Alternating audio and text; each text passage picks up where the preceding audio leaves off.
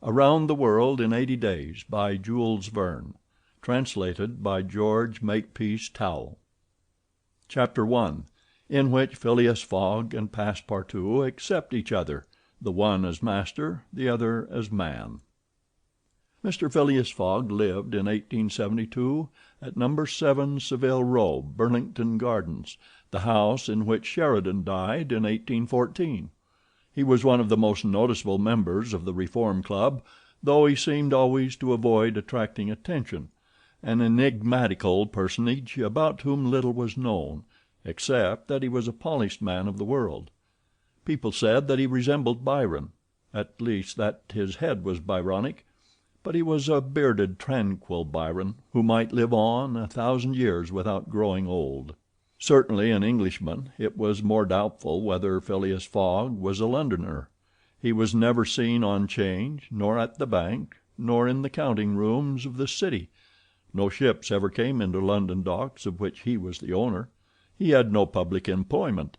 He had never been entered at any of the inns of court, either at Temple or Lincoln's Inn or Gray's Inn, nor had his voice ever resounded in the Court of Chancery, or in the Exchequer, or on the Queen's Bench, or the ecclesiastical courts. He certainly was not a manufacturer, nor was he a merchant or a gentleman farmer. His name was strange to the scientific and learned societies, and he never was known to take part in the sage deliberations of the Royal Institution, or the London Institution, the Artisans' Association, or the Institution of Arts and Sciences. He belonged, in fact, to none of the numerous societies which swarm in the English capital, from the Harmonic to that of the Entomologists, founded mainly for the purpose of abolishing pernicious insects. Phileas Fogg was a member of the Reform, and that was all. The way in which he got admission to this exclusive club was simple enough. He was recommended by the Barings, with whom he had an open credit. His checks were regularly paid at sight from his account current, which was always flush. Was Phileas Fogg rich? Undoubtedly. But those who knew him best could not imagine how he had made his fortune, and Mr. Fogg was the last person to whom to apply for the information. He was not lavish, nor, on the contrary, avaricious, for whenever he knew that money was needed for a noble, useful, or benevolent purpose, he supplied it quietly and sometimes anonymously. He was, in short, the least communicative of men. He talked very little, and seemed all the more mysterious for his taciturn manner. His daily habits were quite open to observation, but whatever he did was so exactly the same thing that he had always done before, that the wits of the curious were fairly puzzled. Had he traveled? It was likely, for no one seemed to know the world more familiarly. There was no spot so secluded that he did not appear to have an intimate acquaintance with it. He often corrected, with a few clear words, the 1,000 conjectures advanced by members of the club as to lost and unheard of travelers, pointing out the true probabilities, and seeming as if gifted with a sort of second sight, so often did events justify his predictions. He must have traveled everywhere, at least in the spirit. It was at least certain that Phileas Fogg had not absented himself from London for many years. Those who were honored by a better acquaintance with him than the rest declared that nobody could pretend to have ever seen him anywhere else. His sole pastimes were reading the papers and playing whist. He often won at this game, which, as a silent one, harmonized with his nature. But his winnings never went into his purse, being reserved as a fund for his charities. Mr. Fogg played, not to win, but for the sake of playing. The game was, in his eyes, a contest, a struggle with a difficulty, yet a motionless, unwearying struggle, congenial to his tastes. Phileas Fogg was not known to have either wife or children, which may happen to the most honest people, either relatives or near friends, which is certainly more unusual. He lived alone in his house in Savile Row, whither none penetrated. A single domestic sufficed to serve him. He breakfasted and dined at the club, at hours mathematically fixed, in the same room, at the same table, never taking his meals with other members, much less bringing a guest with him, and went home at exactly midnight, only to retire at once to bed. He never used the cosy chambers which the reform provides for its favored members. He passed 10 hours out of the 24 in Savile Row, either in sleeping or making his toilet. When he chose to take a walk it was with a regular step in the entrance hall with its mosaic flooring, or in the circular gallery with its dome supported by 20 red porphyry Ionic columns and illumined by blue painted windows. When he breakfasted or dined, all the resources of the club, its kitchens and pantries, its buttery and dairy, aided to crowd his table with their most succulent stores. He was served by the gravest waiters, in dress coats and shoes with swan-skin soles, who proffered the viands in special porcelain and on the finest linen. Club decanters of a lost mold contained his sherry, his port, and his cinnamon-spiced claret, while his beverages were refreshingly cooled with ice, brought at great cost from the American lakes. If to live in this style is to be eccentric, it must be confessed that there is something good in eccentricity. The mansion in Savile Row, though not sumptuous, was exceedingly comfortable. The habits of its occupant were such as to demand but little from the sole domestic, but Phileas Fogg required him to be almost superhumanly prompt and regular. On this very 2nd of October he had dismissed James Forster because that luckless youth had brought him shaving water at 84 degrees Fahrenheit instead of 86, and he was awaiting his successor, who was due at the house between 11 and half past.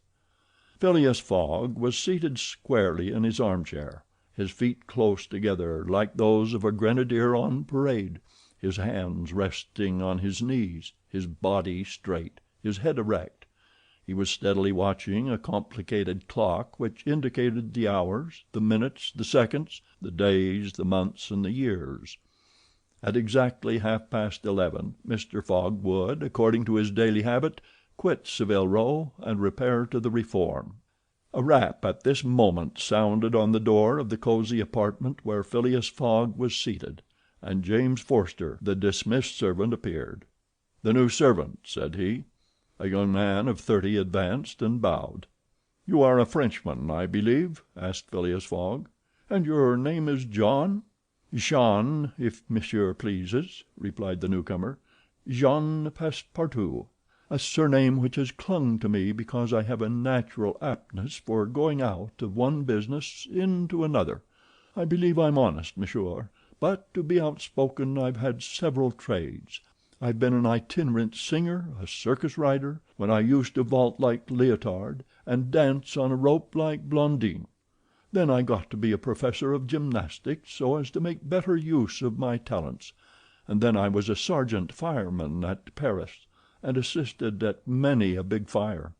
But I quitted France 5 years ago, and wishing to taste the sweets of domestic life, took service as a valet here in England. Finding myself out of place, and hearing that Monsieur Phileas Fogg was the most exact and settled gentleman in the United Kingdom, I have come to monsieur in the hope of living with him a tranquil life and forgetting even the name of Passepartout." "Passepartout suits me," responded Mr. Fogg. "You are well recommended to me. I hear a good report of you. You know my conditions?" "Yes, monsieur." "Good. What time is it?" 22 minutes after 11, returned Passepartout, drawing an enormous silver watch from the depths of his pocket. "You are too slow," said Mr. Fogg. "Pardon me, monsieur, it is impossible—" "You are 4 minutes too slow. No matter, it's enough to mention the error. Now, from this moment, 29 minutes after 11 a.m. this Wednesday, 2nd October, you are in my service." Phileas Fogg got up, took his hat in his left hand, put it on his head with an automatic motion, and went off without a word. Passepartout heard the street door shut once. It was his new master going out. He heard it shut again. It was his predecessor, James Forster, departing in his turn. Passepartout remained alone in the house in Savile Row.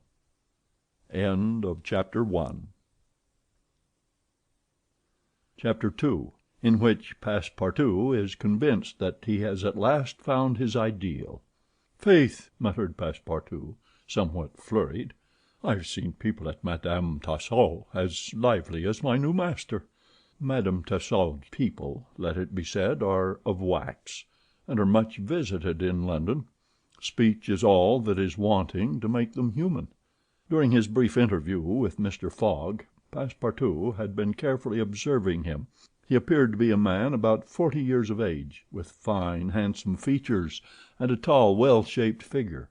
His hair and whiskers were light, his forehead compact and unwrinkled, his face rather pale, his teeth magnificent. His countenance possessed in the highest degree what physiognomists call repose in action, a quality of those who act rather than talk. Calm and phlegmatic, with a clear eye, Mr. Fogg seemed a perfect type of that English composure which Angelica Kauffmann has so skillfully represented on canvas. Seen in the various phases of his daily life, he gave the idea of being perfectly well balanced, as exactly regulated as a Leroy chronometer.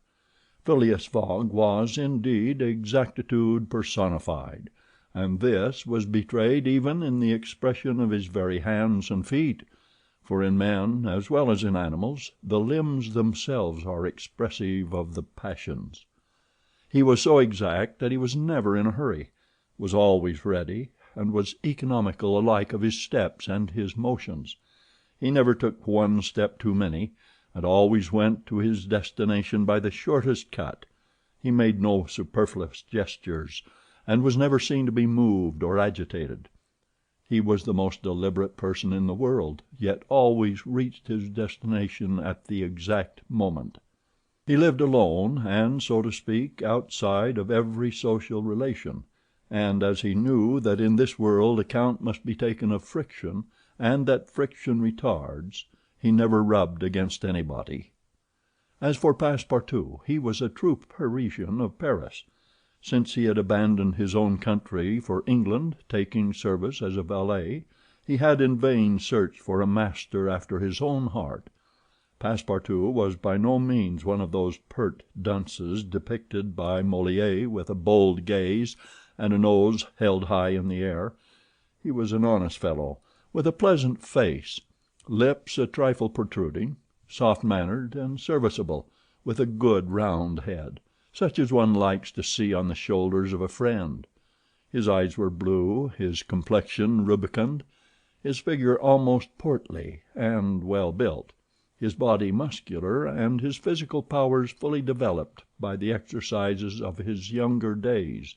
His brown hair was somewhat tumbled, for while the ancient sculptors are said to have known 18 methods of arranging Minerva's tresses, Passepartout was familiar with but one of dressing his own.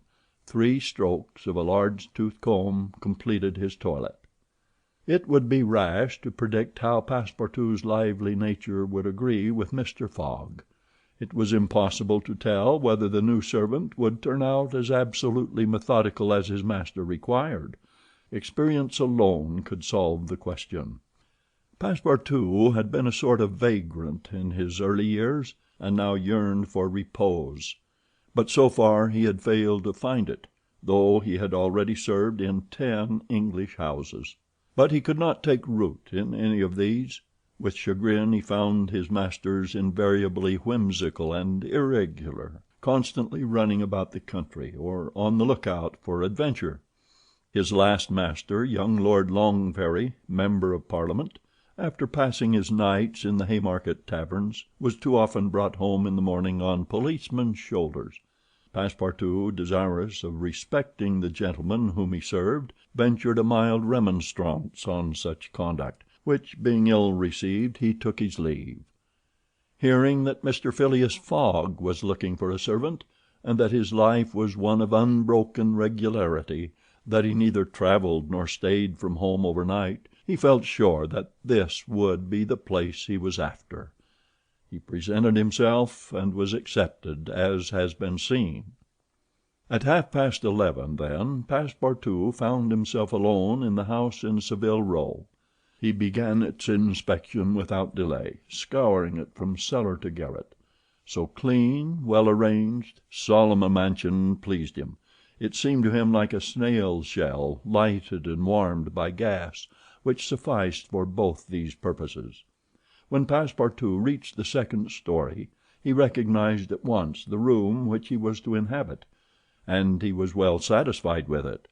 Electric bells and speaking tubes afforded communication with the lower stories, while on the mantel stood an electric clock, precisely like that in Mr. Fogg's bedchamber, both beating the same second at the same instant. "That's good, that'll do," said Passepartout to himself. He suddenly observed, hung over the clock, a card which, upon inspection, proved to be a program of the daily routine of the house. It comprised all that was required of the servant, from 8 in the morning, exactly at which hour Phileas Fogg rose, till 11:30, when he left the house for the Reform Club. All the details of service, the tea and toast at 23 minutes past 8, the shaving water at 37 minutes past 9, and the toilet at 20 minutes before 10. Everything was regulated and foreseen that was to be done from 11:30 a.m. till midnight, the hour at which the methodical gentleman retired. Mr. Fogg's wardrobe was amply supplied, and in the best taste. Each pair of trousers, coat, and vest bore a number, indicating the time of year and season at which they were in turn to be laid out for wearing, and the same system was applied to the master's shoes. In short, the house in Savile Row, which must have been a very temple of disorder and unrest under the illustrious but dissipated Sheridan, was coziness, comfort, and method idealized. There was no study, nor were there books, which would have been quite useless to Mr. Fogg, for at the Reform 2 libraries, one of general literature and the other of law and politics, were at his service. A moderate-sized safe stood in his bedroom, constructed so as to defy fire as well as burglars, but Passepartout found neither arms nor hunting weapons anywhere. Everything betrayed the most tranquil and peaceable habits. Having scrutinized the house from top to bottom, he rubbed his hands. A broad smile overspread his features, and he said joyfully, "This is just what I wanted. Ah, we shall get on together, Mr. Fogg and I. What a domestic and regular gentleman! A real machine. Well, I don't mind serving a machine." Chapter 3, in which a conversation takes place which seems likely to cost Phileas Fogg dear. Phileas Fogg, having shut the door of his house at 11:30, and having put his right foot before his left 575 times, and his left foot before his right 576 times, reached the Reform Club, an imposing edifice in Pall Mall, which could not have cost less than 3 millions. He repaired at once to the dining room, the 9 windows of which open upon a tasteful garden, where the trees were already gilded with an autumn coloring, and took his place at the habitual table, the cover of which had already been laid for him. His breakfast consisted of a side dish, a broiled fish with reading sauce, a scarlet slice of roast beef garnished with mushrooms, a rhubarb and gooseberry tart, and a morsel of Cheshire cheese, the whole being washed down with several cups of tea, for which the Reform is famous. He rose at 13 minutes to 1, and directed his steps towards the large hall, a sumptuous apartment adorned with lavishly framed paintings. A flunky handed him an uncut Times, which he proceeded to cut with a skill which betrayed familiarity with this delicate operation. The perusal of this paper absorbed Phileas Fogg until a quarter before 4, whilst the Standard, his next text, occupied him till the dinner hour. Dinner passed as breakfast had done, and Mr. Fogg reappeared in the reading room and sat down to the Pall Mall at 20 minutes before 6.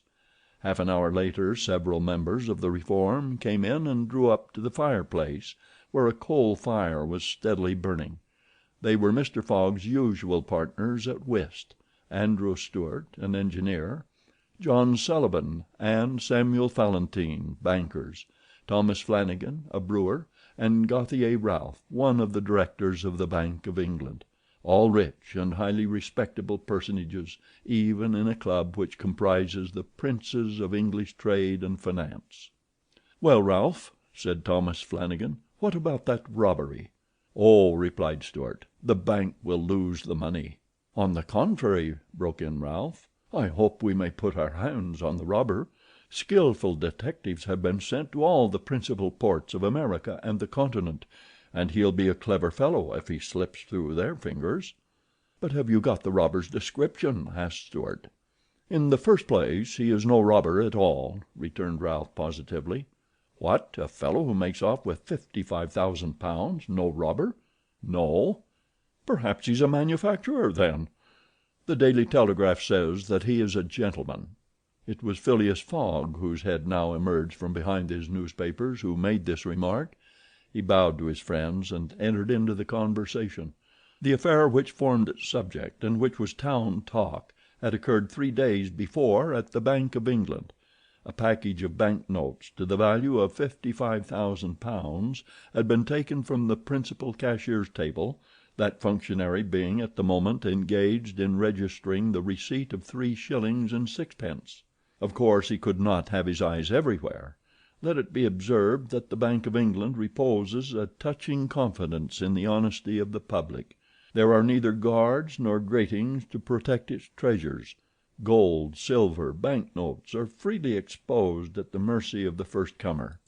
A keen observer of English customs relates that being in one of the rooms of the bank one day he had the curiosity to examine a gold ingot weighing some 7 or 8 pounds. He took it up, scrutinized it, passed it to his neighbor, he to the next man, and so on until the ingot, going from hand to hand, was transferred to the end of a dark entry, nor did it return to its place for half an hour. Meanwhile the cashier had not so much as raised his head. But in the present instance things had not gone so smoothly. The package of notes not being found when 5 o'clock sounded from the ponderous clock in the drawing office, the amount was passed to the account of profit and loss. As soon as the robbery was discovered, picked detectives hastened off to Liverpool, Glasgow, Havre, Suez, Brindisi, New York, and other ports, inspired by the proffered reward of £2,000 and 5% on the sum that might be recovered. Detectives were also charged with narrowly watching those who arrived at or left London by rail, and a judicial examination was at once entered upon. There were real grounds for supposing, as the Daily Telegraph said, that the thief did not belong to a professional band. On the day of the robbery a well-dressed gentleman of polished manners and with a well-to-do air had been observed going to and fro in the paying room where the crime was committed. A description of him was easily procured and sent to the detectives, and some hopeful spirits, of whom Ralph was one, did not despair of his apprehension. The papers and clubs were full of the affair, and everywhere people were discussing the probabilities of a successful pursuit, and the Reform Club was especially agitated, several of its members being bank officials. Ralph would not concede that the work of the detectives was likely to be in vain, for he thought that the prize offered would greatly stimulate their zeal and activity. But Stuart was far from sharing this confidence, and as they placed themselves at the whist table they continued to argue the matter.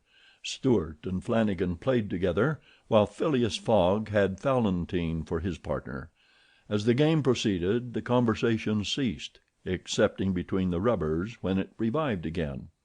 "I maintain," said Stuart, "that the chances are in favor of the thief, who must be a shrewd fellow." "Well, but where can he fly to?" asked Ralph. "No country is safe for him." "Pshaw! Where could he go, then?" "Oh, I don't know that. The world is big enough." "It was once," said Phileas Fogg in a low tone. "Cut, sir," he added, handing the cards to Thomas Flanagan. The discussion fell during the rubber, after which Stuart took up its thread. "What do you mean by 'once'? Has the world grown smaller?" "Certainly," returned Ralph. "I agree with Mr. Fogg. The world has grown smaller, since a man can now go round it 10 times more quickly than 100 years ago, and that is why the search for this thief will be more likely to succeed, and also why the thief can get away more easily. Be so good as to play, Mr. Stuart," said Phileas Fogg. But the incredulous Stuart was not convinced, and when the hand was finished said eagerly, "You have a strange way, Ralph, of proving that the world has grown smaller. So because you can go round it in 3 months—" "In 80 days," interrupted Phileas Fogg. "That is true, gentlemen," added John Sullivan. "Only 80 days, now that the section between Rothal and Allahabad on the Great Indian Peninsula Railway has been opened. Here is the estimate made by the Daily Telegraph. From London to Suez via Mont Cenis and Brindisi by rail and steamboats, 7 days. From Suez to Bombay by steamer, 13 days. From Bombay to Calcutta by rail, 3 days. From Calcutta to Hong Kong by steamer, 13 days. From Hong Kong to Yokohama, Japan by steamer, 6 days. From Yokohama to San Francisco by steamer, 22 days. From San Francisco to New York by rail, 7 days. From New York to London by steamer and rail, 9 days. Total, 80 days. "Yes, in 80 days," exclaimed Stuart, who in his excitement made a false deal. "But that doesn't take into account bad weather, contrary winds, shipwrecks, railway accidents, and so on."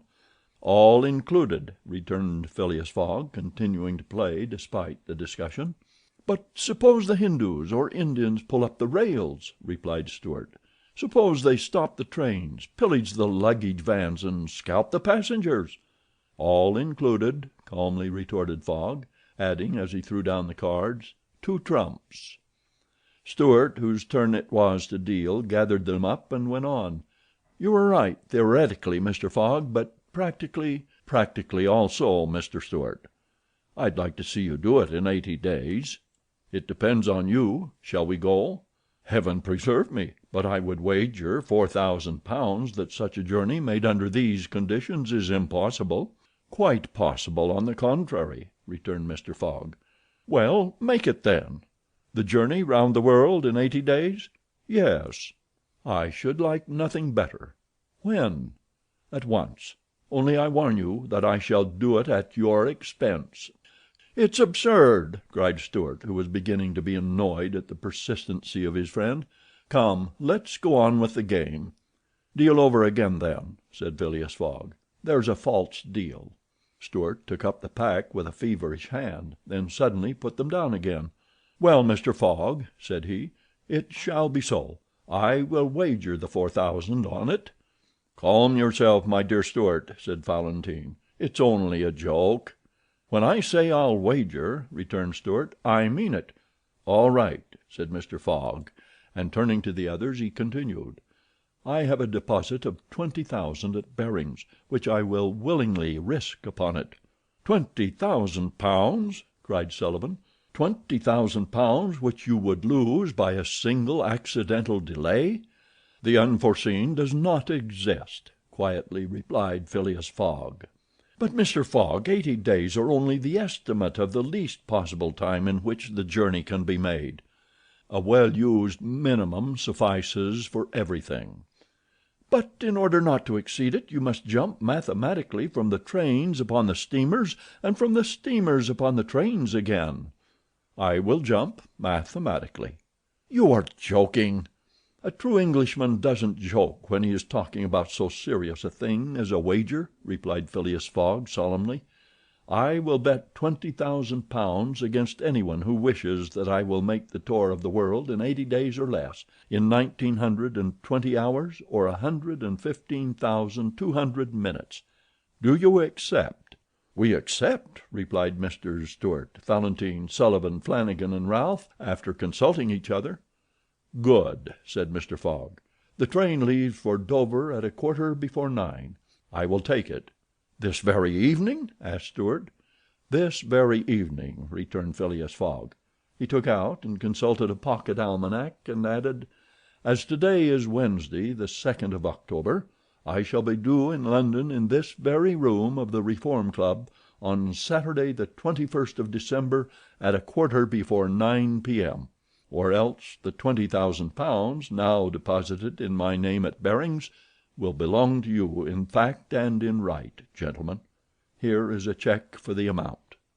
A memorandum of the wager was at once drawn up and signed by the 6 parties, during which Phileas Fogg preserved a stoical composure.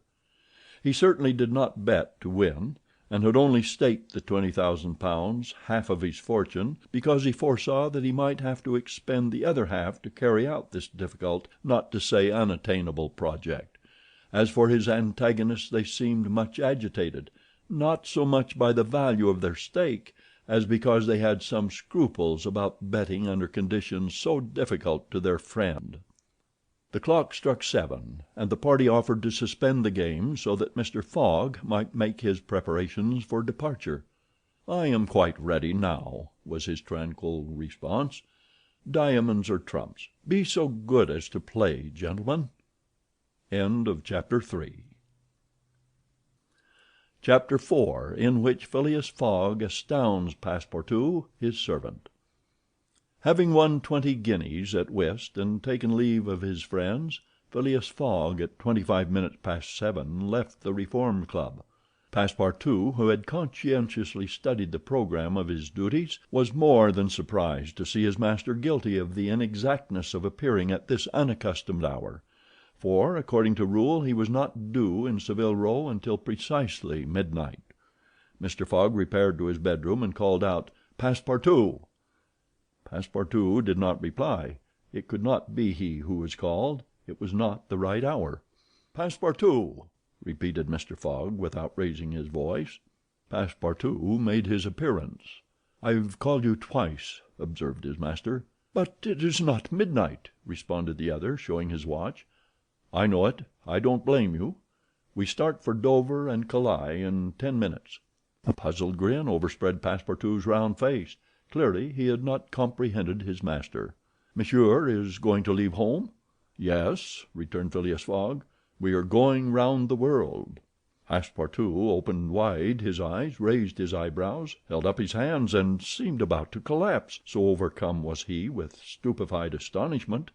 "Round the world?" he murmured. "In 80 days," responded Mr. Fogg, "so we haven't a moment to lose." "But the trunks?" gasped Passepartout, unconsciously swaying his head from right to left. "We'll have no trunks, only a carpet bag with 2 shirts and 3 pairs of stockings for me and the same for you. We'll buy our clothes on the way. Bring down my mackintosh and traveling cloak and some stout shoes, though we shall do little walking. Make haste." Passepartout tried to reply, but could not. He went out, mounted to his own room, fell into a chair, and muttered, "That's good, that is, and I who wanted to remain quiet." He mechanically set about making the preparations for departure. Around the world in 80 days! Was his master a fool? No. Was this a joke, then? They were going to Dover. Good. To Calais. Good again. After all, Passepartout, who had been away from France 5 years, would not be sorry to set foot on his native soil again. Perhaps they would go as far as Paris, and it would do his eyes good to see Paris once more. But surely a gentleman so chary of his steps would stop there, no doubt. But then it was none the less true that he was going away, this so domestic person hitherto. By 8 o'clock Passepartout had packed the modest carpet bag, containing the wardrobes of his master and himself. Then, still troubled in mind, he carefully shut the door of his room and descended to Mr. Fogg. Mr. Fogg was quite ready. Under his arm might have been observed a red-bound copy of Bradshaw's Continental Railway, Steam Transit and General Guide, with its timetables showing the arrival and departure of steamers and railways.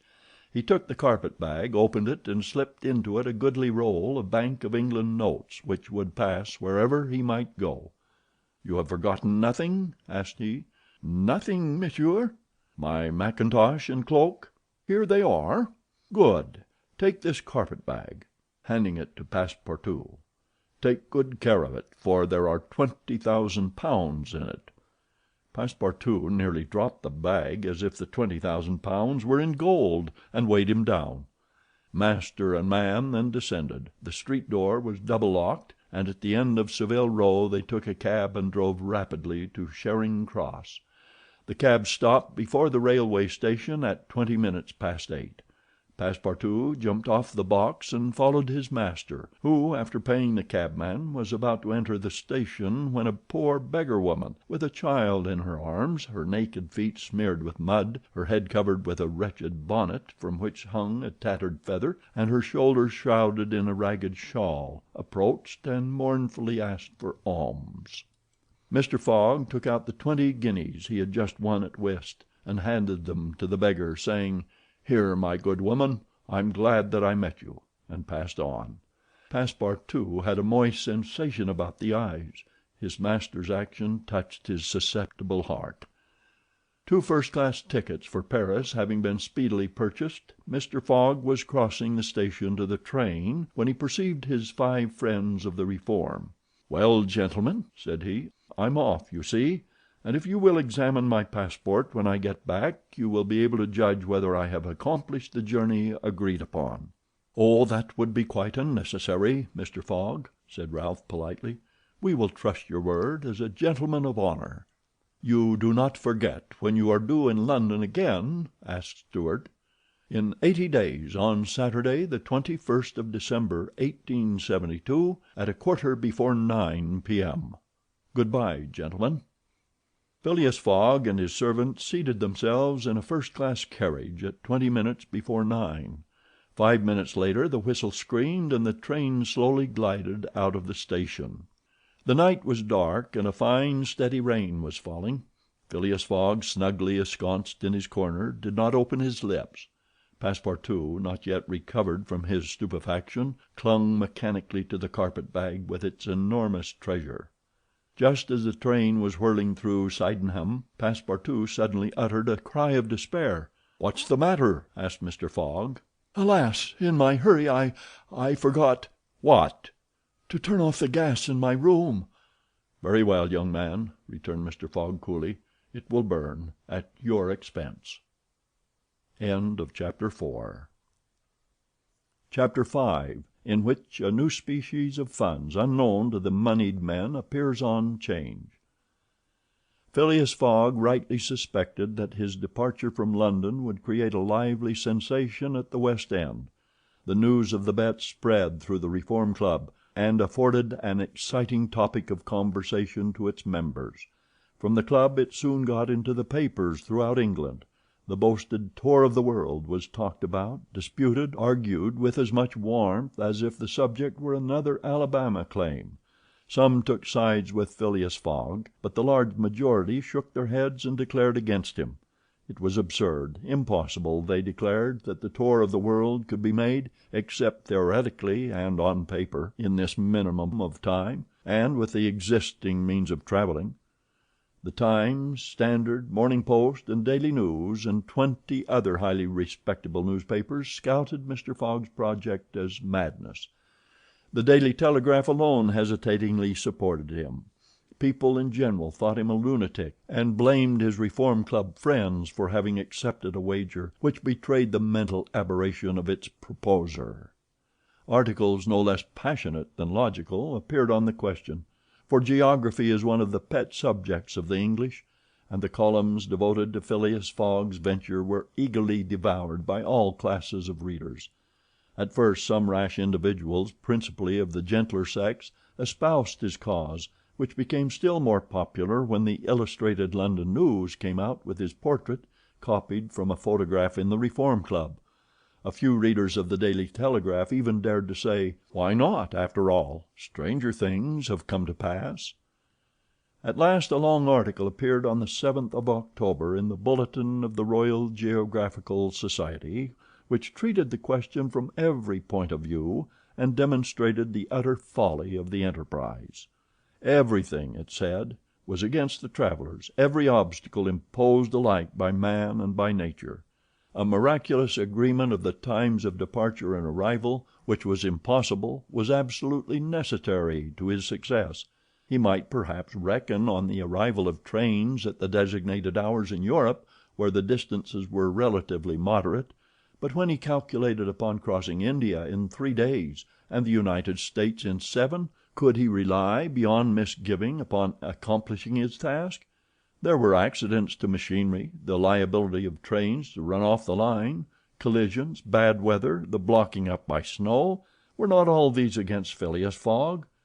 Would he not find himself, when traveling by steamer in winter, at the mercy of the winds and fogs?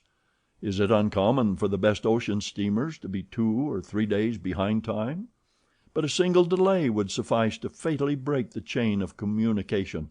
Should Phileas Fogg once miss, even by an hour, a steamer, he would have to wait for the next, and that would irrevocably render his attempt vain. This article made a great deal of noise, and being copied into all the papers seriously depressed the advocates of the rash tourist. Everybody knows that England is the world of betting men, who are of a higher class than mere gamblers. To bet is in the English temperament. Not only the members of the Reform, but the general public made heavy wagers for or against Phileas Fogg, who was set down in the betting books as if he were a racehorse.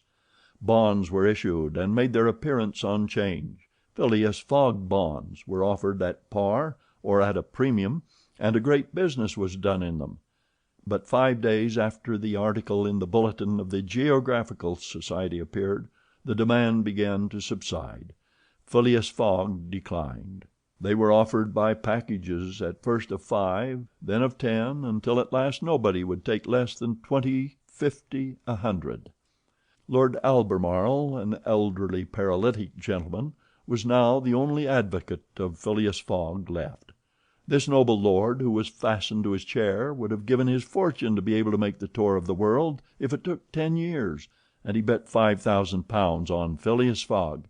When the folly as well as the uselessness of the adventure was pointed out to him, he contented himself with replying, "If the thing is feasible, the first to do it ought to be an Englishman." The Fogg party dwindled more and more. Everybody was going against him, and the bets stood 150 and 200 to 1, and a week after his departure an incident occurred which deprived him of backers at any price. The Commissioner of Police was sitting in his office at 9 o'clock one evening when the following telegraphic dispatch was put into his hands: Suez to London. Rowan, Commissioner of Police, Scotland Yard. I found the bank robber, Phileas Fogg. Send without delay warrant of arrest to Bombay. Fix. Detective. The effect of this dispatch was instantaneous. The polished gentleman disappeared to give place to the bank robber. His photograph, which was hung with those of the rest of the members of the Reform Club, was minutely examined, and it betrayed feature by feature the description of the robber which had been provided to the police. The mysterious habits of Phileas Fogg were recalled, his solitary ways, his sudden departure, and it seemed clear that in undertaking a tour round the world on the pretext of a wager he had had no other end in view than to elude the detectives and throw them off his track. Chapter 6, in which Fix, the detective, betrays a very natural impatience. The circumstances under which this telegraphic dispatch about Phileas Fogg was sent were as follows. The steamer Mongolia, belonging to the Peninsular and Oriental Company, built of iron, of 2,800 tons burden and 500 horsepower, was due at 11 o'clock a.m. on Wednesday, the 9th of October, at Suez. The Mongolia plied regularly between Brindisi and Bombay via the Suez Canal, and was one of the fastest steamers belonging to the company, always making more than 10 knots an hour between Brindisi and Suez, and 9½ between Suez and Bombay.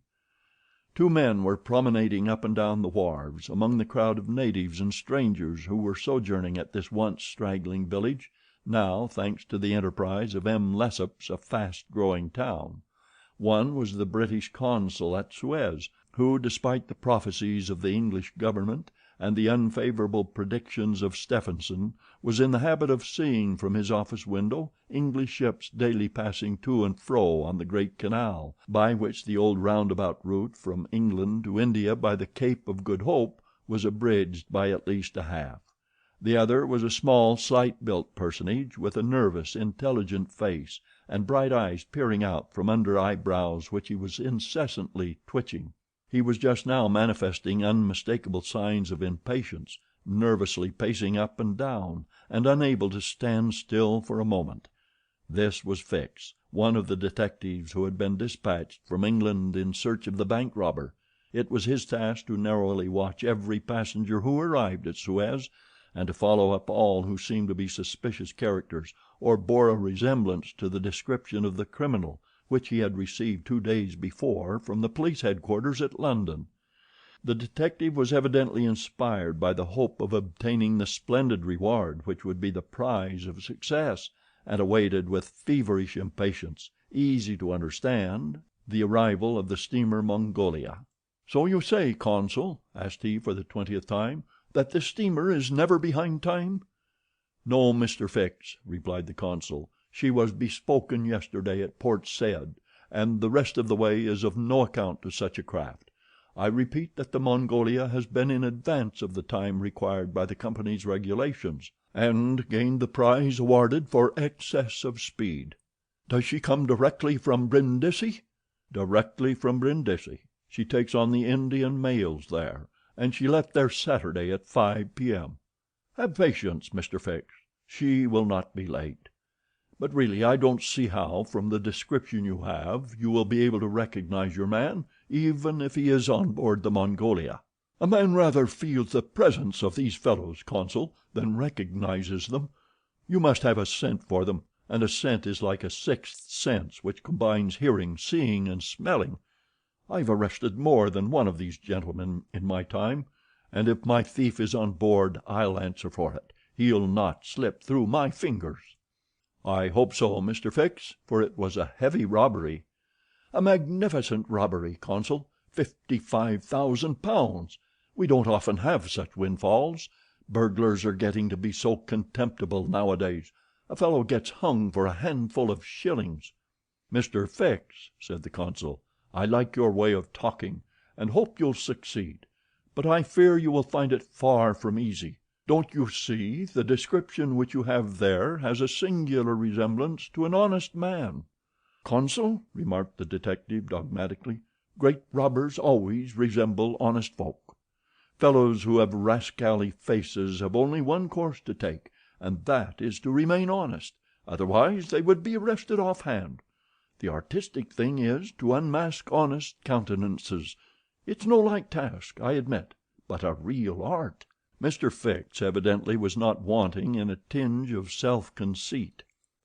Little by little the scene on the quay became more animated.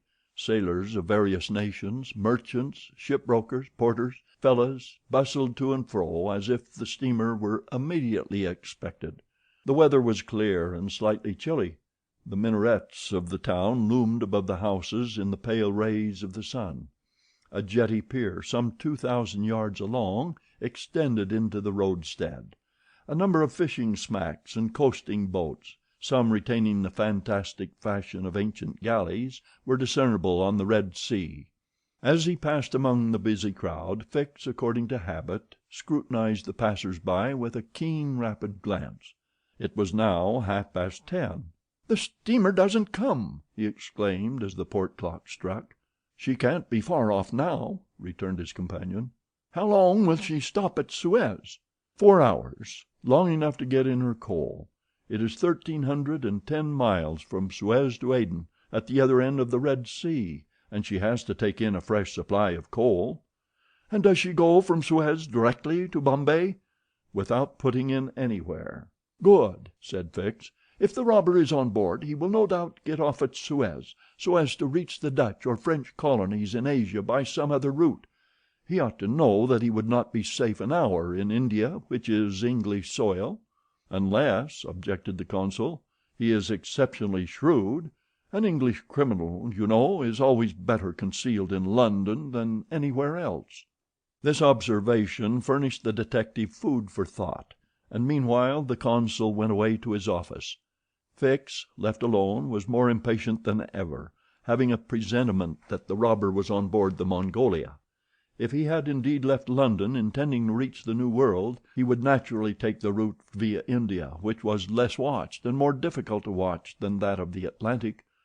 But Fix's reflections were soon interrupted by a succession of sharp whistles, which announced the arrival of the Mongolia. The porters and fellahs rushed down the quay, and a dozen boats pushed off from the shore to go and meet the steamer. Soon her gigantic hull appeared passing along between the banks, and 11 o'clock struck as she anchored in the road. She brought an unusual number of passengers, some of whom remained on deck to scan the picturesque panorama of the town, while the greater part disembarked in the boats and landed on the quay. Fix took up a position and carefully examined each face and figure which made its appearance. Presently one of the passengers, after vigorously pushing his way through the importunate crowd of porters, came up to him and politely asked him if he could point out the English consulate, at the same time showing a passport which he wished to have viséd. Fix instinctively took the passport, and with a rapid glance read the description of its bearer. An involuntary motion of surprise nearly escaped him, for the description in the passport was identical with that of the bank robber which he had received from Scotland Yard. "Is this your passport?" asked he. "No, it's my master's." "And your master is—" "He stayed on board." "But he must go to the consul's in person, so as to establish his identity." "Oh, is that necessary?" "Quite indispensable." "And where is the consulate?" "There, on the corner of the square," said Fix, pointing to a house 200 steps off. "I'll go and fetch my master, who won't be much pleased, however, to be disturbed." The passenger bowed to Fix and returned to the steamer.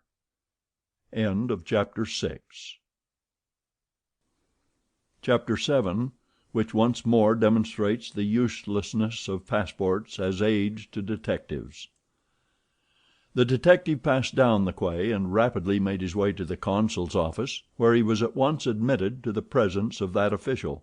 "Consul," said he, without preamble, "I have strong reasons for believing that my man is a passenger on the Mongolia," and he narrated what had just passed concerning the passport.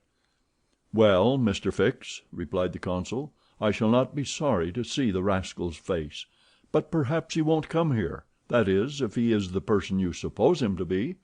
A robber doesn't quite like to leave traces of his flight behind him, and besides, he is not obliged to have his passport countersigned." "If he is as shrewd as I think he is, consul, he will come." "To have his passport viséd?" "Yes. Passports are only good for annoying honest folks, and aiding in the flight of rogues. I assure you it will be quite the thing for him to do, but I hope you will not visa the passport." "Why not? If the passport is genuine I have no right to refuse."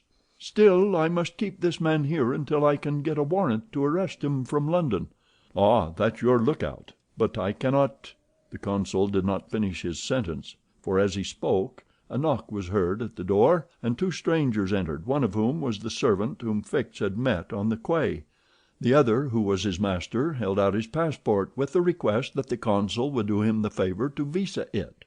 The consul took the document and carefully read it, whilst Fix observed, or rather devoured, the stranger with his eyes from a corner of the room. "You are Mr. Phileas Fogg?" said the consul, after reading the passport. "I am." "And this man is your servant?" "He is a Frenchman named Passepartout." "You are from London?" "Yes." "And you are going—" "To Bombay." "Very good, sir. You know that a visa is useless, and that no passport is required?"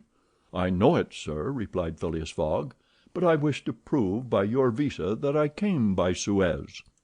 "Very well, sir." The consul proceeded to sign and date the passport, after which he added his official seal. Mr. Fogg paid the customary fee, coldly bowed, and went out, followed by his servant. "Well?" queried the detective. "Well, he looks and acts like a perfectly honest man," replied the consul. "Possibly, but that is not the question. Do you think, consul, that this phlegmatic gentleman resembles, feature by feature, the robber whose description I have received?" "I concede that; but then, you know, all descriptions—" "I'll make certain of it," interrupted Fix. "The servant seems to me less mysterious than the master. Besides, he's a Frenchman and can't help talking. Excuse me for a little while, consul." Fix started off in search of Passepartout. Meanwhile, Mr. Fogg, after leaving the consulate, repaired to the quay, gave some orders to Passepartout, went off to the Mongolia in a boat, and descended to his cabin. He took up his notebook, which contained the following memoranda: Left London Wednesday, October 2nd, at 8:45 p.m. Reached Paris Thursday, October 3rd, at 7:20 a.m. Left Paris Thursday at 8:40 a.m. Reached Turin by Mont Cenis Friday, October 4th, at 6:35 a.m. Left Turin Friday at 7:20 a.m. Arrived at Brindisi Saturday, October 5th, at 4 p.m. Sailed on the Mongolia Saturday at 5 p.m. Reached Suez Wednesday, October 9th, at 11 a.m. Total of hours spent 158 plus, or in days 6 days and a half. These dates were inscribed in an itinerary divided into columns, indicating the month, the day of the month, and the day for the stipulated and actual arrivals at each principal point—Paris, Brindisi, Suez, Bombay, Calcutta, Singapore, Hong Kong, Yokohama, San Francisco, New York, and London, from the 2nd of October to the 21st of December, and giving a space for setting down the gain made or the loss suffered on arrival at each locality. This methodical record thus contained an account of everything needed, and Mr. Fogg always knew whether he was behindhand or in advance of his time. On this Friday, October 9th, he noted his arrival at Suez, and observed that he had as yet neither gained nor lost. He sat down quietly to breakfast in his cabin, never once thinking of inspecting the town, being one of those Englishmen who are wont to see foreign countries through the eyes of their domestics. Chapter 8, in which Passepartout talks rather more, perhaps, than is prudent. Fix soon rejoined Passepartout, who was lounging and looking about on the quay, as if he did not feel that he, at least, was obliged not to see anything. "Well, my friend," said the detective, coming up with him, "is your passport vised?" "Ah, it's you, is it, monsieur?" responded Passepartout. "Thanks, yes, the passport is all right." "And are you looking about you?" "Yes, but we travel so fast that I seem to be journeying in a dream. So this is Suez?" "Yes." "In Egypt?" "Certainly in Egypt." "And in Africa?" "In Africa." "In Africa," repeated Passepartout. "Just think, monsieur, I had no idea that we should go farther than Paris, and all that I saw of Paris was between 20 minutes past 7 and 20 minutes before 9 in the morning, between the Northern and the Lyons stations, through the windows of a car, and in a driving rain. How I regret not having seen once more Pere Lachaise and the circus in the Champs Elysees." "You are in a great hurry, then?" "I am not, but my master is. By the way, I must buy some shoes and shirts. We came away without trunks, only with a carpet bag." "I will show you an excellent shop for getting what you want." "Really, monsieur? You are very kind." And they walked off together, Passepartout chatting volubly as they went along. "Above all," said he, "don't let me lose the steamer." "You have plenty of time. It's only 12 o'clock." Passepartout pulled out his big watch. "12!" he exclaimed. "Why, it's only 8 minutes before 10." "Your watch is slow." "My watch? A family watch, monsieur, which has come down from my great-grandfather. It doesn't vary 5 minutes in the year. It's a perfect chronometer. Look you." "I see how it is," said Fix. "You have kept London time, which is 2 hours behind that of Suez. You ought to regulate your watch at noon in each country." "I regulate my watch? Never." "Well, then, it will not agree with the sun." "So much the worse for the sun, monsieur. The sun will be wrong, then." And the worthy fellow returned the watch to its fob with a defiant gesture. After a few minutes' silence, Fix resumed. "You left your London hastily, then?" "I rather think so. Last Friday at 8 o'clock in the evening Monsieur Fogg came home from his club, and 3/4 of an hour afterwards we were off." "But where is your master going?" "Always straight ahead. He is going round the world." "Round the world!" cried Fix. "Yes, and in 80 days. He says it is on a wager, but between us I don't believe a word of it. That wouldn't be common sense. There's something else in the wind. "Ah, Mr. Fogg is a character, is he?" "I should say he was." "Is he rich?" "No doubt, for he is carrying an enormous sum in brand new banknotes with him. And he doesn't spare the money on the way, either. He has offered a large reward to the engineer of the Mongolia if he gets us to Bombay well in advance of time." "And you have known your master a long time?" "Why, no. I entered his service the very day we left London." The effect of these replies upon the already suspicious and excited detective may be imagined. The hasty departure from London soon after the robbery, the large sum carried by Mr. Fogg, the eagerness to reach distant countries, the pretext of an eccentric and foolhardy bet, all confirmed Fix in his theory. He continued to pump poor Passepartout, and learned that he really knew little or nothing of his master, who lived a solitary existence in London, was said to be rich, though no one knew whence came his riches, and was mysterious and impenetrable in his affairs and habits. Fix felt sure that Phileas Fogg would not land at Suez, but was really going on to Bombay. "Is Bombay far from here?" asked Passepartout. "Pretty far. It is a 10 days' voyage by sea." "And in what country is Bombay? India? In Asia?" "Certainly." "The deuce! I was going to tell you there's one thing that worries me. My burner." "What burner?" "My gas burner, which I forgot to turn off, and which is at this moment burning at my expense. I have calculated, monsieur, that I lose 2 shillings every 24 hours, exactly 6 pence more than I earn, and you will understand that the longer our journey—" Did Fix pay any attention to Passepartout's trouble about the gas? It is not probable. He was not listening, but was cogitating a project. Passepartout and he had now reached the shop, where Fix left his companion to make his purchases, after recommending him not to miss the steamer, and hurried back to the consulate. Now that he was fully convinced, Fix had quite recovered his equanimity. "Consul," said he, "I have no longer any doubt. I have spotted my man. He passes himself off as an odd stick who is going round the world in 80 days." "Then he's a sharp fellow," returned the consul, "and counts on returning to London after putting the police of the 2 countries off his track." "We'll see about that," replied Fix. "But are you not mistaken?" "I am not mistaken. Why was this robber so anxious to prove by the visa that he had passed through Suez?" "Why, I have no idea. But listen to me." He reported in a few words the most important parts of his conversation with Passepartout. "In short," said the consul, "appearances are wholly against this man. And what are you going to do?" "Send a dispatch to London for a warrant of arrest to be dispatched instantly to Bombay. Take passage on board the Mongolia, follow my rogue to India, and there, on English ground, arrest him politely, with my warrant in my hand and my hand on his shoulder." Having uttered these words with a cool, careless air, the detective took leave of the consul, and repaired to the telegraph office, whence he sent the dispatch which we have seen to the London police office. A quarter of an hour later found Fix with a small bag in his hand, proceeding on board the Mongolia, and ere many moments longer the noble steamer rode out at full steam upon the waters of the Red Sea. Chapter 9, in which the Red Sea and the Indian Ocean prove propitious to the designs of Phileas Fogg.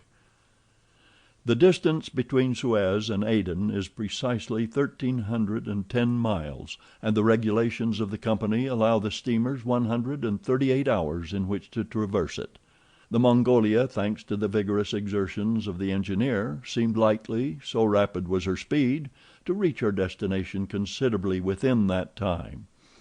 The greater part of the passengers from Brindisi were bound for India, some for Bombay, others for Calcutta by way of Bombay, the nearest route thither now that a railway crosses the Indian peninsula. Among the passengers was a number of officials and military officers of various grades, the latter being either attached to the regular British forces or commanding the Sepoy troops and receiving high salaries ever since the central government has assumed the powers of the East India Company, for the sub-lieutenants get £280, brigadiers £2,400, and generals of divisions £4,000. What with the military men, a number of rich young Englishmen on their travels, and the hospitable efforts of the purser, The time passed quickly on the Mongolia. The best of fare was spread upon the cabin tables at breakfast, lunch, dinner, and the 8 o'clock supper, and the ladies scrupulously changed their toilets twice a day, and the hours were whirled away when the sea was tranquil with music, dancing, and games. But the Red Sea is full of caprice, and often boisterous, like most long and narrow gulfs. When the wind came from the African or Asian coast, the Mongolia with her long hull rolled fearfully. Then the ladies speedily disappeared below, the pianos were silent, singing and dancing suddenly ceased. Yet the good ship plowed straight on, unretarded by wind or wave, towards the straits of Bab el Mandeb. What was Phileas Fogg doing all this time? It might be thought that in his anxiety he would be constantly watching the changes of the wind, the disorderly raging of the billows, every chance, in short, which might force the Mongolia to slacken her speed, and thus interrupt his journey. But if he thought of these possibilities, he did not betray the fact by any outward sign. Always the same impassible member of the Reform Club, whom no incident could surprise, as unvarying as the ship's chronometers, and seldom having the curiosity even to go up on the deck, he passed through the memorable scenes of the Red Sea with cold indifference, did not care to recognize the historic towns and villages which, along its borders, raised their picturesque outlines against the sky, and betrayed no fear of the dangers of the Arabic Gulf, which the old historians always spoke of with horror, and upon which the ancient navigators never ventured without propitiating the gods by ample sacrifices. How did this eccentric personage pass his time on the Mongolia? He made his 4 hearty meals every day, regardless of the most persistent rolling and pitching on the part of the steamer, and he played whist indefatigably, for he had found partners as enthusiastic in the game as himself. A tax collector on the way to his post at Goa, the Reverend Decimus Smith returning to his parish at Bombay, and a brigadier general of the English army, who was about to rejoin his brigade at Benares, made up the party, and with Mr. Fogg played whist by the hour together in absorbing silence. As for Passepartout, he too had escaped seasickness, and took his meals conscientiously in the forward cabin. He rather enjoyed the voyage, for he was well fed and well lodged, took a great interest in the scenes through which they were passing, and consoled himself with the delusion that his master's whim would end at Bombay. He was pleased on the day after leaving Suez to find on deck the obliging person with whom he had walked and chatted on the quays. "If I am not mistaken," said he, approaching this person, with his most amiable smile, "you are the gentleman who so kindly volunteered to guide me at Suez." "Ah, I quite recognize you. You are the servant of the strange Englishman." "Just so, Monsieur Fix." "Monsieur Fix," resumed Passepartout, "I'm charmed to find you on board. Where are you bound?" "Like you, to Bombay." "That's capital. Have you made this trip before?" "Several times. I am one of the agents of the Peninsular Company." "Then you know India?" "Why, yes," replied Fix, who spoke cautiously. "A curious place, this India." "Oh, very curious. Mosques, minarets, temples, fakirs, pagodas, tigers, snakes, and elephants. I hope you will have ample time to see the sights." "I hope so, Monsieur Fix. You see, a man of sound sense ought not to spend his life jumping from a steamer upon a railway train, and from a railway train upon a steamer again, pretending to make the tour of the world in 80 days. No, all these gymnastics, you may be sure, will cease at Bombay." "And Mr. Fogg is getting on well?" asked Fix, in the most natural tone in the world. "Quite well, and I too. I eat like a famished ogre. It's the sea air." "But I never see your master on deck." "Never. He hasn't the least curiosity." "Do you know, Mr. Passepartout, that this pretended tour in 80 days may conceal some secret errand? Perhaps a diplomatic mission?" "Faith, Monsieur Fix, I assure you I know nothing about it, nor would I give half a crown to find out." After this meeting Passepartout and Fix got into the habit of chatting together, the latter making it a point to gain the worthy man's confidence. He frequently offered him a glass of whisky or pale ale in the steamer bar-room, which Passepartout never failed to accept with graceful alacrity, mentally pronouncing Fix the best of good fellows. Meanwhile the Mongolia was pushing forward rapidly. On the 13th, Mocha, surrounded by its ruined walls, whereon date trees were growing, was sighted, and on the mountains beyond were espied vast coffee fields. Passepartout was ravished to behold this celebrated place, and thought that with its circular walls and dismantled fort it looked like an immense coffee cup and saucer. The following night they passed through the Strait of Bab el Mandeb, which means in Arabic the Bridge of Tears, and the next day they put in at Steamer Point, northwest of Aden Harbor, to take in coal. This matter of fueling steamers is a serious one at such distances from the coal mines. It costs the Peninsular Company some £800,000 a year. In these distant seas coal is worth 3 or 4 pounds sterling a ton. The Mongolia had still 1,650 miles to traverse before reaching Bombay, and was obliged to remain 4 hours at Steamer Point to coal up. But this delay, as it was foreseen, did not affect Phileas Fogg's program. Besides, the Mongolia, instead of reaching Aden on the morning of the 15th, when she was due, arrived there on the evening of the 14th, a gain of 15 hours. Mr. Fogg and his servant went ashore at Aden to have the passport again visaed. Fix, unobserved, followed them. The visa procured, Mr. Fogg returned on board to resume his former habits, while Passepartout, according to custom, sauntered about among the mixed population of Somalis, Banyans, Parsees, Jews, Arabs, and Europeans who comprised the 25,000 inhabitants of Aden.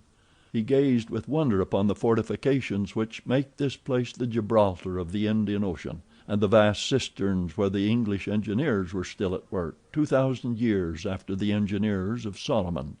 "Very curious, very curious," said Passepartout to himself on returning to the steamer. "I see that it is by no means useless to travel if a man wants to see something new." At 6 p.m. the Mongolia slowly moved out of the roadstead and was soon once more on the Indian Ocean. She had 168 hours in which to reach Bombay, and the sea was favorable, the wind being in the northwest, and all sails aiding the engine. The steamer rolled but little. The ladies in fresh toilets reappeared on deck, and the singing and dancing were resumed. The trip was being accomplished most successfully, and Passepartout was enchanted with the congenial companion which chance had secured him in the person of the delightful Fix. On Sunday, October 20th, towards noon, they came in sight of the Indian coast. 2 hours later the pilot came on board. A range of hills lay against the sky in the horizon, and soon the rows of palms which adorned Bombay came distinctly into view. The steamer entered the road formed by the islands in the bay, and at 4:30 she hauled up at the quays of Bombay.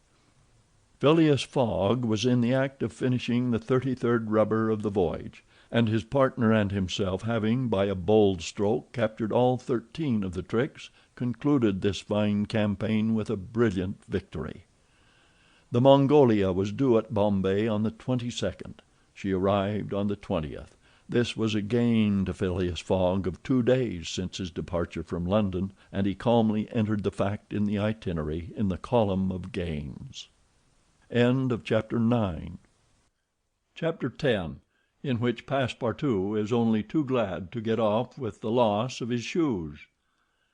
Everybody knows that the great reverse triangle of land, with its base in the north and its apex in the south, which is called India, embraces 1,400,000 square miles, upon which is spread unequally a population of 180 millions of souls.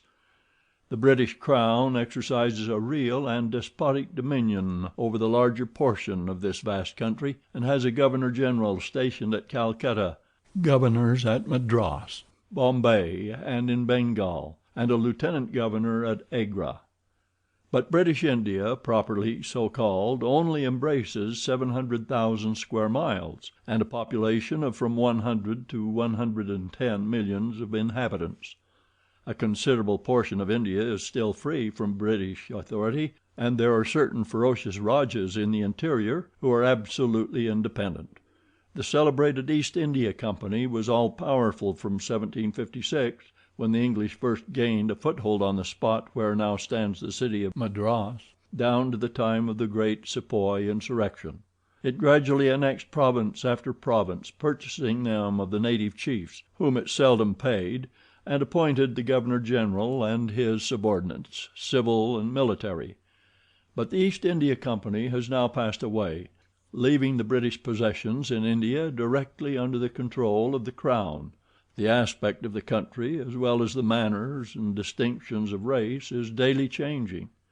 Formerly one was obliged to travel in India by the old cumbrous methods of going on foot or on horseback, in palanquins or unwieldy coaches.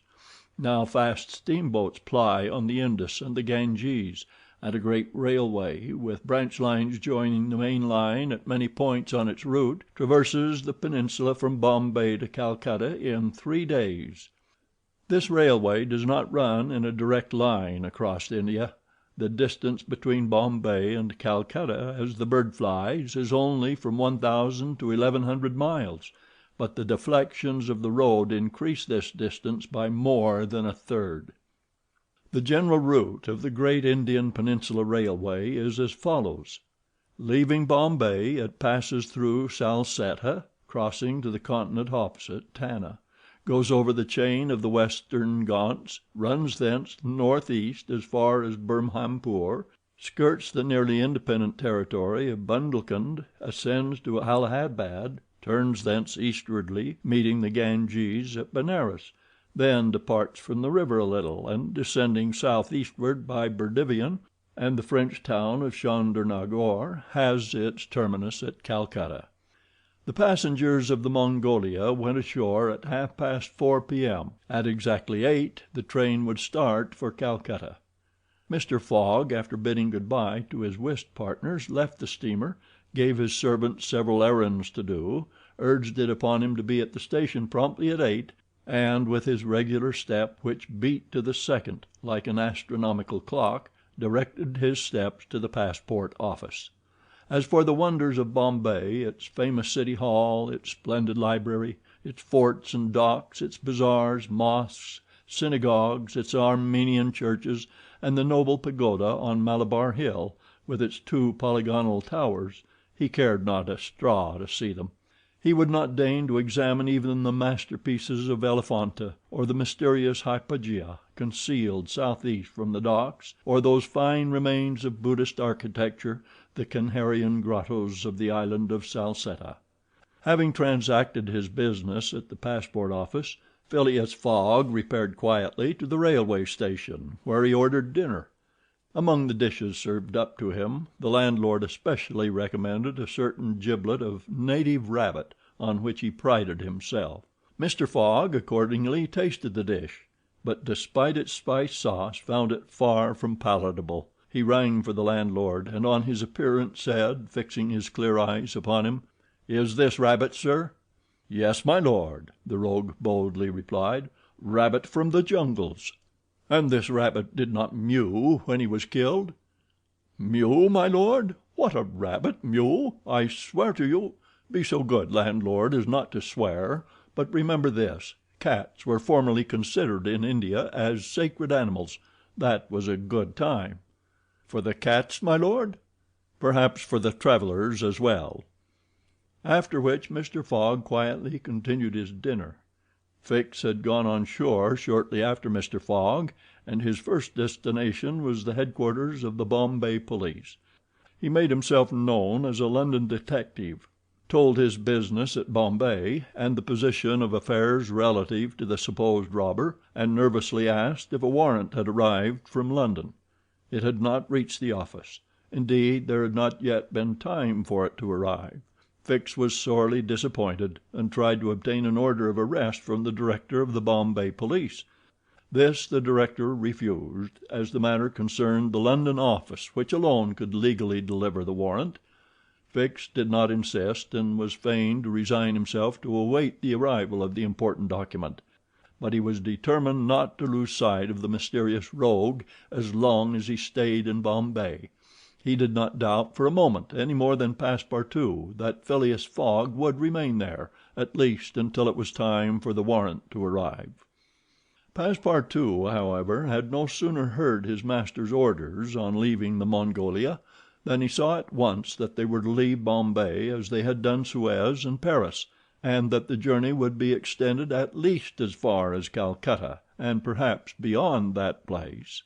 He began to ask himself if this bet that Mr. Fogg talked about was not really in good earnest, and whether his fate was not in truth forcing him, despite his love of repose, around the world in 80 days.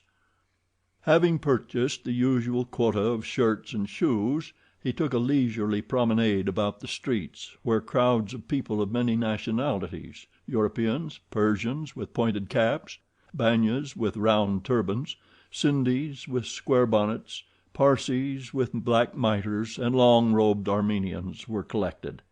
It happened to be the day of a Parsee festival. These descendants of the sect of Zoroaster, the most thrifty, civilized, intelligent, and austere of the East Indians, among whom are counted the richest native merchants of Bombay, were celebrating a sort of religious carnival, with processions and shows, in the midst of which Indian dancing girls, clothed in rose-colored gauze, looped up with gold and silver, danced airily, but with perfect modesty, to the sound of viols and the clanging of tambourines. It is needless to say that Passepartout watched these curious ceremonies with staring eyes and gaping mouth, and that his countenance was that of the greenest booby imaginable. Unhappily for his master as well as himself, his curiosity drew him unconsciously farther off than he intended to go. At last, having seen the Parsee carnival wind away in the distance, he was turning his steps towards the station when he happened to espy the splendid pagoda on Malabar Hill, and was seized with an irresistible desire to see its interior. He was quite ignorant that it is forbidden to Christians to enter certain Indian temples, and that even the faithful must not go in without first leaving their shoes outside the door. It may be said here that the wise policy of the British government severely punishes a disregard of the practices of the native religions. Passepartout, however, thinking no harm, went in like a simple tourist, and was soon lost in admiration of the splendid Brahmin ornamentation which everywhere met his eyes, when of a sudden he found himself sprawling on the sacred flagging. He looked up to behold 3 enraged priests, who forthwith fell upon him, tore off his shoes, and began to beat him with loud, savage exclamations. The agile Frenchman was soon upon his feet again, and lost no time in knocking down 2 of his long-gowned adversaries with his fists and a vigorous application of his toes. Then, rushing out of the pagoda as fast as his legs could carry him, he soon escaped the 3rd priest by mingling with the crowd in the streets. At 5 minutes before 8, Passepartout, hatless, shoeless, and having in the squabble lost his package of shirts and shoes, rushed breathlessly into the station. Fix, who had followed Mr. Fogg to the station and saw that he was really going to leave Bombay, was there upon the platform. He had resolved to follow the supposed robber to Calcutta, and farther if necessary. Passepartout did not observe the detective, who stood in an obscure corner, but Fix heard him relate his adventures in a few words to Mr. Fogg. "I hope that this will not happen again," said Phileas Fogg coldly, as he got into the train. Poor Passepartout, quite crestfallen, followed his master without a word. Fix was on the point of entering another carriage when an idea struck him which induced him to alter his plan. "No, I'll stay," muttered he. "An offense has been committed on Indian soil. I've got my man." Just then the locomotive gave a sharp screech, and the train passed out into the darkness of the night.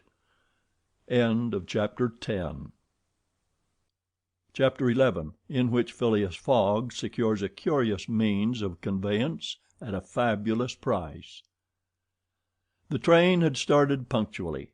Among the passengers were a number of officers, government officials, and opium and indigo merchants whose business called them to the eastern coast.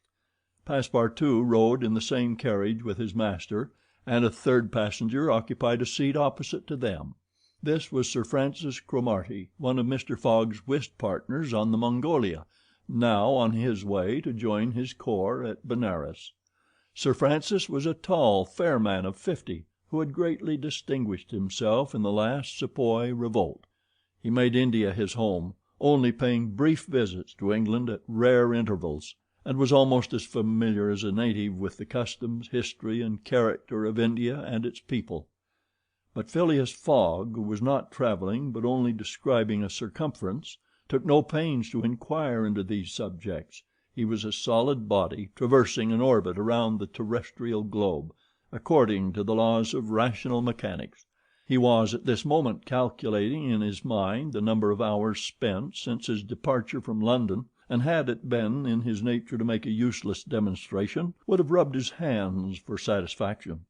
Sir Francis Cromarty had observed the oddity of his traveling companion, although the only opportunity he had for studying him had been while he was dealing the cards and between two rubbers, and questioned himself whether a human heart really beat beneath this cold exterior, and whether Phileas Fogg had any sense of the beauties of nature.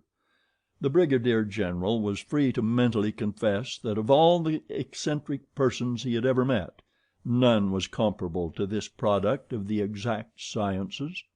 Phileas Fogg had not concealed from Sir Francis his design of going round the world, nor the circumstances under which he set out, and the general only saw in the wager a useless eccentricity and a lack of sound common sense. In the way this strange gentleman was going on, he would leave the world without having done any good to himself or anybody else. An hour after leaving Bombay the train had passed the viaducts and the island of Salsetta, and had got into the open country. At Kalyan they reached the junction of the branch line which descends toward southeastern India by Kandala and Poonah, and passing Pauwel they entered the defiles of the mountains, with their basalt bases and their summits crowned with thick and verdant forests. Phileas Fogg and Sir Francis Cromarty exchanged a few words from time to time, and now Sir Francis, reviving the conversation, observed: "Some years ago, Mr. Fogg, you would have met with a delay at this point which would probably have lost you your wager." "How so, Sir Francis?" "Because the railway stopped at the base of these mountains, which the passengers were obliged to cross in palanquins or on ponies to Kandala on the other side." "Such a delay would not have deranged my plans in the least," said Mr. Fogg. "I have constantly foreseen the likelihood of certain obstacles." "But, Mr. Fogg," pursued Sir Francis, "you run the risk of having some difficulty about this worthy fellow's adventure at the pagoda." Passepartout, his feet comfortably wrapped in his traveling blanket, was sound asleep, and did not dream that anybody was talking about him. "The government is very severe upon that kind of offense. It takes particular care that the religious customs of the Indians should be respected, and if your servant were caught—" "Very well, Sir Francis," replied Mr. Fogg.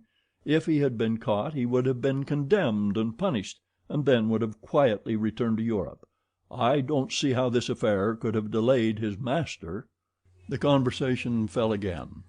During the night the train left the mountains behind and passed Nassik, and the next day proceeded over the flat, well cultivated country of the Candiche, with its straggling villages, above which rose the minarets of the pagodas.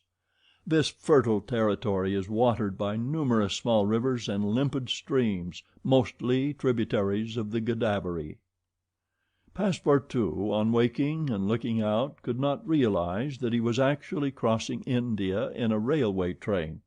The locomotive, guided by an English engineer and fed with English coal, threw out its smoke upon cotton, coffee, nutmeg, clove, and pepper plantations, while the steam curled in spirals around groups of palm trees, in the midst of which were seen picturesque bungalows, viharis, sort of abandoned monasteries, and marvelous temples enriched by the exhaustless ornamentation of Indian architecture.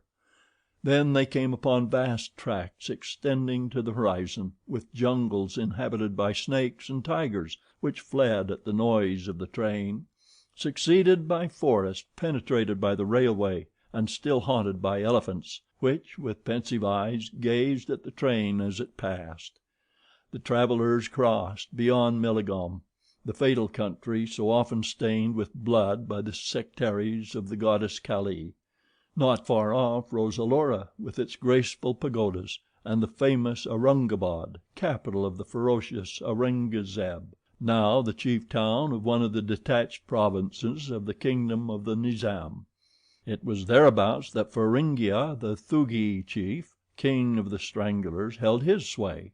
These ruffians, united by a secret bond, strangled victims of every age in honor of the goddess Death, without ever shedding blood. There was a period when this part of the country could scarcely be traveled over without corpses being found in every direction. The English government has succeeded in greatly diminishing these murders, though the Thugis still exist and pursue the exercise of their horrible rites. At 12:30 the train stopped at Burhampur, where Passepartout was able to purchase some Indian slippers, ornamented with false pearls, in which, with evident vanity, he proceeded to encase his feet. The travelers made a hasty breakfast and started off for Assurghur, after skirting for a little the banks of the small river Tapti, which empties into the Gulf of Cambrai near Surat. Passepartout was now plunged into absorbing reverie. Up to his arrival at Bombay he had entertained hopes that their journey would end there, but now that they were plainly whirling across India at full speed a sudden change had come over the spirit of his dreams. His old vagabond nature returned to him. The fantastic ideas of his youth once more took possession of him. He came to regard his master's project as intended in good earnest, believed in the reality of the bet, and therefore in the tour of the world and the necessity of making it without fail within the designated period. Already he began to worry about possible delays and accidents which might happen on the way. He recognized himself as being personally interested in the wager, and trembled at the thought that he might have been the means of losing it by his unpardonable folly of the night before. Being much less cool-headed than Mr. Fogg, he was much more restless, counting and recounting the days passed over, uttering maledictions when the train stopped, and accusing it of sluggishness, and mentally blaming Mr. Fogg for not having bribed the engineer. The worthy fellow was ignorant that while it was possible by such means to hasten the rate of a steamer, it could not be done on the railway. The train entered the defiles of the Sutpur Mountains, which separate the Khandish from Bundelkund, towards evening. The next day Sir Francis Cromarty asked Passepartout what time it was, to which, on consulting his watch, he replied that it was 3 in the morning. This famous timepiece, always regulated on the Greenwich meridian, which was now some 77 degrees westward, was at least 4 hours slow. Sir Francis corrected Passepartout's time, whereupon the latter made the same remark that he had done to Fix, and upon the general insisting that the watch should be regulated in each new meridian, since he was constantly going eastward, that it is in the face of the sun, and therefore the days were shorter by 4 minutes for each degree gone over. Passepartout obstinately refused to alter his watch, which he kept at London time. It was an innocent delusion which could harm no one. The train stopped at 8 o'clock in the midst of a glade some 15 miles beyond Rothal, where there were several bungalows and workmen's cabins. The conductor, passing along the carriages, shouted, "Passengers will get out here." Phileas Fogg looked at Sir Francis Cromarty for an explanation, but the general could not tell what meant a halt in the midst of this forest of dates and acacias. Passepartout, not less surprised, rushed out and speedily returned, crying, "Monsieur, monsieur, no more railway." "What do you mean?" asked Sir Francis. "I mean to say that the train isn't going on." The general at once stepped out, while Phileas Fogg calmly followed him, and they proceeded together to the conductor. "Where are we?" asked Sir Francis. "At the hamlet of Colby." "Do we stop here?" "Certainly. The railway isn't finished." "What, not finished?" "No, there's still a matter of 50 miles to be laid from here to Allahabad, where the line begins again." "But the papers announce the opening of the railway throughout." "What would you have, officer? The papers were mistaken." "Yet you sell tickets from Bombay to Calcutta," retorted Sir Francis, who was growing warm. "No doubt," replied the conductor. "But the passengers know that they must provide means of transportation for themselves from Colby to Allahabad." Sir Francis was furious. Passepartout would willingly have knocked the conductor down, and did not dare to look at his master. "Sir Francis," said Mr. Fogg quietly, "we will, if you please, look about for some means of conveyance to Allahabad." "Mr. Fogg, this is a delay greatly to your disadvantage." "No, Sir Francis, it was foreseen." "What! You knew that the way—" "Not at all, but I knew that some obstacle or other would sooner or later arise on my route. Nothing, therefore, is lost. I have 2 days, which I have already gained, to sacrifice. A steamer leaves Calcutta for Hong Kong at noon on the 25th. This is the 22nd, and we shall reach Calcutta in time." There was nothing to say to so confident a response. It was but too true that the railway came to a termination at this point. The papers were like some watches, which have a way of getting too fast, and had been premature in their announcement of the completion of the line. The greater part of the travelers were aware of this interruption, and leaving the train they began to engage such vehicles as the village could provide: 4-wheeled palkigharies, wagons drawn by zebus, carriages that looked like perambulating pagodas, palanquins, ponies, and what not. Mr. Fogg and Sir Francis Cromarty, after searching the village from end to end, came back without having found anything. "I shall go afoot," said Phileas Fogg. Passepartout, who had now rejoined his master, made a wry grimace as he thought of his magnificent but too frail Indian shoes. Happily he too had been looking about him, and after a moment's hesitation said: "Monsieur, I think I have found a means of conveyance." "What?" "An elephant that belongs to an Indian who lives but 100 steps from here." "Let's go and see the elephant," replied Mr. Fogg. They soon reached a small hut, near which, enclosed within some high palings, was the animal in question. An Indian came out of the hut, and at their request conducted them within the enclosure. The elephant, which its owner had reared, not for a beast of burden, but for warlike purposes, was half domesticated.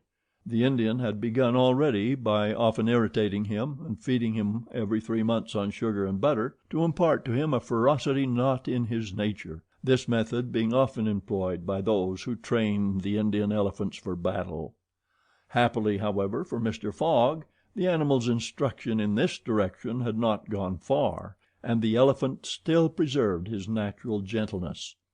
Kiauni, this was the name of the beast, could doubtless travel rapidly for a long time, and, in default of any other means of conveyance, Mr. Fogg resolved to hire him. But elephants are far from cheap in India. Where they are becoming scarce, the males, which alone are suitable for circus shows, are much sought, especially as but few of them are domesticated. When, therefore, Mr. Fogg proposed to the Indian to hire Kiauni, he refused point blank. Mr. Fogg persisted, offering the excessive sum of £10 an hour for the loan of the beast to Allahabad. Refused. £20? Refused also. £40? Still refused. Passepartout jumped at each advance, but the Indian declined to be tempted. Yet the offer was an alluring one, for, supposing it took the elephant 15 hours to reach Allahabad, his owner would receive no less than £600 sterling. Phileas Fogg, without getting in the least flurried, then proposed to purchase the animal outright, and at first offered £1,000 for him. The Indian, perhaps thinking he was going to make a great bargain, still refused. Sir Francis Cromarty took Mr. Fogg aside, and begged him to reflect before he went any further, to which that gentleman replied that he was not in the habit of acting rashly, that a bet of £20,000 was at stake, that the elephant was absolutely necessary to him, and that he would secure him if he had to pay 20 times his value. Returning to the Indian, whose small sharp eyes, glistening with avarice, betrayed that with him it was only a question of how great a price he could obtain, Mr. Fogg offered first £1,200, then £1,500, £1,800, £2,000. Passepartout, usually so rubicund, was fairly white with suspense. At £2,000 the Indian yielded. "What a price! Good heavens!" cried Passepartout. "For an elephant!" It only remained now to find a guide, which was comparatively easy. A young Parsee with an intelligent face offered his services, which Mr. Fogg accepted, promising so generous a reward as to materially stimulate his zeal. The elephant was led out and equipped. The Parsee, who was an accomplished elephant driver, covered his back with a sort of saddle cloth, and attached to each of his flanks some curiously uncomfortable howdahs. Phileas Fogg paid the Indian with some bank notes which he extracted from the famous carpet bag, a proceeding that seemed to deprive poor Passepartout of his victuals. Then he offered to carry Sir Francis to Allahabad, which the brigadier gratefully accepted, as one traveler the more would not be likely to fatigue the gigantic beast. Provisions were purchased at Colby, and while Sir Francis and Mr. Fogg took the howdahs on either side, Passepartout got astride the saddle cloth between them. The Parsee perched himself on the elephant's neck, and at 9 o'clock they set out from the village, the animal marching off through the dense forest of palms by the shortest cut.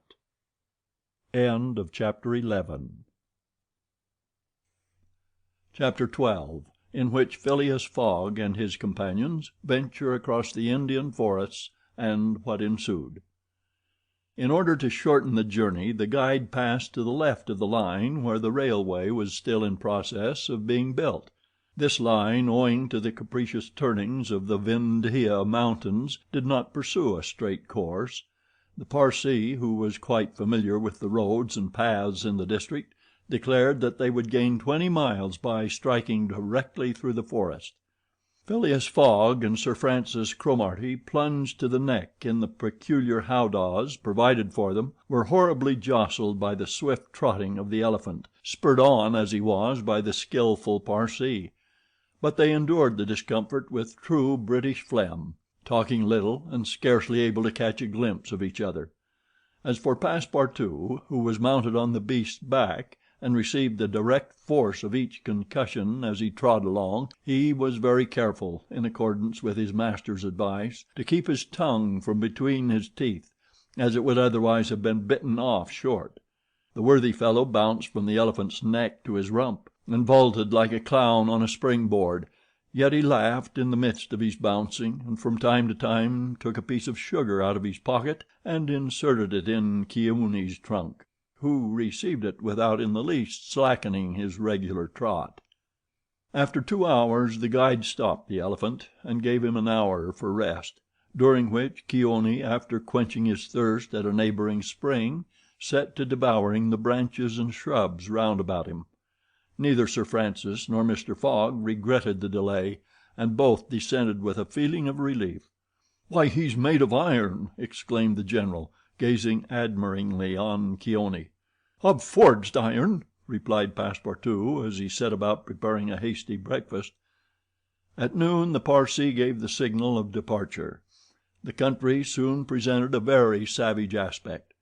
Copses of dates and dwarf palms succeeded the dense forests, then vast dry plains dotted with scanty shrubs and sown with great blocks of syenite. All this portion of Bundelkund, which is little frequented by travelers, is inhabited by a fanatical population, hardened in the most horrible practices of the Hindoo faith.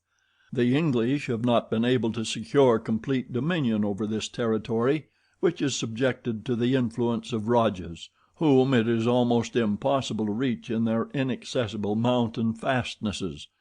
The travelers several times saw bands of ferocious Indians, who, when they perceived the elephant striding across country, made angry and threatening motions. The Parsee avoided them as much as possible. Few animals were observed on the route. Even the monkeys hurried from their path with contortions and grimaces which convulsed Passepartout with laughter. In the midst of his gaiety, however, one thought troubled the worthy servant. What would Mr. Fogg do with the elephant when he got to Allahabad? Would he carry him on with him? Impossible. The cost of transporting him would make him ruinously expensive. Would he sell him, or set him free? The estimable beast certainly deserved some consideration. Should Mr. Fogg choose to make him, Passepartout, a present of Keaweney, he would be very much embarrassed, and these thoughts did not cease worrying him for a long time. The principal chain of the vindhias was crossed by 8 in the evening, and another halt was made on the northern slope in a ruined bungalow. They had gone nearly 25 miles that day, and an equal distance still separated them from the station of Allahabad. The night was cold. The Parsee lit a fire in the bungalow with a few dry branches, and the warmth was very grateful. Provisions purchased at Colby sufficed for supper, and the travelers ate ravenously. The conversation, beginning with a few disconnected phrases, soon gave place to loud and steady snores. The guide watched Keone, who slept standing, bolstering himself against the trunk of a large tree. Nothing occurred during the night to disturb the slumberers, although occasional growls from panthers and chatterings of monkeys broke the silence. The more formidable beasts made no cries or hostile demonstration against the occupants of the bungalow. Sir Francis slept heavily, like an honest soldier overcome with fatigue. Passepartout was wrapped in uneasy dreams of the bouncing of the day before. As for Mr. Fogg, he slumbered as peacefully as if he had been in his serene mansion in Savile Row. The journey was resumed at 6 in the morning. The guide hoped to reach Allahabad by evening.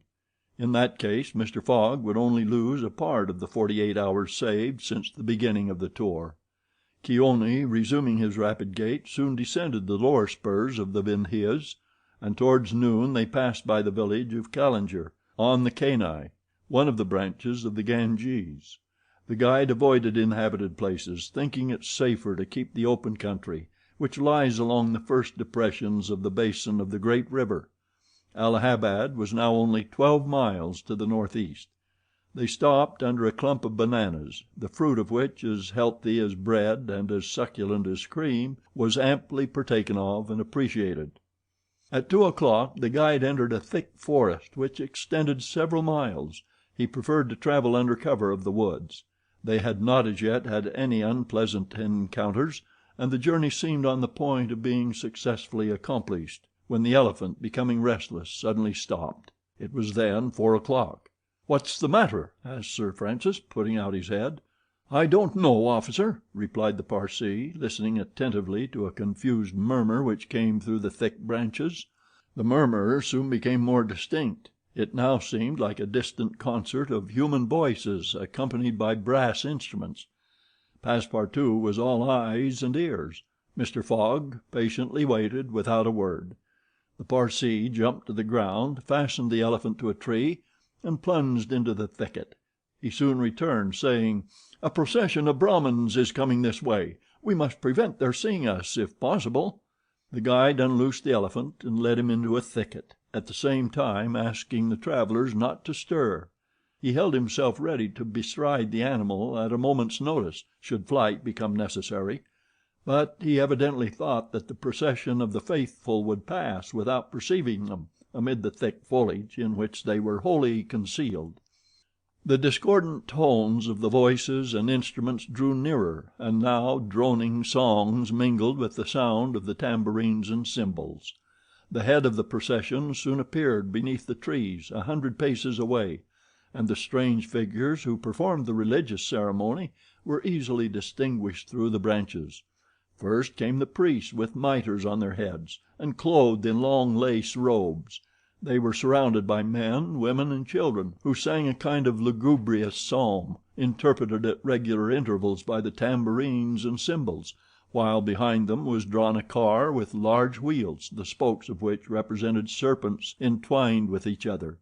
Upon the car, which was drawn by 4 richly caparisoned zebus, stood a hideous statue with 4 arms, the body colored a dull red, with haggard eyes, disheveled hair, protruding tongue, and lips tinted with betel. It stood upright upon the figure of a prostrate and headless giant. Sir Francis, recognizing the statue, whispered, "The goddess of Kali, the goddess of love and death." "Of death, perhaps," muttered back Passepartout, "but of love? That ugly old hag? Never." The Parsee made a motion to keep silence.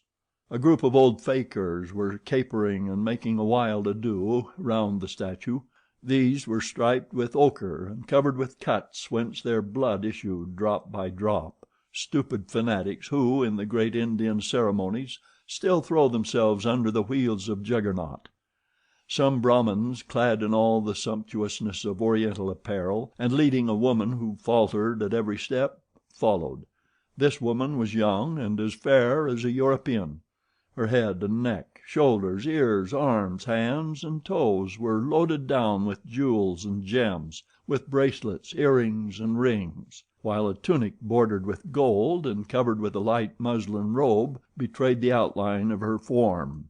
The guards who followed the young woman presented a violent contrast to her, armed as they were with naked sabers hung at their waists and long Damascene pistols, and bearing a corpse on a palanquin.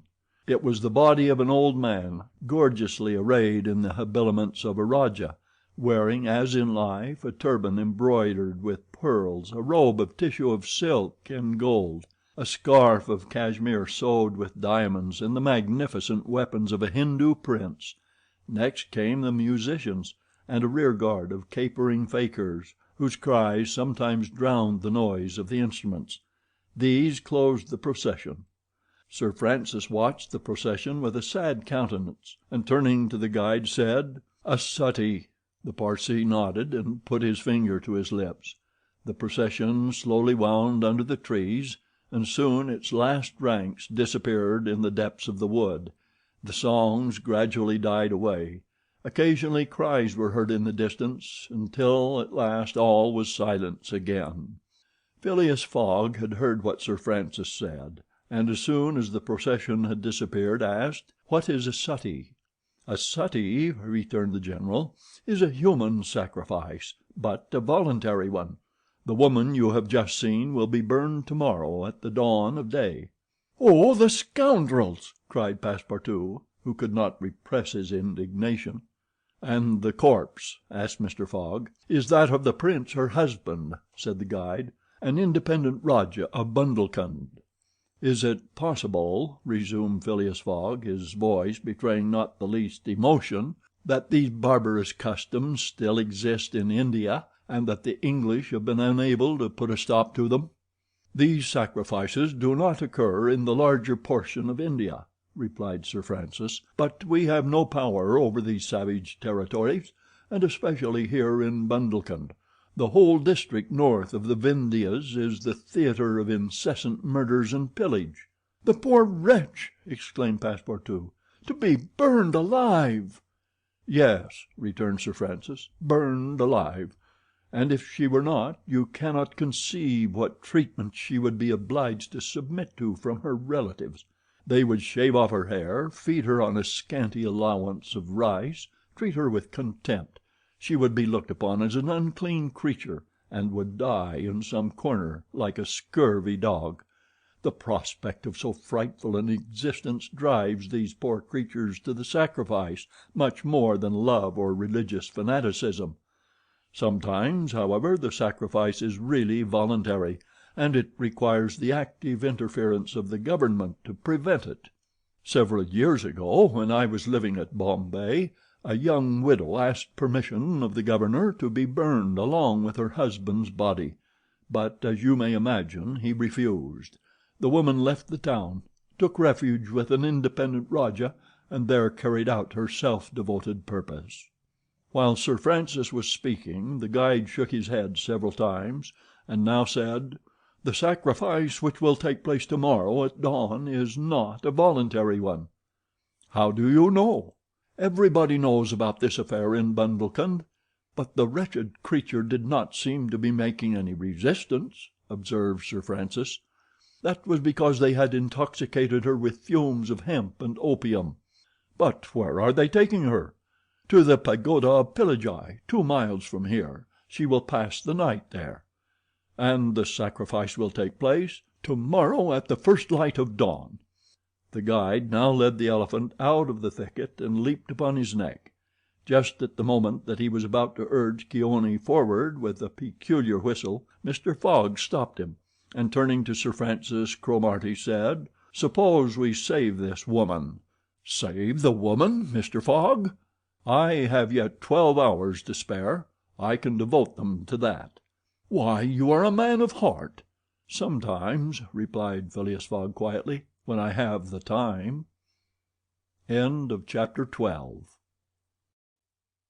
Chapter 13, in which Passepartout receives a new proof that fortune favors the brave. The project was a bold one, full of difficulty, perhaps impracticable. Mr. Fogg was going to risk life, or at least liberty, and therefore the success of his tour. But he did not hesitate, and he found in Sir Francis Cromarty an enthusiastic ally. As for Passepartout, he was ready for anything that might be proposed. His master's idea charmed him. He perceived a heart, a soul, under that icy exterior. He began to love Phileas Fogg. There remained the guide. What course would he adopt? Would he not take part with the Indians? In default of his assistance, it was necessary to be assured of his neutrality. Sir Francis frankly put the question to him. "Officers," replied the guide, "I am a Parsee, and this woman is a Parsee. Command me as you will." "Excellent," said Mr. Fogg. "However," resumed the guide, "it is certain not only that we shall risk our lives, but horrible tortures if we are taken." "That is foreseen," replied Mr. Fogg. "I think we must wait till night before acting." "I think so," said the guide. The worthy Indian then gave some account of the victim, who, he said, was a celebrated beauty of the Parsee race, and the daughter of a wealthy Bombay merchant. She had received a thoroughly English education in that city, and from her manners and intelligence would be thought a European. Her name was Aouda. Left an orphan, she was married against her will to the old Rajah of Bundelkund, and knowing the fate that awaited her, she escaped and was retaken and devoted by the Rajah's relatives, who had an interest in her death, to the sacrifice from which it seemed she could not escape. The Parsee's narrative only confirmed Mr. Fogg and his companions in their generous design. It was decided that the guide should direct the elephant towards the pagoda of Pillagi, which he accordingly approached as quickly as possible. They halted, half an hour afterwards, in a copse, some 500 feet from the pagoda, where they were well concealed, but they could hear the groans and cries of the fakirs distinctly. They then discussed the means of getting at the victim. The guide was familiar with the pagoda of Pillagi, in which, as he declared, the young woman was imprisoned. Could they enter any of its doors while the whole party of Indians was plunged in a drunken sleep, or was it safer to attempt to make a hole in the walls? This could only be determined at the moment and the place themselves, but it was certain that the abduction must be made that night, and not when at break of day the victim was led to her funeral pyre. Then no human intervention could save her. As soon as night fell, about 6 o'clock, they decided to make a reconnaissance around the pagoda. The cries of the fakirs were just ceasing. The Indians were in the act of plunging themselves into the drunkenness caused by liquid opium mingled with hemp, and it might be possible to slip between them to the temple itself. The Parsee, leading the others, noiselessly crept through the wood, and in 10 minutes they found themselves on the banks of a small stream, whence, by the light of the rosin torches, they perceived a pyre of wood, on the top of which lay the embalmed body of the Rajah, which was to be burned with his wife. The pagoda, whose minarets loomed above the trees in the deepening dusk, stood 100 steps away. "Come," whispered the guide. He slipped more cautiously than ever through the brush, followed by his companions. The silence around was only broken by the low murmuring of the wind among the branches. Soon the Parsee stopped on the borders of the glade, which was lit up by the torches. The ground was covered by groups of the Indians, motionless in their drunken sleep. It seemed a battlefield strewn with the dead. Men, women, and children lay together. In the background, among the trees, the pagoda of Pillagi loomed distinctly. Much to the guide's disappointment, the guards of the Rajah, lighted by torches, were watching at the doors, and marching to and fro with naked sabers. Probably the priests, too, were watching within. The Parsee, now convinced that it was impossible to force an entrance to the temple, advanced no farther, but led his companions back again. Phileas Fogg and Sir Francis Cromarty also saw that nothing could be attempted in that direction. They stopped and engaged in a whispered colloquy. "It is only 8 now," said the brigadier, "and these guards may also go to sleep." "It is not impossible," returned the Parsee. They lay down at the foot of a tree and waited. The time seemed long. The guide ever and anon left them to take an observation on the edge of the wood, but the guards watched steadily by the glare of the torches, and a dim light crept through the windows of the pagoda. They waited till midnight, but no change took place among the guards, and it became apparent that their yielding to sleep could not be counted on. The other plan must be carried out. An opening in the walls of the pagoda must be made. It remained to ascertain whether the priests were watching by the side of their victim as assiduously as were the soldiers at the door. After a last consultation, the guide announced that he was ready for the attempt, and advanced, followed by the others. They took a roundabout way so as to get at the pagoda on the rear. They reached the walls about 12:30, without having met anyone. Here there was no guard, nor were there either windows or doors. The night was dark. The moon, on the wane, scarcely left the horizon, and was covered with heavy clouds. The height of the trees deepened the darkness. It was not enough to reach the walls. An opening in them must be accomplished, and to attain this purpose the party only had their pocket knives. Happily the temple walls were built of brick and wood, which could be penetrated with little difficulty. After one brick had been taken out, the rest would yield easily. They set noiselessly to work, and the Parsee on one side and Passepartout on the other began to loosen the bricks so as to make an aperture 2 feet wide. They were getting on rapidly when suddenly a cry was heard in the interior of the temple, followed almost instantly by other cries replying from the outside. Passepartout and the guide stopped. Had they been heard? Was the alarm being given? Common prudence urged them to retire, and they did so, followed by Phileas Fogg and Sir Francis. They again hid themselves in the wood, and waited till the disturbance, whatever it might be, ceased, holding themselves ready to resume their attempt without delay. But awkwardly enough the guards now appeared at the rear of the temple, and there installed themselves in readiness to prevent a surprise. It would be difficult to describe the disappointment of the party, thus interrupted in their work. They could not now reach the victim. How then could they save her? Sir Francis shook his fists, Passepartout was beside himself, and the guide gnashed his teeth with rage. The tranquil Fogg waited without betraying any emotion. "We have nothing to do but to go away," whispered Sir Francis. "Nothing but to go away," echoed the guide. "Stop," said Fogg. "I am only due at Allahabad tomorrow before noon." "But what can you hope to do?" asked Sir Francis. "In a few hours it will be daylight, and—" "The chance which now seems lost may present itself at the last moment." Sir Francis would have liked to read Phileas Fogg's eyes. What was this cool Englishman thinking of? Was he planning to make a rush for the young woman at the very moment of the sacrifice and boldly snatch her from her executioners? This would be utter folly, and it was hard to admit that Fogg was such a fool. Sir Francis consented, however, to remain to the end of this terrible drama. The guide led them to the rear of the glade, where they were able to observe the sleeping groups. Meanwhile, Passepartout, who had perched himself on the lower branches of a tree, was revolving an idea which had at first struck him like a flash, and which was now firmly lodged in his brain. He had commenced by saying to himself, "What folly!" and then he repeated, "Why not, after all? It's a chance, perhaps the only one, and with such sots." Thinking thus, he slipped with the suppleness of a serpent to the lowest branches, the ends of which bent almost to the ground. The hours passed, and the lighter shades now announced the approach of day, though it was not yet light. This was the moment. The slumbering multitude became animated. The tambourines sounded, songs and cries arose. The hour of the sacrifice had come.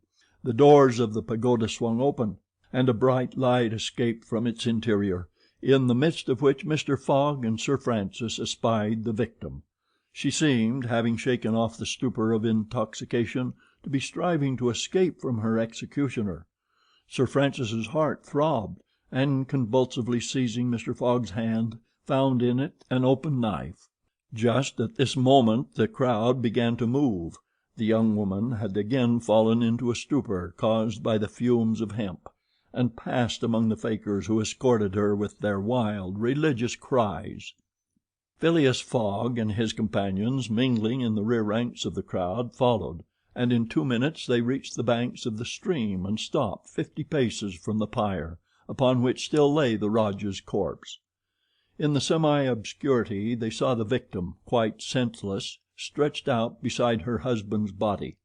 Then a torch was brought, and the wood, heavily soaked with oil, instantly took fire. At this moment Sir Francis and the guide seized Phileas Fogg, who in an instant of mad generosity was about to rush upon the pyre. But he had quickly pushed them aside when the whole scene suddenly changed. A cry of terror arose. The whole multitude prostrated themselves, terror-stricken, on the ground. The old Rajah was not dead then, since he rose of a sudden like a spectre, took up his wife in his arms, and descended from the pyre in the midst of the clouds of smoke which only heightened his ghostly appearance. Fakirs and soldiers and priests, seized with instant terror, lay there with their faces on the ground, not daring to lift their eyes and behold such a prodigy. The inanimate victim was borne along by the vigorous arms which supported her, and which she did not seem in the least to burden. Mr. Fogg and Sir Francis stood erect, the Parsee bowed his head, and Passepartout was, no doubt, scarcely less stupefied. The resuscitated Rajah approached Sir Francis and Mr. Fogg, and in an abrupt tone said, "Let us be off." It was Passepartout himself who had slipped upon the pyre in the midst of the smoke, and, profiting by the still overhanging darkness, had delivered the young woman from death. It was Passepartout who, playing his part with a happy audacity, had passed through the crowd amid the general terror. A moment after, all 4 of the party had disappeared in the woods, and the elephant was bearing them away at a rapid pace. But the cries and noise, and a ball which whizzed through Phileas Fogg's hat, apprised them that the trick had been discovered. The old Rajah's body, indeed, now appeared upon the burning pyre, and the priests, recovered from their terror, perceived that an abduction had taken place. They hastened into the forest, followed by the soldiers, who fired a volley after the fugitives. But the latter rapidly increased the distance between them, and ere long found themselves beyond the reach of the bullets and arrows. Chapter 14, in which Phileas Fogg descends the whole length of the beautiful valley of the Ganges without ever thinking of seeing it. The rash exploit had been accomplished, and for an hour Passepartout laughed gaily at his success. Sir Francis pressed the worthy fellow's hand, and his master said, "Well done," which from him was high commendation, to which Passepartout replied that all the credit of the affair belonged to Mr. Fogg. As for him, he had only been struck with a queer idea, and he laughed to think that for a few moments he, Passepartout, the ex-gymnast, ex-sergeant fireman, had been the spouse of a charming woman, a venerable embalmed Rajah. As for the young Indian woman, she had been unconscious throughout of what was passing, and now, wrapped up in a traveling blanket, was reposing in one of the howdahs. The elephant, thanks to the skillful guidance of the Parsee, was advancing rapidly through the still darksome forest, and an hour after leaving the pagoda had crossed a vast plain. They made a halt at 7 o'clock, the young woman being still in a state of complete prostration. The guide made her a drink, a little brandy and water, but the drowsiness which stupefied her could not yet be shaken off. Sir Francis, who was familiar with the effects of the intoxication produced by the fumes of hemp, reassured his companions on her account, but he was more disturbed at the prospect of her future fate. He told Phileas Fogg that should Aouda remain in India, she would inevitably fall again into the hands of her executioners. These fanatics were scattered throughout the country, and would, despite the English police, recover their victim at Madras, Bombay, or Calcutta. She would only be safe by quitting India forever. Phileas Fogg replied that he would reflect upon the matter. The station at Allahabad was reached about 10 o'clock, and the interrupted line of railway being resumed would enable them to reach Calcutta in less than 24 hours. Phileas Fogg would thus be able to arrive in time to take the steamer which left Calcutta the next day, October 25th, at noon, for Hong Kong. The young woman was placed in one of the waiting rooms of the station, whilst Passepartout was charged with purchasing for her various articles of toilet, a dress, shawl, and some furs, for which his master gave him unlimited credit. Passepartout started off forthwith, and found himself in the streets of Allahabad, that is, the City of God, one of the most venerated in India, being built at the junction of the two sacred rivers, Ganges and Jumna, the waters of which attract pilgrims from every part of the peninsula. The Ganges, according to the legends of the Ramayana, rises in heaven, whence, owing to Brahma's agency, it descends to the earth. Passepartout made it a point, as he made his purchases, to take a good look at the city. It was formerly defended by a noble fort, which has since become a state prison. Its commerce has dwindled away, and Passepartout in vain looked about him for such a bazaar as he used to frequent in Regent Street. At last he came upon an elderly, crusty Jew, who sold second-hand articles, and from whom he purchased a dress of Scotch stuff, a large mantle, and a fine otter-skin pelisse, for which he did not hesitate to pay £75. He then returned triumphantly to the station. The influence to which the priests of Pillaji had subjected Aouda began gradually to yield, and she became more herself, so that her fine eyes resumed all their soft Indian expression. When the poet king Ukaf Udal celebrates the charms of the Queen Amanagara, he speaks thus: "Her shining tresses, divided in two parts, encircle the harmonious contour of her white and delicate cheeks, brilliant in their glow and freshness. Her ebony brows have the form and charm of the bow of Kama, the god of love, and beneath her long silken lashes the purest reflections and a celestial light swim, as in the sacred lakes of Himalaya, in the black pupils of her great clear eyes. Her teeth, fine, equal, and white, glitter between her smiling lips like dewdrops in a passion flower's half-enveloped breast. Her delicately formed ears, her vermilion hands, her little feet, curved and tender as the lotus bud, glitter with the brilliancy of the loveliest pearls of Ceylon, the most dazzling diamonds of Golconda. Her narrow and supple waist, which a hand may clasp around, sets forth the outline of her rounded figure and the beauty of her bosom, where youth in its flower displays the wealth of its treasures. And beneath the silken folds of her tunic she seems to have been modeled in pure silver by the godlike hand of Vikvarkarma, the immortal sculptor." It is enough to say, without applying this poetical rhapsody to Aouda, that she was a charming woman in all the European acceptation of the phrase. She spoke English with great purity, and the guide had not exaggerate in saying that the young Parsee had been transformed by her bringing up. The train was about to start from Allahabad, and Mr. Fogg proceeded to pay the guide the price agreed upon for his service, and not a farthing more, which astonished Passepartout, who remembered all that his master owed to the guide's devotion. He had indeed risked his life in the adventure at Pillaji, and if he should be caught afterwards by the Indians, he would with difficulty escape their vengeance. Kioni also must be disposed of. What should be done with the elephant, which had been so dearly purchased? Phileas Fogg had already determined this question. "Parsee," said he to the guide, "you have been serviceable and devoted. I have paid for your service, but not for your devotion. Would you like to have this elephant? He is yours." The guide's eyes glistened. "Your honor is giving me a fortune," cried he. "Take him, guide," returned Mr. Fogg, "and I shall still be your debtor." "Good!" exclaimed Passepartout. "Take him, friend. Kioni is a brave and faithful beast," and going up to the elephant he gave him several lumps of sugar, saying, "Here, Kioni, here, here." The elephant grunted out his satisfaction, and clasping Passepartout around the waist with his trunk, lifted him as high as his head. Passepartout, not in the least alarmed, caressed the animal, which replaced him gently on the ground. Soon after, Phileas Fogg, Sir Francis Cromarty, and Passepartout, installed in a carriage with Aouda, who had the best seat, were whirling at full speed towards Benares. It was a run of 80 miles, and was accomplished in 2 hours. During the journey the young woman fully recovered her senses.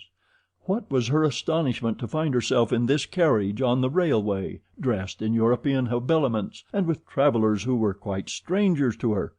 Her companions first set about fully reviving her with a little liquor, and then Sir Francis narrated to her what had passed, dwelling upon the courage with which Phileas Fogg had not hesitated to risk his life to save her, and recounting the happy sequel of the venture, the result of Passepartout's rash idea.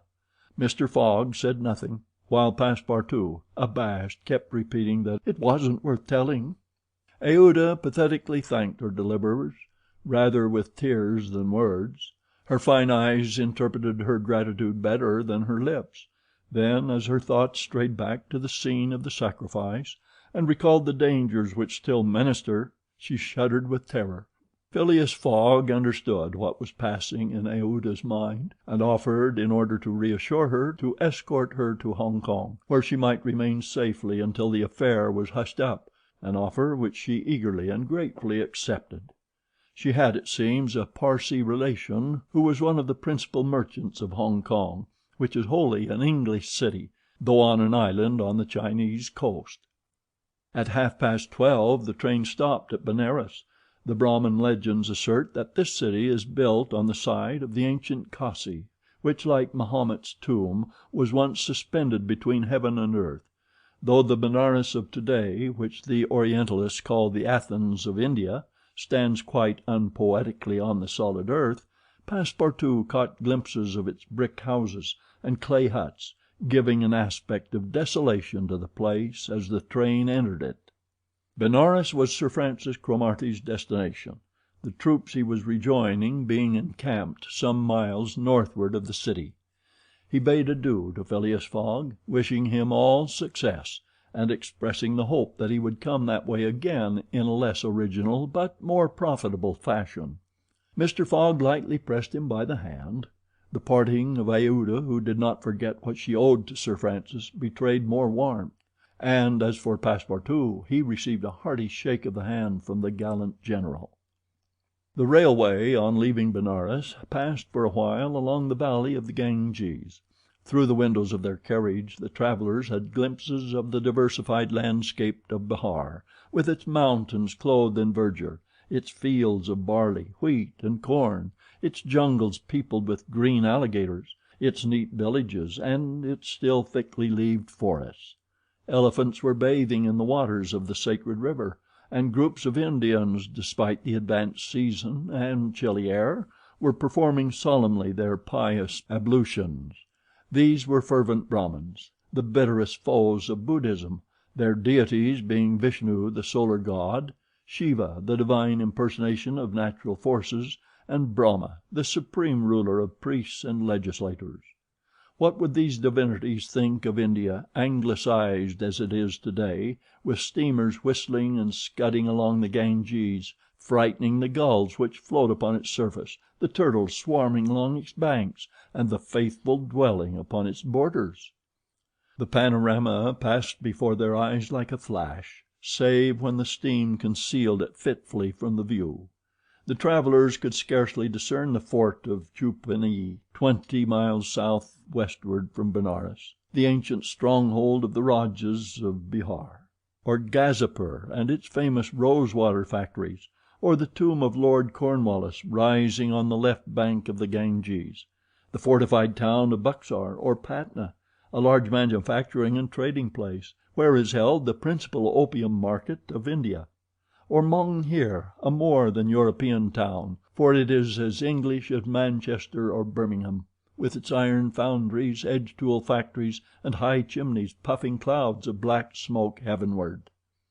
Night came on. The train passed on at full speed, in the midst of the roaring of the tigers, bears, and wolves, which fled before the locomotive, and the marvels of Bengal, Golconda, ruined Gower, Murshidabad, the ancient capital, Burdwan, Hugli, and the French town of Chandernagore, where Passepartout would have been proud to see his country's flag flying, were hidden from their view in the darkness. Calcutta was reached at 7 in the morning, and the packet left for Hong Kong at noon, so that Phileas Fogg had 5 hours before him. According to his journal, he was due at Calcutta on the 25th of October, and that was the exact date of his actual arrival. He was, therefore, neither behindhand nor ahead of time. The 2 days gained between London and Bombay had been lost, as had been seen in the journey across India, but it is not to be supposed that Phileas Fogg regretted them. Chapter 15, in which the bag of banknotes disgorges some thousands of pounds more. The train entered the station, and Passepartout, jumping out first, was followed by Mr. Fogg, who assisted his fair companion to descend. Phileas Fogg intended to proceed at once to the Hong Kong steamer, in order to get Aouda comfortably settled for the voyage. He was unwilling to leave her while they were still on dangerous ground. Just as he was leaving the station, a policeman came up to him and said, "Mr. Phileas Fogg?" "I am he." "Is this man your servant?" added the policeman, pointing to Passepartout. "Yes." "Be so good, both of you, as to follow me." Mr. Fogg betrayed no surprise whatever. The policeman was a representative of the law, and law is sacred to an Englishman. Passepartout tried to reason about the matter, but the policeman tapped him with his stick, and Mr. Fogg made him a signal to obey. "May this young lady go with us?" asked he. "She may," replied the policeman. Mr. Fogg, Aouda, and Passepartout were conducted to a palkagari, a sort of 4-wheeled carriage, drawn by 2 horses, in which they took their places and were driven away. No one spoke during the 20 minutes which elapsed before they reached their destination. They first passed through the black town, with its narrow streets, its miserable dirty huts and squalid population, then through the European town, which presented a relief in its bright brick mansions, shaded by coconut trees and bristling with masts, where, although it was early morning, elegantly dressed horsemen and handsome equipages were passing back and forth. The carriage stopped before a modest-looking house, which, however, did not have the appearance of a private mansion. The policeman, having requested his prisoners, for so truly they might be called, to descend, conducted them into a room with barred windows, and said, "You will appear before Judge Obadiah at 8:30. He then retired and closed the door. "Why, we are prisoners!" exclaimed Passepartout, falling into a chair. Aouda, with an emotion she tried to conceal, said to Mr. Fogg, "Sir, you must leave me to my fate. It is on my account that you receive this treatment. It is for having saved me." Phileas Fogg contented himself with saying that it was impossible. It was quite unlikely that he should be arrested for preventing a suttee. The complainants would not dare present themselves with such a charge. There was some mistake. Moreover, he would not, in any event, abandon Aouda, but would escort her to Hong Kong. "But the steamer leaves at noon," observed Passepartout nervously. "We shall be on board by noon," replied his master placidly. It was said so positively that Passepartout could not help muttering to himself, "Parbleu, that's certain. Before noon we shall be on board." But he was by no means reassured. At 8:30 the door opened. The policeman appeared, and, requesting them to follow him, led the way to an adjoining hall. It was evidently a court room, and a crowd of Europeans and natives already occupied the rear of the apartment. Mr. Fogg and his 2 companions took their places on a bench opposite the desks of the magistrate and his clerk. Immediately after, Judge Obadiah, a fat, round man, followed by the clerk, entered. He proceeded to take down a wig which was hanging on a nail, and put it hurriedly on his head. "The first case," said he. Then, putting his hand to his head, exclaimed, "This is not my wig." "No, your worship," returned the clerk, "it is mine." "My dear Mr. Oysterpuff, How can a judge give a wise sentence in a clerk's wig?" The wigs were exchanged. Passepartout was getting nervous, for the hands on the face of the big clock over the judge seemed to go around with terrible rapidity. "The first case," repeated Judge Obadiah. "Phileas Fogg?" demanded Oyster Puff. "I am here," replied Mr. Fogg. "Passepartout?" "Present," responded Passepartout. "Good," said the judge. "You have been looked for, prisoners, for 2 days on the trains from Bombay." "But of what are we accused?" asked Passepartout impatiently. "You are about to be informed." "I am an English subject, sir," said Mr. Fogg, "and I have the right—" "Have you been ill treated?" "Not at all." "Very well, let the complainants come in." A door was swung open by order of the judge, and 3 Indian priests entered. "That's it," muttered Passepartout. "These are the rogues who were going to burn our young lady."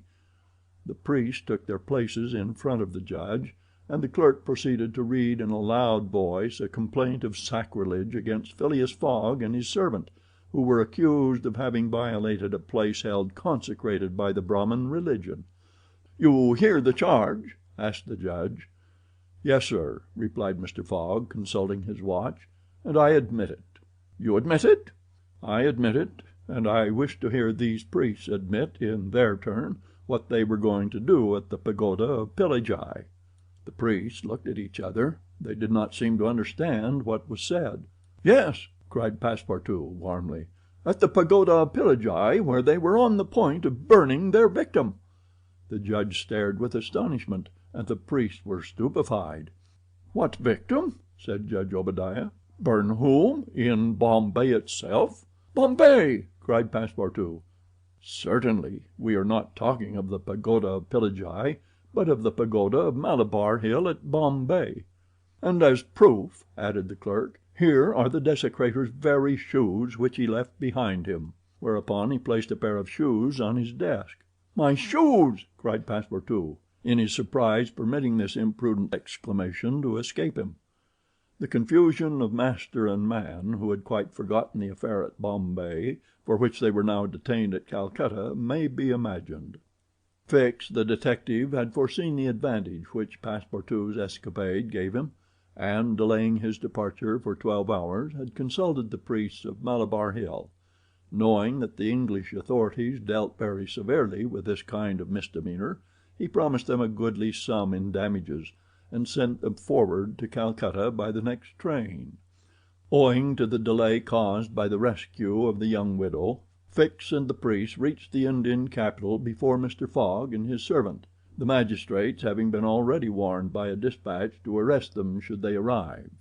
Fix's disappointment when he learned that Phileas Fogg had not made his appearance in Calcutta may be imagined. He made up his mind that the robber had stopped somewhere on the route and taken refuge in the southern provinces.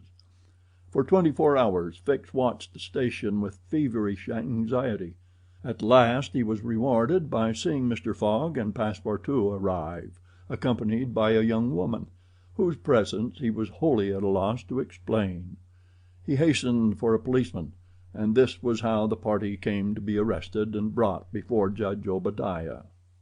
Had Passepartout been a little less preoccupied, he would have espied the detective ensconced in a corner of the court-room, watching the proceedings with an interest easily understood, for the warrant had failed to reach him at Calcutta as it had done at Bombay and Suez.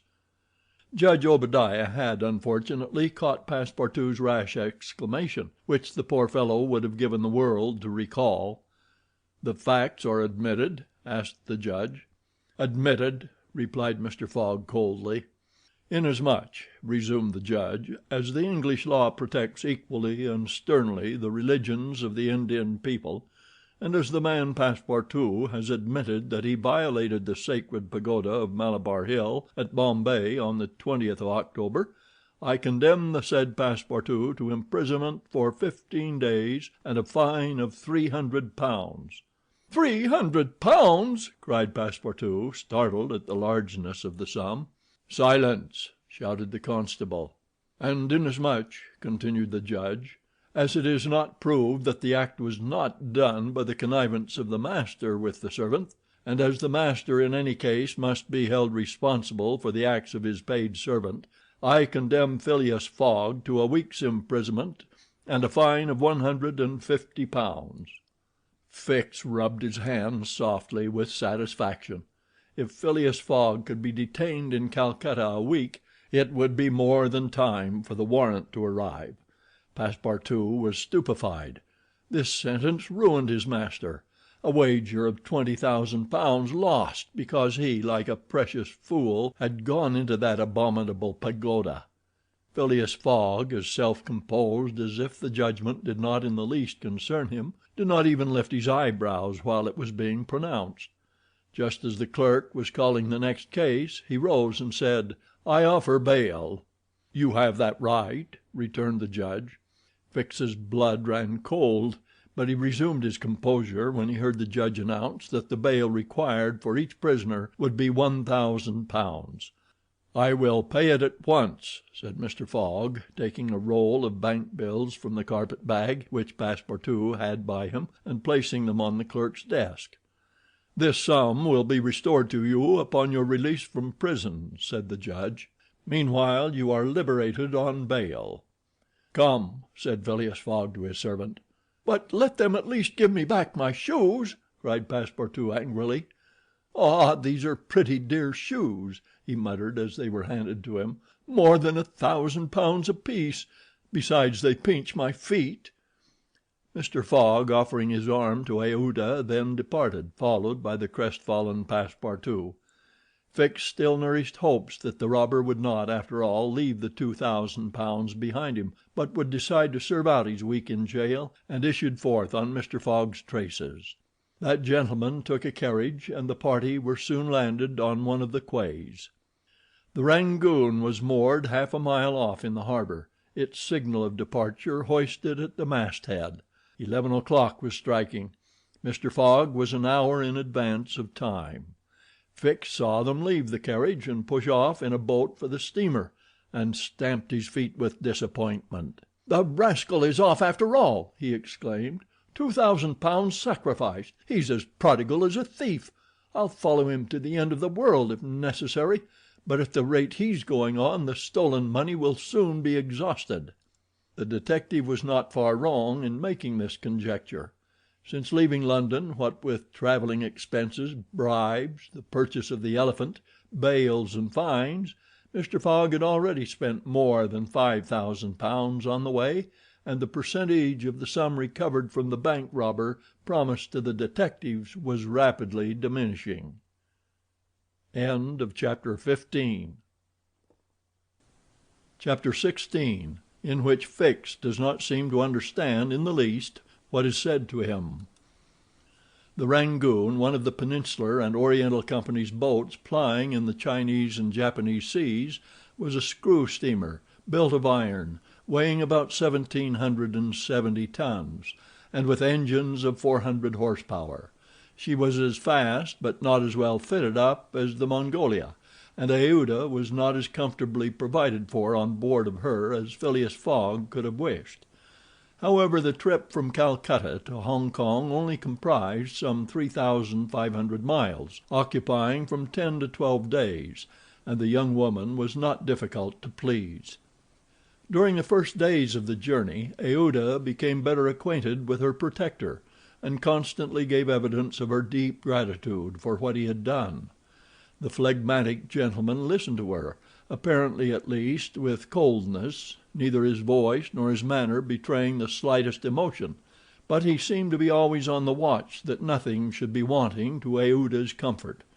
He visited her regularly each day at certain hours, not so much to talk himself as to sit and hear her talk. He treated her with the strictest politeness, but with the precision of an automaton, the movements of which had been arranged for this purpose. Aouda did not quite know what to make of him, though Passepartout had given her some hints of his master's eccentricity, and made her smile by telling her of the wager which was sending him around the world. After all, she owed Phileas Fogg her life, and she always regarded him through the exalting medium of her gratitude. Aouda confirmed the Parsee guide's narrative of her touching history, She did indeed belong to the highest of the native races of India. Many of the Parsee merchants have made great fortunes there by dealing in cotton, and one of them, Sir Jametsi Jejeebhoy, was made a baronet by the English government. Aouda was a relative of this great man, and it was his cousin Jeejee whom she hoped to join at Hong Kong. Whether she would find a protector in him she could not tell, but Mr. Fogg essayed to calm her anxieties and to assure her that everything would be mathematically, he used the very word, arranged. Aouda fastened her great eyes, clear as the sacred lakes of the Himalaya, upon him, but the intractable Fogg, as reserved as ever, did not seem at all inclined to throw himself into this lake. The first few days of the voyage passed prosperously amid favorable weather and propitious winds, and they soon came in sight of the great Andaman, the principal of the islands in the Bay of Bengal, with its picturesque saddle peak, 2,400 feet high, looming above the waters.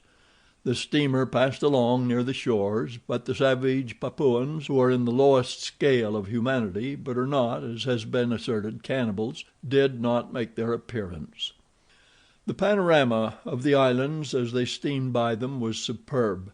Vast forests of palms, arix, bamboo, teakwood, of the gigantic mimosa, and the tree-like ferns covered the foreground, while behind the graceful outlines of the mountains were traced against the sky, and along the coast swarmed by thousands the precious swallows whose nests furnish a luxurious dish to the tables of the celestial empire.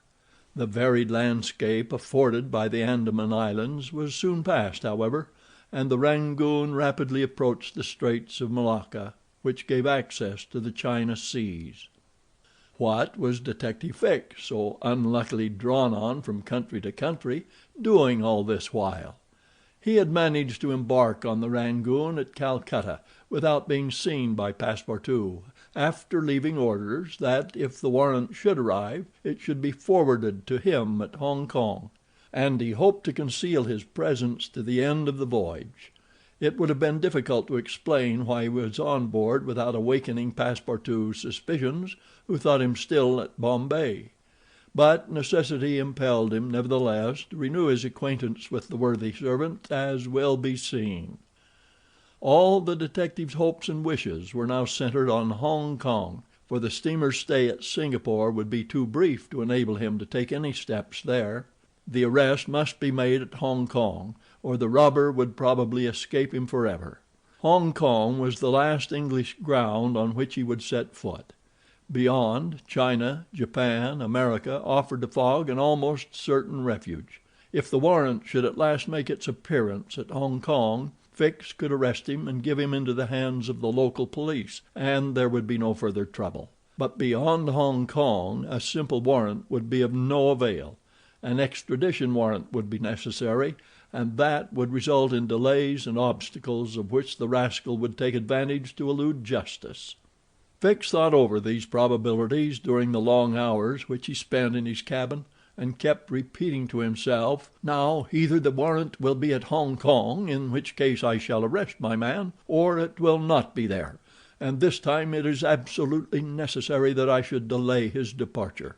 I have failed at Bombay, and I have failed at Calcutta. If I fail at Hong Kong, my reputation is lost. Cost what it may, I must succeed. But how shall I prevent his departure if that should turn out to be my last resource?" Fix made up his mind that if worst came to worst he would make a confidant of Passepartout and tell him what kind of a fellow his master really was. That Passepartout was not Fogg's accomplice he was very certain. The servant, enlightened by his disclosure, and afraid of being himself implicated in the crime, would doubtless become an ally of the detective. But this method was a dangerous one, only to be employed when everything else had failed. A word from Passepartout to his master would ruin all. The detective was therefore in a sore strait. But suddenly a new idea struck him. The presence of Aouda on the Rangoon, in company with Phileas Fogg, gave him new material for reflection. Who was this woman? What combination of events had made her Fogg's traveling companion? They had evidently met somewhere between Bombay and Calcutta, but where? Had they met accidentally, or had Fogg gone into the interior purposely in quest of this charming damsel? Fix was fairly puzzled. He asked himself whether there had not been a wicked elopement, and this idea so impressed itself upon his mind that he determined to make use of the supposed intrigue. Whether the young woman were married or not, he would be able to create such difficulties for Mr. Fogg at Hong Kong that he could not escape by paying any amount of money. But could he even wait till they reached Hong Kong? Fogg had an abominable way of jumping from one boat to another, and before anything could be effected might get full under way again for Yokohama. Fix decided that he must warn the English authorities, and signal the Rangoon before her arrival. This was easy to do, since the steamer stopped at Singapore, whence there is a telegraphic wire to Hong Kong. He finally resolved, moreover, before acting more positively, to question Passepartout. It would not be difficult to make him talk, and as there was no time to lose, Fix prepared to make himself known. It was now the 30th of October, and on the following day the Rangoon was due at Singapore. Fix emerged from his cabin and went on deck. Passepartout was promenading up and down in the forward part of the steamer. The detective rushed forward with every appearance of extreme surprise, and exclaimed: "You are here on the Rangoon!" "What, Monsieur Fix, are you on board?" returned the really astonished Passepartout, recognizing his crony of the Mongolia. "Why, I left you at Bombay, and here you are on the way to Hong Kong.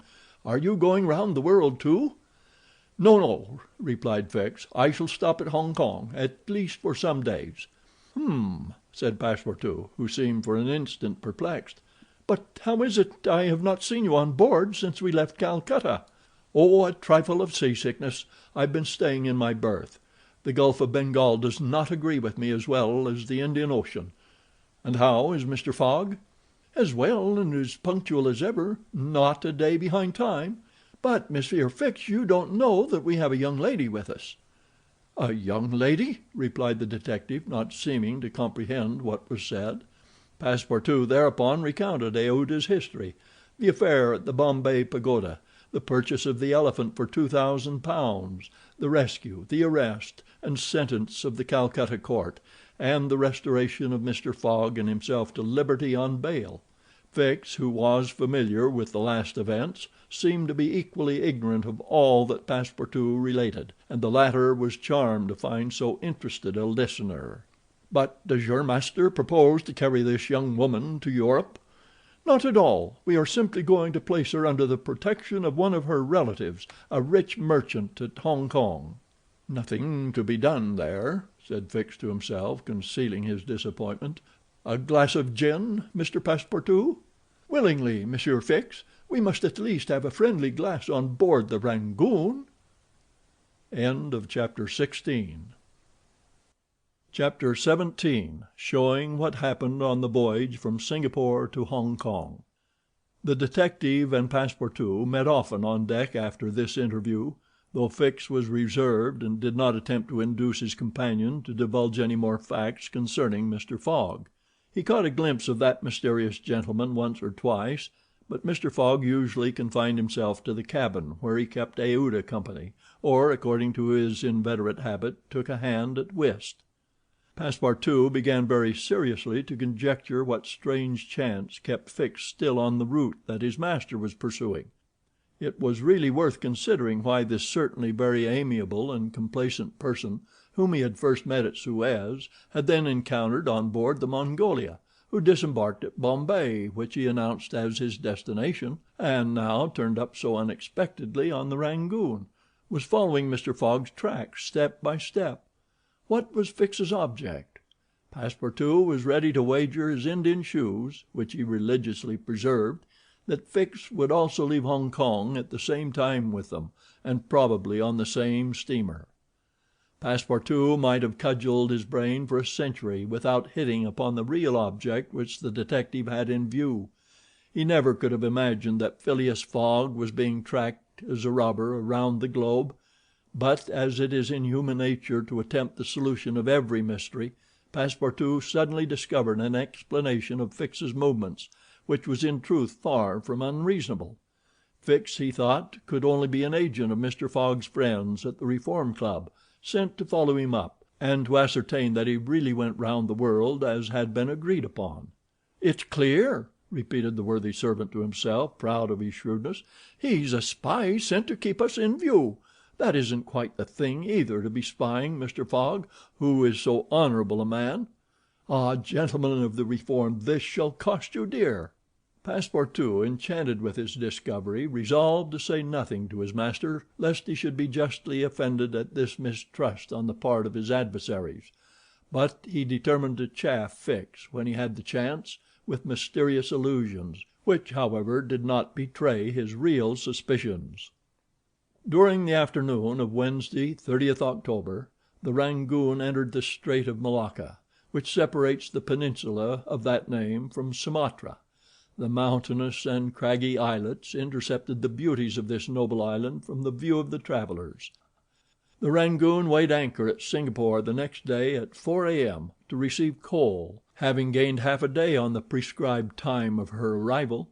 Phileas Fogg noted this gain in his journal, and then, accompanied by Aouda, who betrayed a desire for a walk on shore, disembarked. Fix, who suspected Mr. Fogg's every movement, followed them cautiously, without being himself perceived, while Passepartout, laughing in his sleeve at Fix's manoeuvres, went about his usual errands. The island of Singapore is not imposing in aspect, for there are no mountains, yet its appearance is not without attractions. It is a park checkered by pleasant highways and avenues. A handsome carriage drawn by a sleek pair of New Holland horses carried Phileas Fogg and Aouda into the midst of rows of palms with brilliant foliage, and of clove trees, whereof the cloves form the heart of a half-open flower. Pepper plants replaced the prickly hedges of European fields. Sago bushes, large ferns with gorgeous branches varied the aspect of this tropical clime, while nutmeg trees in full foliage filled the air with a penetrating perfume. Agile and grinning bands of monkeys skipped about in the trees, nor were tigers wanting in the jungles. After a drive of 2 hours through the country, Aouda and Mr. Fogg returned to the town, which is a vast collection of heavy-looking, irregular houses, surrounded by charming gardens, rich in tropical fruits and plants, and at 10 o'clock they re-embarked, closely followed by the detective, who had kept them constantly in sight. Passepartout, who had been purchasing several dozen mangoes, a fruit as large as good-sized apples, of a dark brown color outside and a bright red within, and whose white pulp melting in the mouth affords gourmands a delicious sensation, was waiting for them on deck. He was only too glad to offer some mangoes to Aouda, who thanked him very gracefully for them. At 11 o'clock the Rangoon rode out of Singapore harbor, and in a few hours the high mountains of Malacca, with their forests inhabited by the most beautifully furred tigers in the world, were lost to view. Singapore is distant some 1,300 miles from the island of Hong Kong, which is a little English colony near the Chinese coast. Phileas Fogg hoped to accomplish the journey in 6 days, so as to be in time for the steamer which would leave on the 6th of November from Yokohama, the principal Japanese port. The Rangoon had a large quota of passengers, many of whom disembarked at Singapore, among them a number of Indians, Ceylonese, Chinamen, Malays, and Portuguese, mostly second-class travelers. The weather, which had hitherto been fine, changed with the last quarter of the moon. The sea rolled heavily, and the wind at intervals rose almost to a storm, but happily blew from the southwest, and thus aided the steamer's progress. The captain, as often as possible, put up his sails, and under the double action of steam and sail the vessel made rapid progress along the coasts of Annam and Cochin China. Owing to the defective construction of the Rangoon, however, unusual precautions became necessary in unfavorable weather, but the loss of time which resulted from this cause, while it nearly drove Passepartout out of his senses, did not seem to affect his master in the least. Passepartout blamed the captain, the engineer, and the crew, and consigned all who were connected with the ship to the land where the pepper grows. Perhaps the thought of the gas which was remorselessly burning at his expense in Savile Row had something to do with his hot impatience. "You are in a great hurry, then," said Fix to him one day, "to reach Hong Kong?" "A very great hurry." "Mr. Fogg, I suppose, is anxious to catch the steamer for Yokohama?" "Terribly anxious." "You believe in this journey round the world, then?" "Absolutely. Don't you, Mr. Fix?" "I don't believe a word of it." "You're a sly dog," said Passepartout, winking at him. This expression rather disturbed Fix, without his knowing why. Had the Frenchman guessed his real purpose? He knew not what to think. But how could Passepartout have discovered that he was a detective? Yet, in speaking as he did, the man evidently meant more than he expressed. Passepartout went still further the next day. He could not hold his tongue. "Mr. Fix," said he, in a bantering tone, "shall we be so unfortunate as to lose you when we get to Hong Kong?" "Why," responded Fix, a little embarrassed, "I don't know. Perhaps—" "Ah, if you would only go on with us! An agent of the Peninsular Company, you know, can't stop on the way. You were only going to Bombay, and here you are in China. America is not far off, and from America to Europe is only a step." Fix looked intently at his companion, whose countenance was as serene as possible, and laughed with him; but Passepartout persisted in chaffing him by asking him if he made much of his present occupation. "Yes and no," returned Fix. "There is good and bad luck in such things; but you must understand that I don't travel at my own expense." "Oh, I am quite sure of that," cried Passepartout, laughing heartily. Fix, fairly puzzled, descended to his cabin and gave himself up to his reflections. He was evidently suspected. Somehow or other the Frenchman had found out that he was a detective, but had he told his master? What part was he playing in all this? Was he an accomplice or not? Was the game then up? Fix spent several hours turning these things over in his mind, sometimes thinking that all was lost, then persuading himself that Fogg was ignorant of his presence, and then undecided what course it was best to take. Nevertheless, he preserved his coolness of mind, and at last resolved to deal plainly with Passepartout. If he did not find it practicable to arrest Fogg at Hong Kong, and if Fogg made preparations to leave that last foothold of English territory, he, Fix, would tell Passepartout all.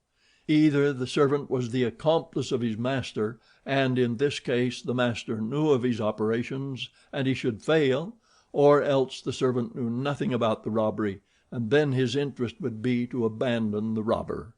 Such was the situation between Fix and Passepartout. Meanwhile Phileas Fogg moved about above them in the most majestic and unconscious indifference. He was passing methodically in his orbit around the world, regardless of the lesser stars which gravitated around him. Yet there was nearby what the astronomers would call a disturbing star, which might have produced an agitation in this gentleman's heart. But no, the charms of Aouda failed to act, to Passepartout's great surprise, and the disturbances, if they existed, would have been more difficult to calculate than those of Uranus, which led to the discovery of Neptune. It was every day an increasing wonder to Passepartout, who read in Aouda's eyes the depths of her gratitude to his master. Phileas Fogg, though brave and gallant, must be, he thought, quite heartless. As to the sentiment which this journey might have awakened in him, there was clearly no trace of such a thing, while poor Passepartout existed in perpetual reveries. One day he was leaning on the railing of the engine room, and was observing the engine, when a sudden pitch of the steamer threw the screw out of the water. The steam came hissing out of the valves, and this made Passepartout indignant. "The valves are not sufficiently charged," he exclaimed. "We are not going. Oh, these English! If this was an American craft we should blow up perhaps, but we should at all events go faster."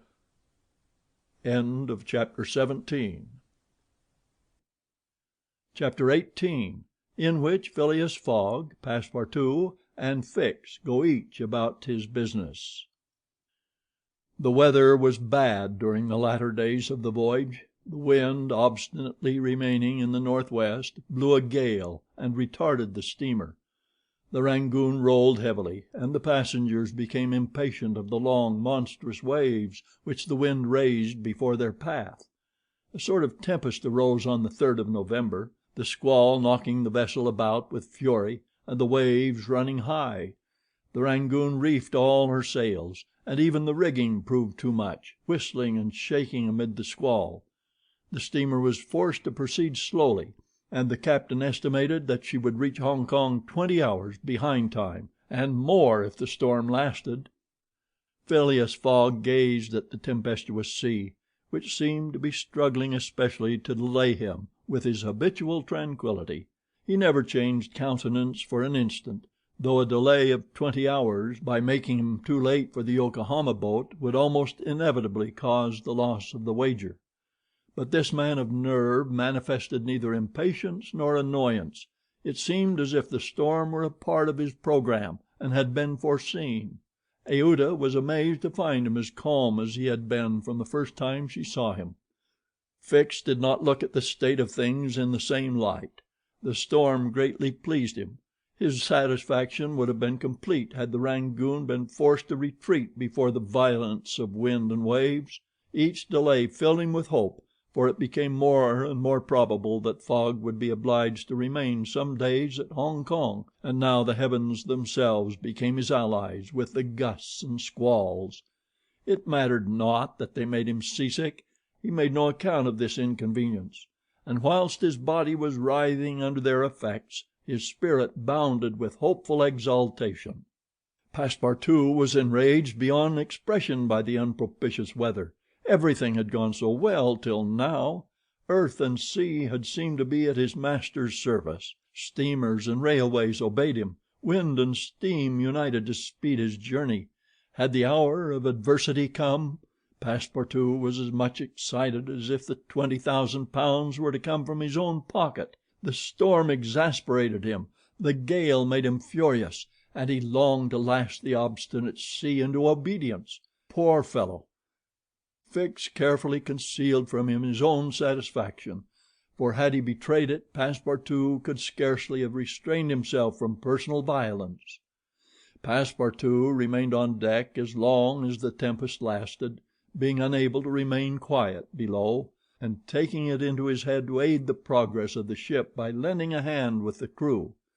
He overwhelmed the captain, officers, and sailors, who could not help laughing at his impatience, with all sorts of questions. He wanted to know exactly how long the storm was going to last, whereupon he was referred to the barometer, which seemed to have no intention of rising. Passepartout shook it, but with no perceptible effect, for neither shaking nor maledictions could prevail upon it to change its mind. On the 4th, however, the sea became more calm, and the storm lessened its violence. The wind veered southward and was once more favorable. Passepartout cleared up with the weather. Some of the sails were unfurled, and the Rangoon resumed its most rapid speed. The time lost could not, however, be regained. Land was not signaled until 5 o'clock on the morning of the 6th. The steamer was due on the 5th. Phileas Fogg was 24 hours behindhand, and the Yokohama steamer would, of course, be missed. The pilot went on board at 6 and took his place on the bridge to guide the Rangoon through the channels to the port of Hong Kong. Passepartout longed to ask him if the steamer had left for Yokohama, but he dared not, for he wished to preserve the spark of hope which still remained till the last moment. He had confided his anxiety to Fix, who, the sly rascal, tried to console him by saying that Mr. Fogg would be in time if he took the next boat, but this only put Passepartout in a passion. Mr. Fogg, bolder than his servant, did not hesitate to approach the pilot and tranquilly ask him if he knew when a steamer would leave Hong Kong for Yokohama. "At high tide tomorrow morning," answered the pilot. "Ah," said Mr. Fogg, without betraying any astonishment. Passepartout, who heard what passed, would willingly have embraced the pilot, while Fix would have been glad to twist his neck. "What is the steamer's name?" asked Mr. Fogg. "The Carnatic." "Ought she not to have gone yesterday?" "Yes, sir, but they had to repair one of her boilers, and so her departure was postponed till tomorrow." "Thank you," returned Mr. Fogg, descending mathematically to the saloon. Passepartout clasped the pilot's hand and shook it heartily in his delight, exclaiming: "Pilot, you are the best of good fellows." The pilot probably does not know to this day why his responses won him this enthusiastic greeting. He remounted the bridge and guided the steamer through the flotilla of junks, tankas, and fishing boats which crowd the harbor of Hong Kong. At 1 o'clock the Rangoon was at the quay, and the passengers were going ashore. Chance had strangely favored Phileas Fogg, for had not the Carnatic been forced to lie over for repairing her boilers, she would have left on the 6th of November, and the passengers for Japan would have been obliged to await for a week the sailing of the next steamer. Mr. Fogg was, it is true, 24 hours behind his time, but this could not seriously imperil the remainder of his tour. The steamer which crossed the Pacific from Yokohama to San Francisco made a direct connection with that from Hong Kong, and it could not sail until the latter reached Yokohama, and if Mr. Fogg was 24 hours late on reaching Yokohama, this time would no doubt be easily regained in the voyage of 22 days across the Pacific. He found himself then about 24 hours behindhand, 35 days after leaving London. The Carnatic was announced to leave Hong Kong at 5 the next morning. Mr. Fogg had 16 hours in which to attend to his business there, which was to deposit Aouda safely with her wealthy relative. On landing he conducted her to a palanquin, in which they repaired to the club hotel. A room was engaged for the young woman, and Mr. Fogg, after seeing that she wanted for nothing, set out in search of her cousin Gigi. He instructed Passepartout to remain at the hotel until his return, that Aouda might not be left entirely alone. Mr. Fogg repaired to the Exchange, where, he did not doubt, everyone would know so wealthy and considerable a personage as the Parsee merchant. Meeting a broker, he made the inquiry, to learn that Gigi had left China 2 years before, and retiring from business with an immense fortune had taken up his residence in Europe, in Holland the broker thought, with the merchants of which country he had principally traded. Phileas Fogg returned to the hotel, begged a moment's conversation with Aouda, and without more ado apprised her that Gigi was no longer at Hong Kong, but probably in Holland. Aouda at first said nothing. She passed her hand across her forehead, and reflected a few moments. Then, in her sweet, soft voice, she said: "What ought I to do, Mr. Fogg?" "It is very simple," responded the gentleman. "Go on to Europe." "But I cannot intrude." "You do not intrude, nor do you in the least embarrass my project. Passepartout." "Monsieur?" "Go to the Carnatic and engage 3 cabins." Passepartout, delighted that the young woman, who was very gracious to him, was going to continue the journey with them, went off at a brisk gait to obey his master's order.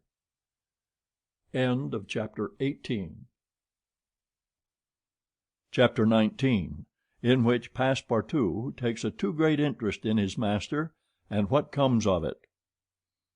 Hong Kong is an island which came into the possession of the English by the Treaty of Nanking after the War of 1842, and the colonizing genius of the English has created upon it an important city and an excellent port. The island is situated at the mouth of the Canton River, and is separated by about 60 miles from the Portuguese town of Macao, on the opposite coast. Hong Kong has beaten Macao in the struggle for the Chinese trade, and now the greater part of the transportation of Chinese goods finds its depot at the former place. Docks, hospitals, wharves, a Gothic cathedral, a government house, macadamized streets, give to Hong Kong the appearance of a town in Kent or Surrey, transferred by some strange magic to the Antipodes. Passepartout wandered with his hands in his pockets towards the Victoria port, gazing as he went at the curious palanquins and other modes of conveyance, and the groups of Chinese, Japanese, and Europeans who passed to and fro in the streets. Hong Kong seemed to him not unlike Bombay, Calcutta, and Singapore, since, like them, it betrayed everywhere the evidence of English supremacy. At the Victoria port he found a confused mass of ships of all nations, English, French, American, and Dutch, men of war and trading vessels, Japanese and Chinese junks, sempas, tankas, and flower boats, which formed so many floating parterres. Passepartout noticed in the crowd a number of the natives who seemed very old and were dressed in yellow. On going into a barber's to get shaved he learned that these ancient men were all at least 80 years old, at which age they are permitted to wear yellow, which is the imperial color. Passepartout, without exactly knowing why, thought this very funny. On reaching the quay where they were to embark on the Carnatic, he was not astonished to find Fix walking up and down. The detective seemed very much disturbed and disappointed. "This is bad," muttered Passepartout, "for the gentlemen of the Reform Club." He accosted Fix with a merry smile, as if he had not perceived that gentleman's chagrin. The detective had indeed good reasons to inveigh against the bad luck which pursued him. The warrant had not come. It was certainly on the way, but as certainly it could not now reach Hong Kong for several days, and this being the last English territory on Mr. Fogg's route, the robber would escape unless he could manage to detain him. "Well, Monsieur Fix," said Passepartout, "have you decided to go with us so far as America?" "Yes," returned Fix through his set teeth. "Good!" exclaimed Passepartout, laughing heartily. "I knew you could not persuade yourself to separate from us. Come and engage your berth." They entered the steamer office and secured cabins for 4 persons. The clerk, as he gave them the tickets, informed them that the repairs on the Carnatic having been completed, the steamer would leave that very evening, and not next morning as had been announced. "That will suit my master all the better," said Passepartout. "I will go and let him know." Fix now decided to make a bold move. He resolved to tell Passepartout all. It seemed to be the only possible means of keeping Phileas Fogg several days longer at Hong Kong. He accordingly invited his companion into a tavern which caught his eye on the quay. On entering they found themselves in a large room handsomely decorated, at the end of which was a large camp bed furnished with cushions. Several persons lay upon this bed in a deep sleep. At the small tables which were arranged about the room some 30 customers were drinking English beer, porter, gin, and brandy, smoking the while long red clay pipes stuffed with little balls of opium mingled with essence of rose. From time to time one of the smokers, overcome with the narcotic, would slip under the table, whereupon the waiters, taking him by the head and feet, carried and laid him upon the bed. The bed already supported 20 of these stupefied sots. Fix and Passepartout saw that they were in a smoking house haunted by those wretched, cadaverous, idiotic creatures to whom the English merchants sell every year the miserable drug called opium, to the amount of £1,400,000, thousands devoted to one of the most despicable vices which afflict humanity.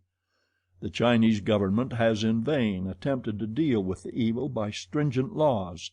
It passed gradually from the rich, to whom it was at first exclusively reserved, to the lower classes, and then its ravages could not be arrested. Opium is smoked everywhere at all times by men and women in the Celestial Empire, and once accustomed to it the victims cannot dispense with it, except by suffering horrible bodily contortions and agonies. A great smoker can smoke as many as 8 pipes a day, but he dies in 5 years. It was in one of these dens that Fix and Passepartout, in search of a friendly glass, found themselves. Passepartout had no money, but willingly accepted Fix's invitation in the hope of returning the obligation at some future time. They ordered 2 bottles of port, to which the Frenchman did ample justice, whilst Fix observed him with close attention. They chatted about the journey, and Passepartout was especially merry at the idea that Fix was going to continue it with them. When the bottles were empty, however, he rose to go and tell his master of the change in the time of the sailing of the Carnatic. Fix caught him by the arm and said, "Wait a moment." "What for, Mr. Fix?" "I want to have a serious talk with you." "A serious talk?" cried Passepartout, drinking up the little wine that was left in the bottom of his glass. Well, we'll talk about it tomorrow. I haven't time now." "Stay. What I have to say concerns your master." Passepartout at this looked attentively at his companion. Fix's face seemed to have a singular expression. He resumed his seat. "What is it that you have to say?" Fix placed his hand upon Passepartout's arm, and, lowering his voice, said: "You have guessed who I am?" "Parbleu!" said Passepartout, smiling. "Then I'm going to tell you everything." "Now that I know everything, my friend? Ah, that's very good. But go on, go on. First, though, let me tell you that those gentlemen have put themselves to a useless expense." "Useless?" said Fix. "You speak confidently. It's clear that you don't know how large the sum is." "Of course I do," returned Passepartout. £20,000. "55,000," answered Fix, pressing his companion's hand. "What!" cried the Frenchman. "Has Monsieur Fogg dared £55,000? Well, there's all the more reason for not losing an instant." He continued, getting up hastily. Fix pushed Passepartout back in his chair, and resumed: £55,000, and if I succeed I get £2,000. If you'll help me I'll let you have 500 of them." "Help you?" cried Passepartout, whose eyes were standing wide open. "Yes, help me keep Mr. Fogg here for 2 or 3 days." "Why, what are you saying? Those gentlemen are not satisfied with following my master and suspecting his honor, but they must try to put obstacles in his way. I blush for them." "What do you mean?" "I mean that it is a piece of shameful trickery. They might as well waylay Mr. Fogg and put his money in their pockets." "That's just what we count on doing." "It's a conspiracy, then," cried Passepartout, who became more and more excited as the liquor mounted in his head, for he drank without perceiving it. "A real conspiracy, and gentlemen too. Bah!" Fix began to be puzzled. "Members of the Reform Club," continued Passepartout. "You must know, Monsieur Fix, that my master is an honest man, and that when he makes a wager he tries to win it fairly." "But who do you think I am?" asked Fix, looking at him intently. "Parbleu! An agent of the members of the Reform Club, sent out here to interrupt my master's journey. But though I found you out some time ago, I've taken good care to say nothing about it to Mr. Fogg." "He knows nothing, then?" "Nothing," replied Passepartout, again emptying his glass. The detective passed his hand across his forehead, hesitating before he spoke again. What should he do? Passepartout's mistake seemed sincere, but it made his design more difficult. It was evident that the servant was not the master's accomplice, as Fix had been inclined to suspect. "Well," said the detective to himself, "as he is not an accomplice he will help me." He had no time to lose. Fogg must be detained at Hong Kong, so he resolved to make a clean breast of it. "Listen to me," said Fix abruptly. "I am not, as you think, an agent of the members of the Reform Club." "Bah!" retorted Passepartout with an air of raillery. "I am a police detective sent out here by the London office." "You a detective?" "I will prove it. Here is my commission." Passepartout was speechless with astonishment when Fix displayed this document, the genuineness of which could not be doubted. "Mr. Fogg's wager," resumed Fix, "is only a pretext of which you and the gentlemen of the Reform are dupes. He had a motive for securing your innocent complicity." "But why?" "Listen. On the 28th of last September a robbery of £55,000 was committed at the Bank of England by a person whose description was fortunately secured. Here is his description. It answers exactly to that of Mr. Phileas Fogg." "What nonsense!" cried Passepartout, striking the table with his fist. "My master is the most honorable of men." "How can you tell? You know scarcely anything about him. You went into his service the day he came away, and he came away on a foolish pretext, without trunks and carrying a large amount in bank notes, and yet you are bold enough to assert that he is an honest man." "Yes, yes," repeated the poor fellow mechanically. "Would you like to be arrested as his accomplice?" Passepartout, overcome by what he had heard, held his head between his hands, and did not dare to look at the detective. Phileas Fogg, the savior of Aouda, that brave and generous man, a robber! And yet how many presumptions there were against him! Passepartout essayed to reject the suspicions which forced themselves upon his mind. He did not wish to believe that his master was guilty. "Well, what do you want of me?" said he at last, with an effort. "See here," replied Fix, "I have tracked Mr. Fogg to this place, but as yet I have failed to receive the warrant of arrest for which I sent to London. You must help me to keep him here in Hong Kong." "But I—" "I will share with you the £2,000 reward offered by the Bank of England." "Never!" replied Passepartout, who tried to rise, but fell back, exhausted in mind and body. "Mr. Fix," he stammered, "even should what you say be true, if my master is really the robber you are seeking for, which I deny, I have am in his service. I have seen his generosity and goodness, and I will never betray him, not for all the gold in the world. I come from a village where they don't eat that kind of bread." "You refuse?" "I refuse." "Consider that I've said nothing," said Fix, "and let us drink." "Yes, let us drink." Passepartout felt himself yielding more and more to the effects of the liquor. Fix, seeing that he must, at all hazards, be separated from his master, wished to entirely overcome him. Some pipes full of opium lay upon the table. Fix slipped one into Passepartout's hand. He took it, put it between his lips, lit it, drew several puffs, and his head, becoming heavy under the influence of the narcotic, fell upon the table. "At last," said Fix, seeing Passepartout unconscious, "Mr. Fogg will not be informed of the Carnatic's departure, and if he is he will have to go without this cursed Frenchman." And after paying his bill, Fix left the tavern.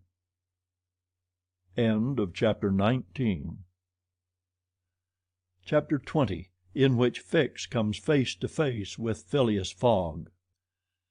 While these events were passing at the opium house, Mr. Fogg, unconscious of the danger he was in of losing the steamer, was quietly escorting Aouda about the streets of the English quarter, making the necessary purchases for the long voyage before them.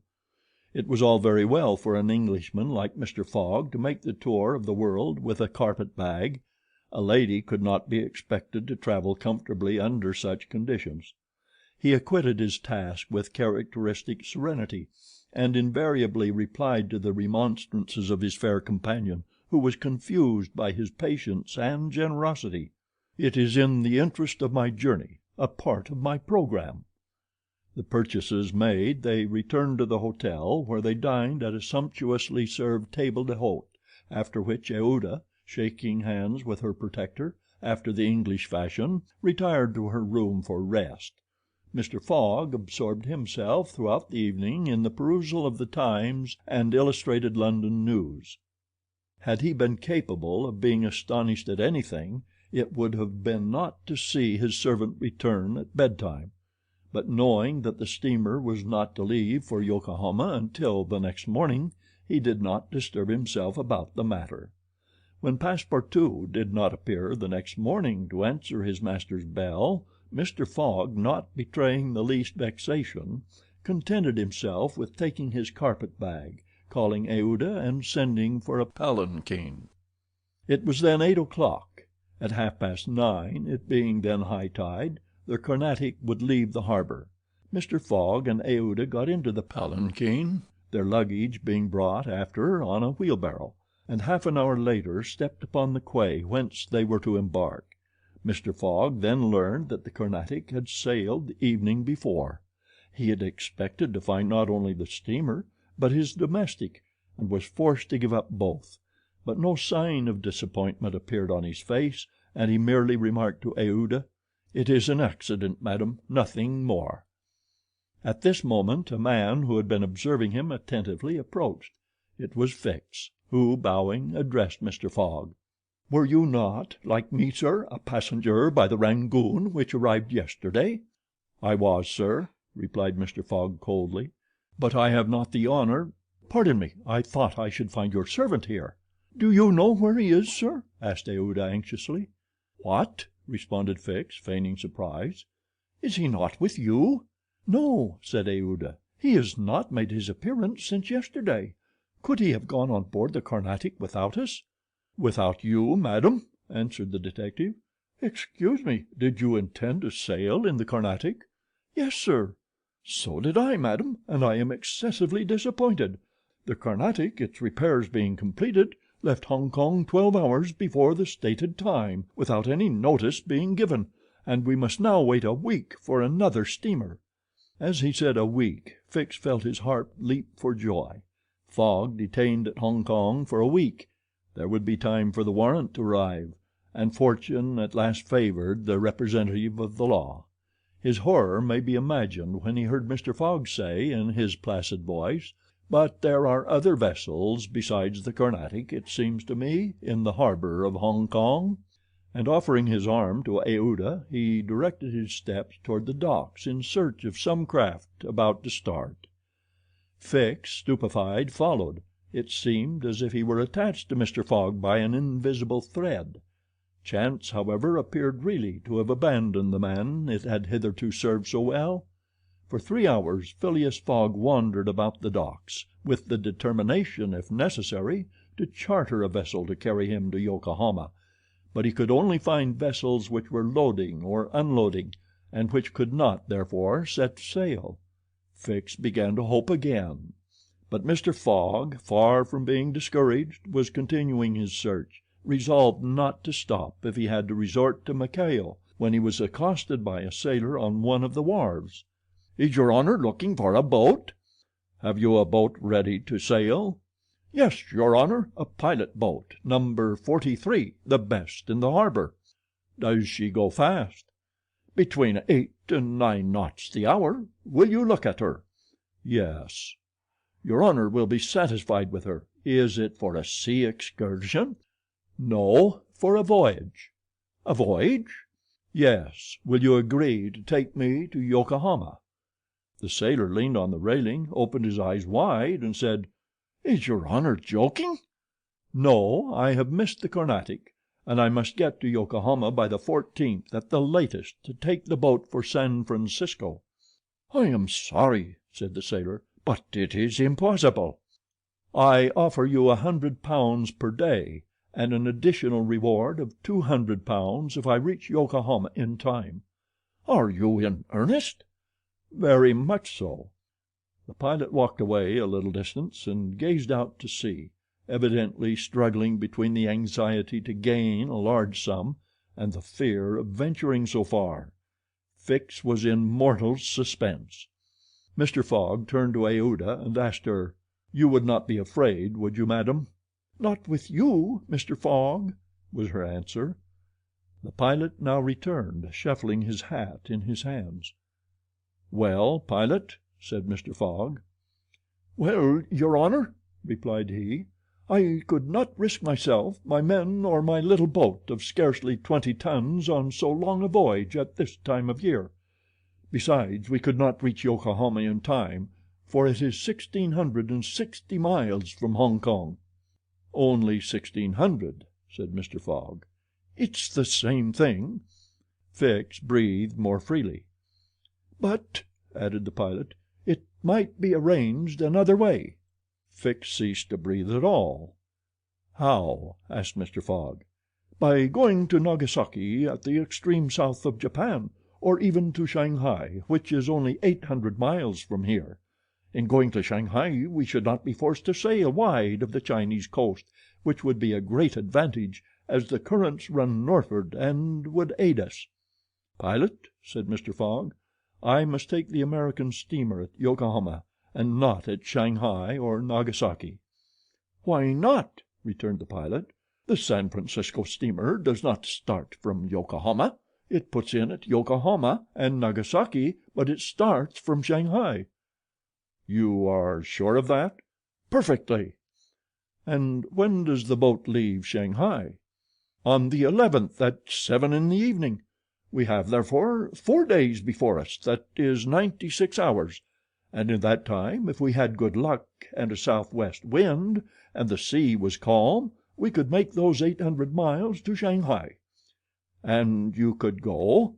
"In an hour, as soon as provisions could be got aboard and the sails put up." "It is a bargain. Are you the master of the boat?" "Yes, John Bunsby, master of the Tankadere." "Would you like some earnest money?" "If it would not put your honor out." "Here are £200 on account, sir," added Phileas Fogg, turning to Fix, "if you would like to take advantage—" "Thanks, sir, I was about to ask the favor." "Very well. In half an hour we shall go on board." "But poor Passepartout," urged Aouda, who was much disturbed by the servant's disappearance. "I shall do all I can to find him," replied Phileas Fogg. While Fix, in a feverish, nervous state, repaired to the pilot boat, the others directed their course to the police station at Hong Kong. Phileas Fogg there gave Passepartout's description, and left a sum of money to be spent in the search for him. The same formalities having been gone through at the French consulate, and the palanquin having stopped at the hotel for the luggage, which had been sent back there, they returned to the wharf. It was now 3 o'clock, and pilot boat number 43, with its crew on board and its provisions stored away, was ready for departure. The Tankadere was a neat little craft of 20 tons, as gracefully built as if she were a racing yacht. Her shining copper sheathing, her galvanized ironwork, her deck, white as ivory, betrayed the pride taken by John Bunsby in making her presentable. Her two masts leaned a trifle backward. She carried brigantine, foresail, storm jib, and standing jib, and was well rigged for running before the wind, and she seemed capable of brisk speed, which indeed she had already proved by gaining several prizes in pilot boat races. The crew of the Tankadere was composed of John Bunsby, the master, and 4 hardy mariners who were familiar with the Chinese seas. John Bunsby himself, a man of 45 or thereabouts, vigorous, sunburnt, with a sprightly expression of the eye, and energetic and self-reliant countenance, would have inspired confidence in the most timid. Phileas Fogg and Aouda went on board, where they found Fix already installed. Below deck was a square cabin, of which the walls bulged out in the form of cots, above a circular divan. In the center was a table provided with a swinging lamp. The accommodation was confined but neat. "I am sorry to have nothing better to offer you," said Mr. Fogg to Fix, who bowed without responding. The detective had a feeling akin to humiliation in profiting by the kindness of Mr. Fogg. "It's certain," thought he, "though a rascal as he is a polite one." The sails and the English flag were hoisted at 10 minutes past 3. Mr. Fogg and Aouda, who were seated on deck, cast a last glance at the quay in the hope of espying Passepartout.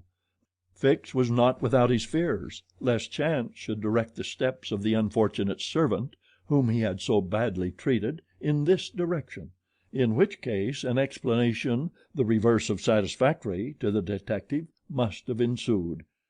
But the Frenchman did not appear, and without doubt was still lying under the stupefying influence of the opium.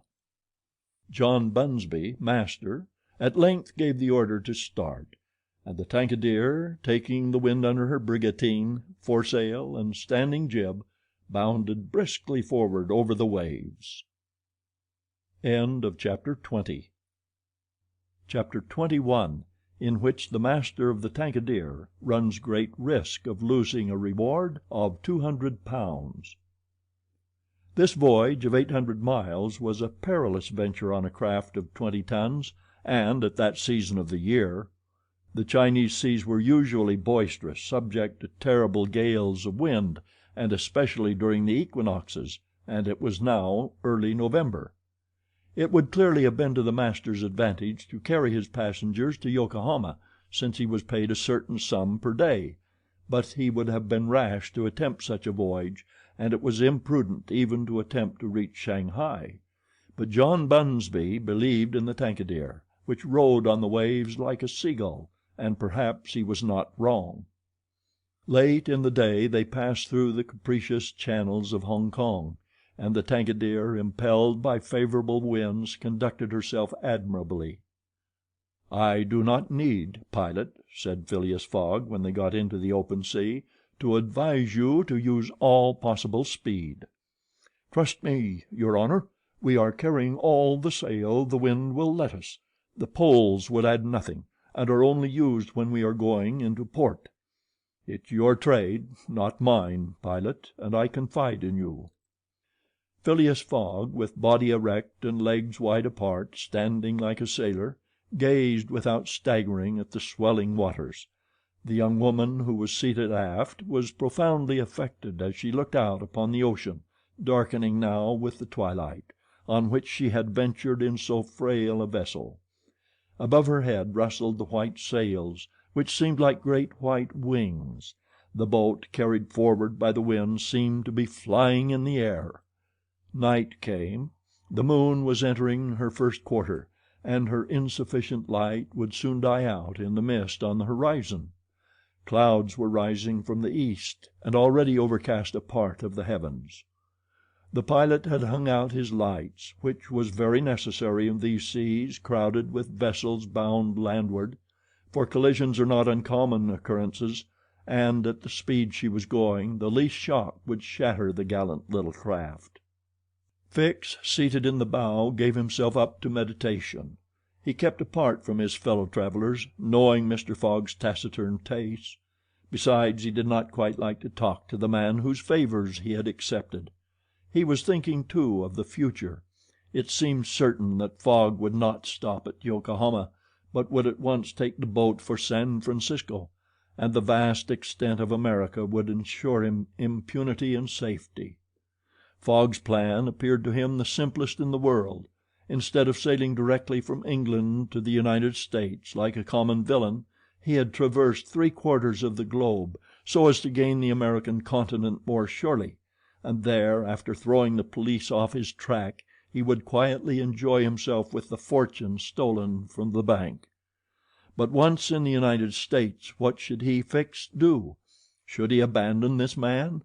No, 100 times no. Until he had secured his extradition he would not lose sight of him for an hour. It was his duty, and he would fulfill it to the end. At all events, there was one thing to be thankful for. Passepartout was not with his master, and it was above all important, after the confidences Fix had imparted to him, that the servant should never have speech with his master. Phileas Fogg was also thinking of Passepartout, who had so strangely disappeared. Looking at the matter from every point of view, it did not seem to him impossible that by some mistake the man might have embarked on the Carnatic at the last moment, and this was also Aouda's opinion, who regretted very much the loss of the worthy fellow to whom she owed so much. They might then find him at Yokohama, for if the Carnatic was carrying him thither, it would be easy to ascertain if he had been on board. A brisk breeze arose about 10 o'clock, but though it might have been prudent to take in a reef, the pilot, after carefully examining the heavens, let the craft remain rigged as before. The Tankadere bore sail admirably, as she drew a great deal of water, and everything was prepared for high speed in case of a gale. Mr. Fogg and Aouda descended into the cabin at midnight, having been already preceded by Fix, who had lain down on one of the cots. The pilot and crew remained on deck all night. At sunrise the next day, which was the 8th of November, the boat had made more than 100 miles.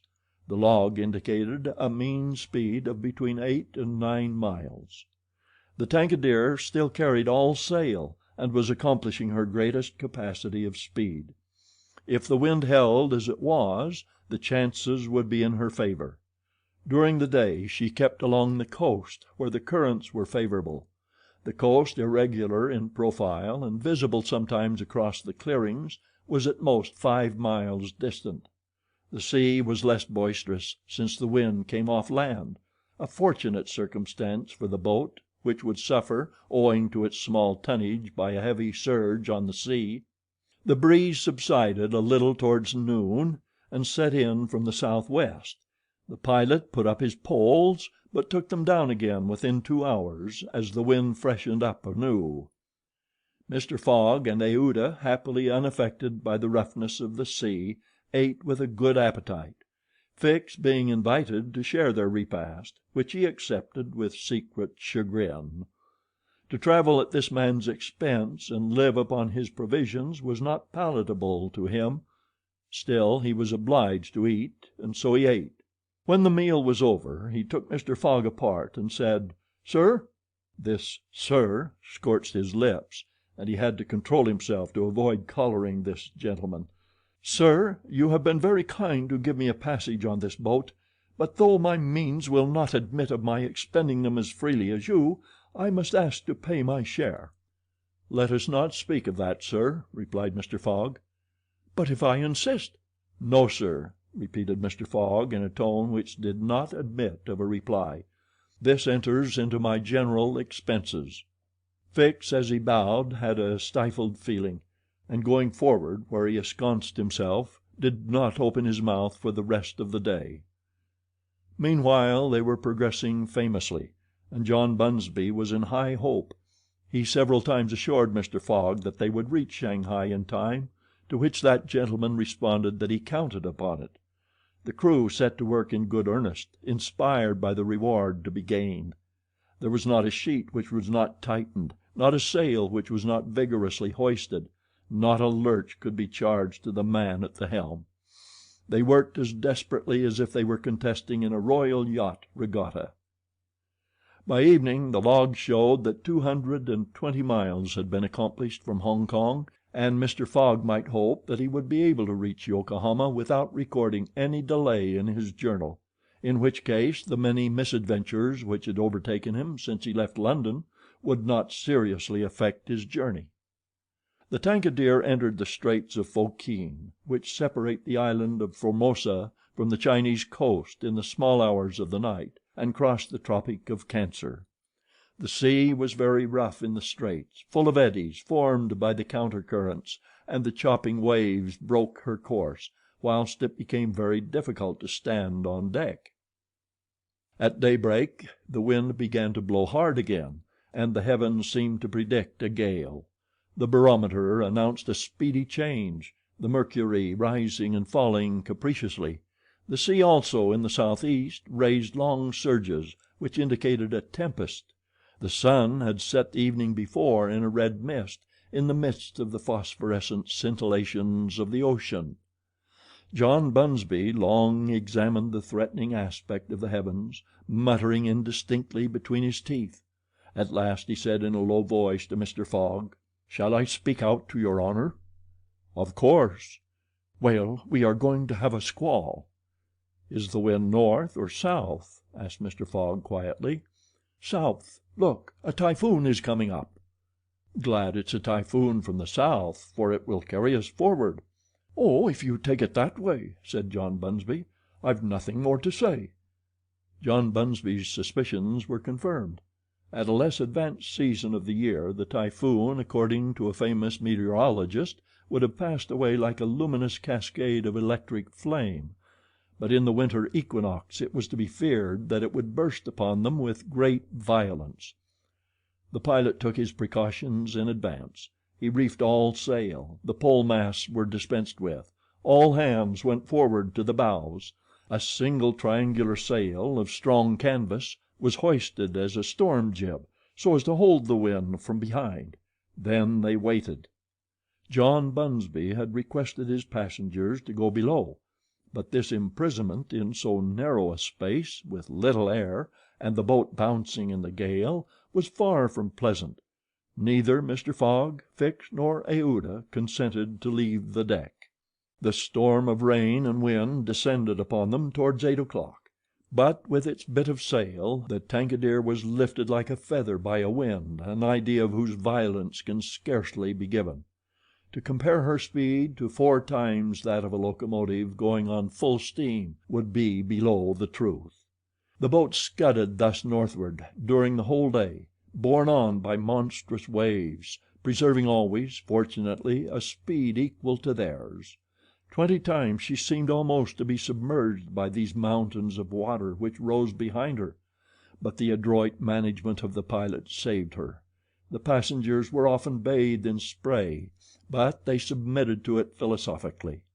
Fix cursed it, no doubt, but Aouda, with her eyes fastened upon her protector, whose coolness amazed her, showed herself worthy of him and bravely weathered the storm. As for Phileas Fogg, it seemed just as if the typhoon were a part of his program. Up to this time the Tangier had always held her course to the north, but towards evening the wind, veering 3/4, bore down from the northwest. The boat, now lying in the trough of the waves, shook and rolled terribly. The sea struck her with fearful violence. At night the tempest increased in violence. John Bunsby saw the approach of darkness and the rising of the storm with dark misgivings. He thought a while, and then asked his crew if it was not time to slacken speed. After a consultation he approached Mr. Fogg and said: "I think, your honor, that we should do well to make for one of the ports on the coast." "I think so, too."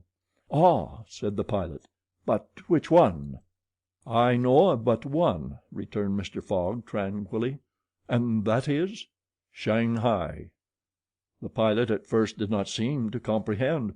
He could scarcely realize so much determination and tenacity. Then he cried: "Well, yes, your honor is right. To Shanghai." So the Tangier kept steadily on her northward track. The night was really terrible. It would be a miracle if the craft did not founder. Twice it could have been all over with her if the crew had not been constantly on the watch. Aouda was exhausted, but did not utter a complaint. More than once Mr. Fogg rushed to protect her from the violence of the waves. Day reappeared. The tempest still raged with undiminished fury, but the wind now returned to the southeast. It was a favorable change, and the Tangier again bounded forward on this mountainous sea, though the waves crossed each other and imparted shocks and countershocks which would have crushed a craft less solidly built. From time to time the coast was visible through the broken mist, but no vessel was in sight. The Tangier was alone upon the sea. There were some signs of a calm at noon, and these became more distinct as the sun descended toward the horizon. The tempest had been as brief as terrific. The passengers, thoroughly exhausted, could now eat a little and take some repose. The night was comparatively quiet. Some of the sails were again hoisted, and the speed of the boat was very good. The next morning at dawn they espied the coast, and John Bunsby was able to assert that they were not 100 miles from Shanghai. 100 miles, and only one day to traverse them. That very evening Mr. Fogg was due at Shanghai if he did not wish to miss the steamer to Yokohama. Had there been no storm, during which several hours were lost, they would be at this moment within 30 miles of their destination. The wind grew decidedly calmer, and happily the sea fell with it. All sails were now hoisted, and at noon the Tangier was within 45 miles of Shanghai. There remained yet 6 hours in which to accomplish that distance. All on board feared that it could not be done, and every one, Phileas Fogg no doubt excepted, felt his heart beat with impatience. The boat must keep up an average of 9 miles an hour, and the wind was becoming calmer every moment. It was a capricious breeze, coming from the coast, and after it passed the sea became smooth. Still the Tangier was so light, and her fine sails caught the fickle zephyr so well, that with the aid of the currents John Bunsby found himself at 6 o'clock not more than 10 miles from the mouth of Shanghai River. Shanghai itself is situated at least 12 miles up the stream. At 7 they were still 3 miles from Shanghai. The pilot swore an angry oath. The reward of £200 was evidently on the point of escaping him. He looked at Mr. Fogg.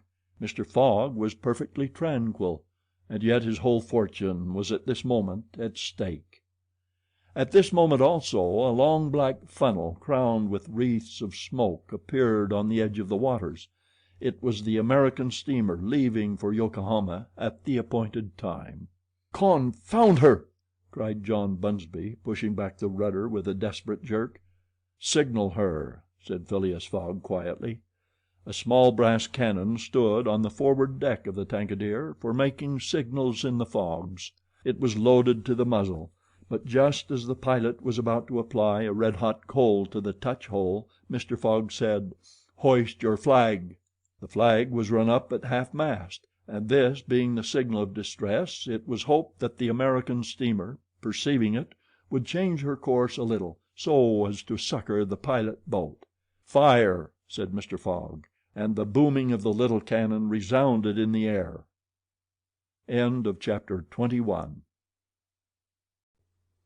Chapter 22, in which Passepartout finds out that even at the Antipodes it is convenient to have some money in one's pocket. The Carnatic, setting sail from Hong Kong at 6:30 on the 7th of November, directed her course at full steam towards Japan. She carried a large cargo and a well-filled cabin of passengers. 2 staterooms in the rear were, however, unoccupied, those which had been engaged by Phileas Fogg. The next day a passenger with a half-stupefied eye, staggering gait, and disordered hair, was seen to emerge from the second cabin and to totter to a seat on deck. It was Passepartout, and what had happened to him was as follows. Shortly after Fix left the opium den, 2 waiters had lifted the unconscious Passepartout and had carried him to the bed reserved for the smokers. 3 hours later, pursued even in his dreams by a fixed idea, the poor fellow awoke and struggled against the stupefying influence of the narcotic. The thought of a duty unfulfilled shook off his torpor, and he hurried from the abode of drunkenness, staggering and holding himself up by keeping against the walls, falling down and creeping up again, and irresistibly impelled by a kind of instinct, he kept crying out, "The Carnatic! The Carnatic!"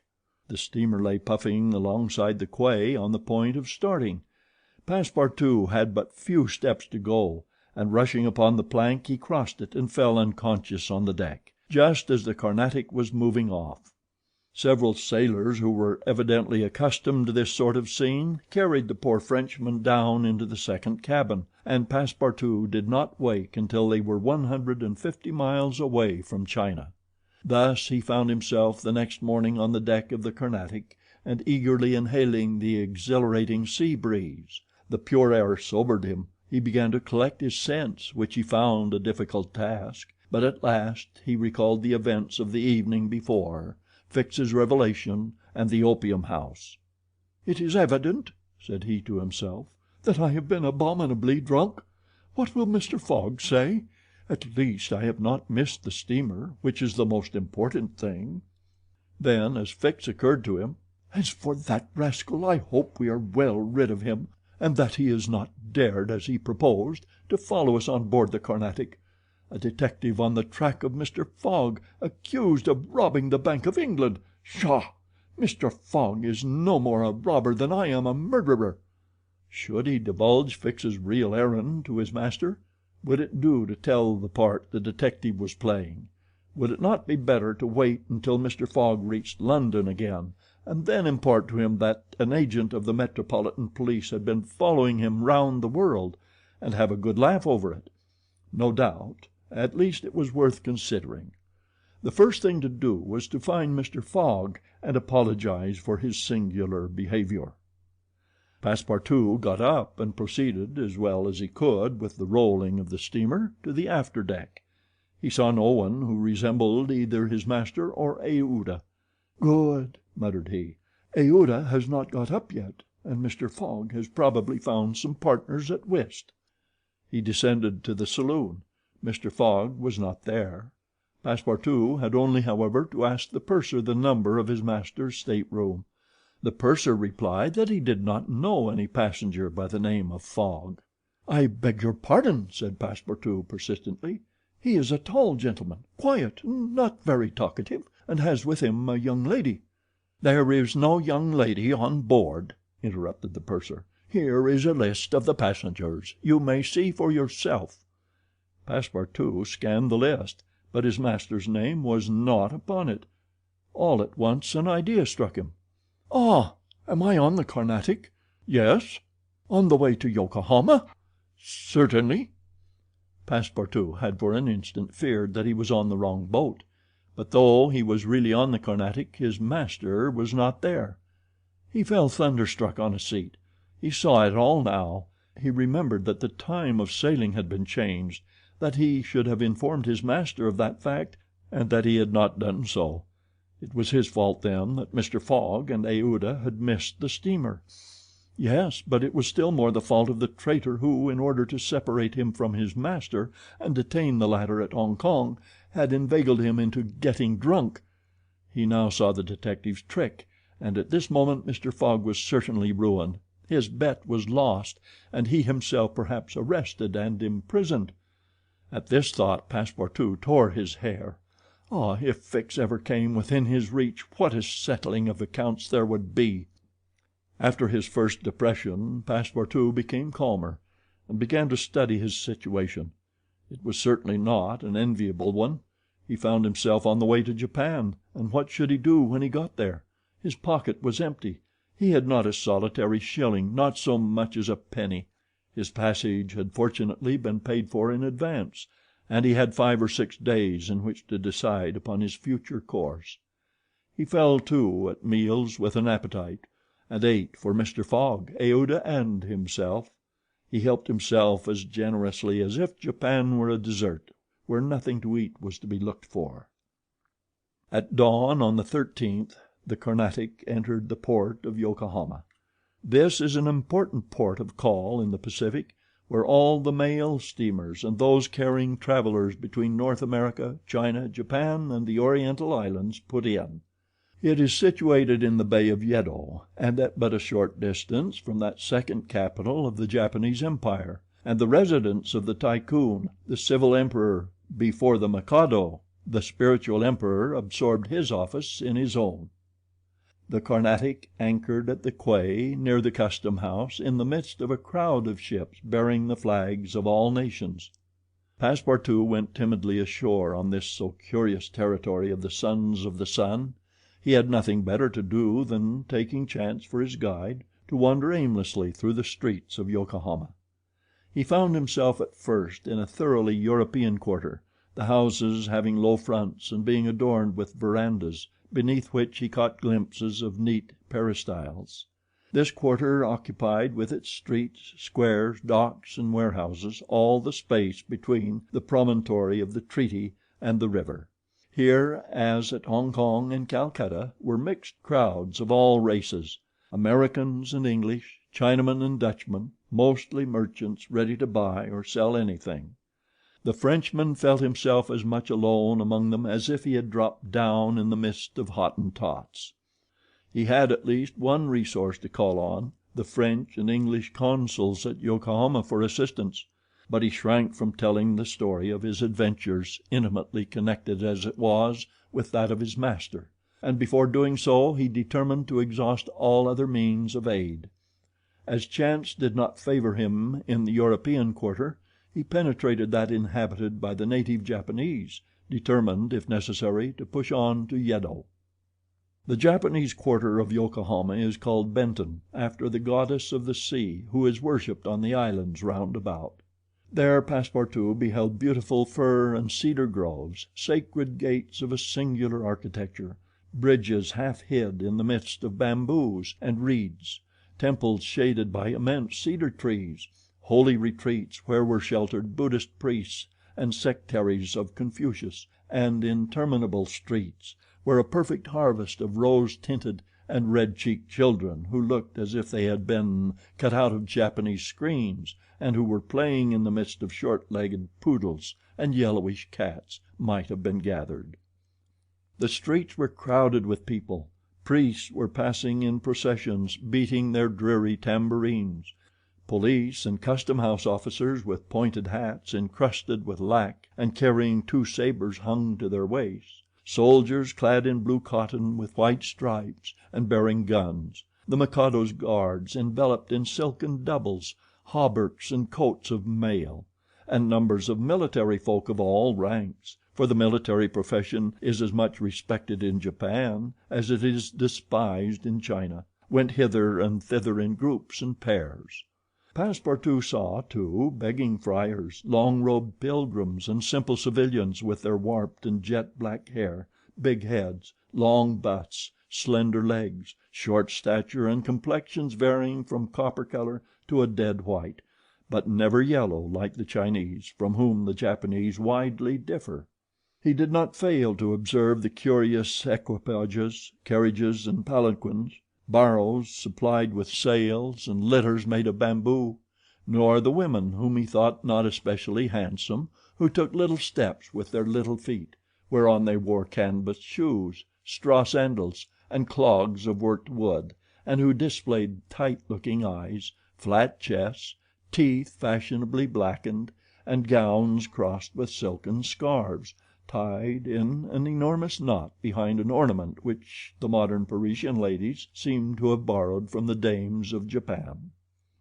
Passepartout wandered for several hours in the midst of this motley crowd, looking in at the windows of the rich and curious shops, the jewelry establishments glittering with quaint Japanese ornaments, the restaurants decked with streamers and banners, the tea houses where the odorous beverage was being drunk with sake, a liquor concocted from the fermentation of rice, and the comfortable smoking houses, where they were puffing, not opium, which is almost unknown in Japan, but a very fine, stringy tobacco.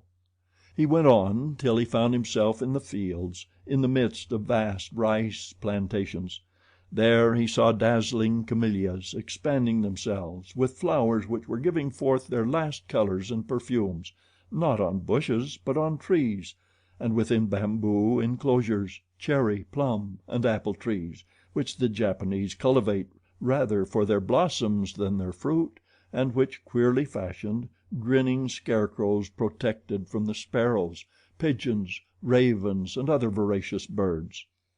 On the branches of the cedars were perched large eagles. Amid the foliage of the weeping willows were herons solemnly standing on one leg, and on every hand were crows, ducks, hawks, wild birds, and a multitude of cranes, which the Japanese consider sacred, and which, to their minds, symbolize long life and prosperity. As he was strolling along, Passepartout espied some violets among the shrubs. "Good," said he, "I'll have some supper." But on smelling them he found that they were odorless. "No chance there," thought he. The worthy fellow had certainly taken good care to eat as hearty a breakfast as possible before leaving the Carnatic, but as he had been walking about all day, the demands of hunger were becoming importunate. He observed that the butchers' stalls contained neither mutton, goat, nor pork, and knowing also that it is a sacrilege to kill cattle which are preserved solely for farming, he made up his mind that meat was far from plentiful in Yokohama, nor was he mistaken, and in default of butcher's meat he could have wished for a quarter of wild boar or deer, a partridge, or some quails, some game or fish, which, with rice, the Japanese eat almost exclusively. But he found it necessary to keep up a stout heart, and to postpone the meal he craved till the following morning. Night came, and Passepartout re-entered the native quarter, where he wandered through the streets lit by varicolored lanterns. Looking on at the dancers who were executing skillful steps and boundings, and the astrologers who stood in the open air with their telescopes. Then he came to the harbor, which was lit up by the resin torches of the fishermen who were fishing from their boats. The streets at last became quiet, and the patrol, the officers of which in their splendid costumes, and surrounded by their suites, Passepartout thought seemed like ambassadors, succeeded the bustling crowd. Each time a company passed, Passepartout chuckled and said to himself, "Good, another Japanese embassy departing for Europe." Chapter 23, in which Passepartout's nose becomes outrageously long. The next morning poor, jaded, famished Passepartout said to himself that he must get something to eat at all hazards, and the sooner he did so the better. He might indeed sell his watch, but he would have starved first. Now or never he must use the strong if not melodious voice which nature had bestowed upon him. He knew several French and English songs, and resolved to try them upon the Japanese, who must be lovers of music, since they were forever pounding on their cymbals, tam-tams, and tambourines, and could not but appreciate European talent. It was perhaps rather early in the morning to get up a concert, and the audience, prematurely aroused from their slumbers, might not possibly pay their entertainer with coin bearing the Mikado's features. Passepartout therefore decided to wait several hours, and as he was sauntering along, it occurred to him that he would seem rather too well dressed for a wandering artist. The idea struck him to change his garments for clothes more in harmony with his project, by which he might also get a little money to satisfy the immediate cravings of hunger. The resolution taken, it remained to carry it out. It was only after a long search that Passepartout discovered a native dealer in old clothes, to whom he applied for an exchange.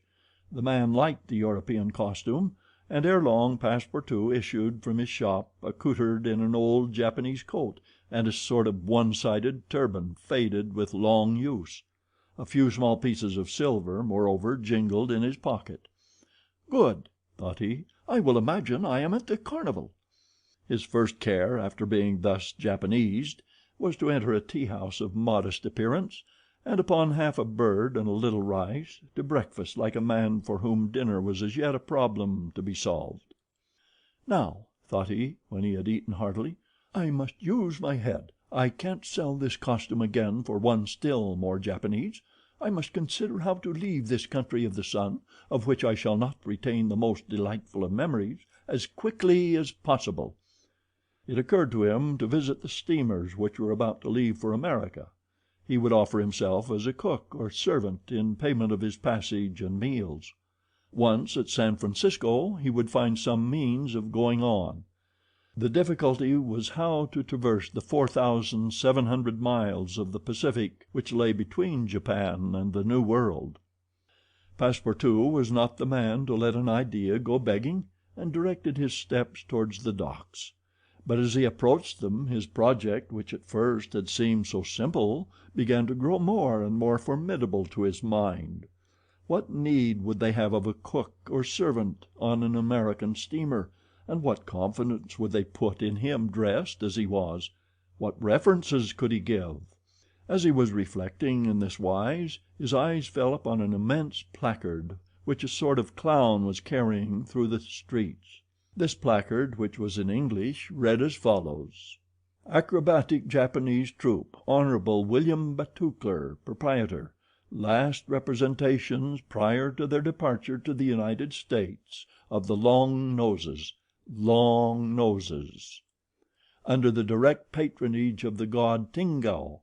Great attraction." "The United States," said Passepartout. "That's just what I want." He followed the clown and soon found himself once more in the Japanese quarter.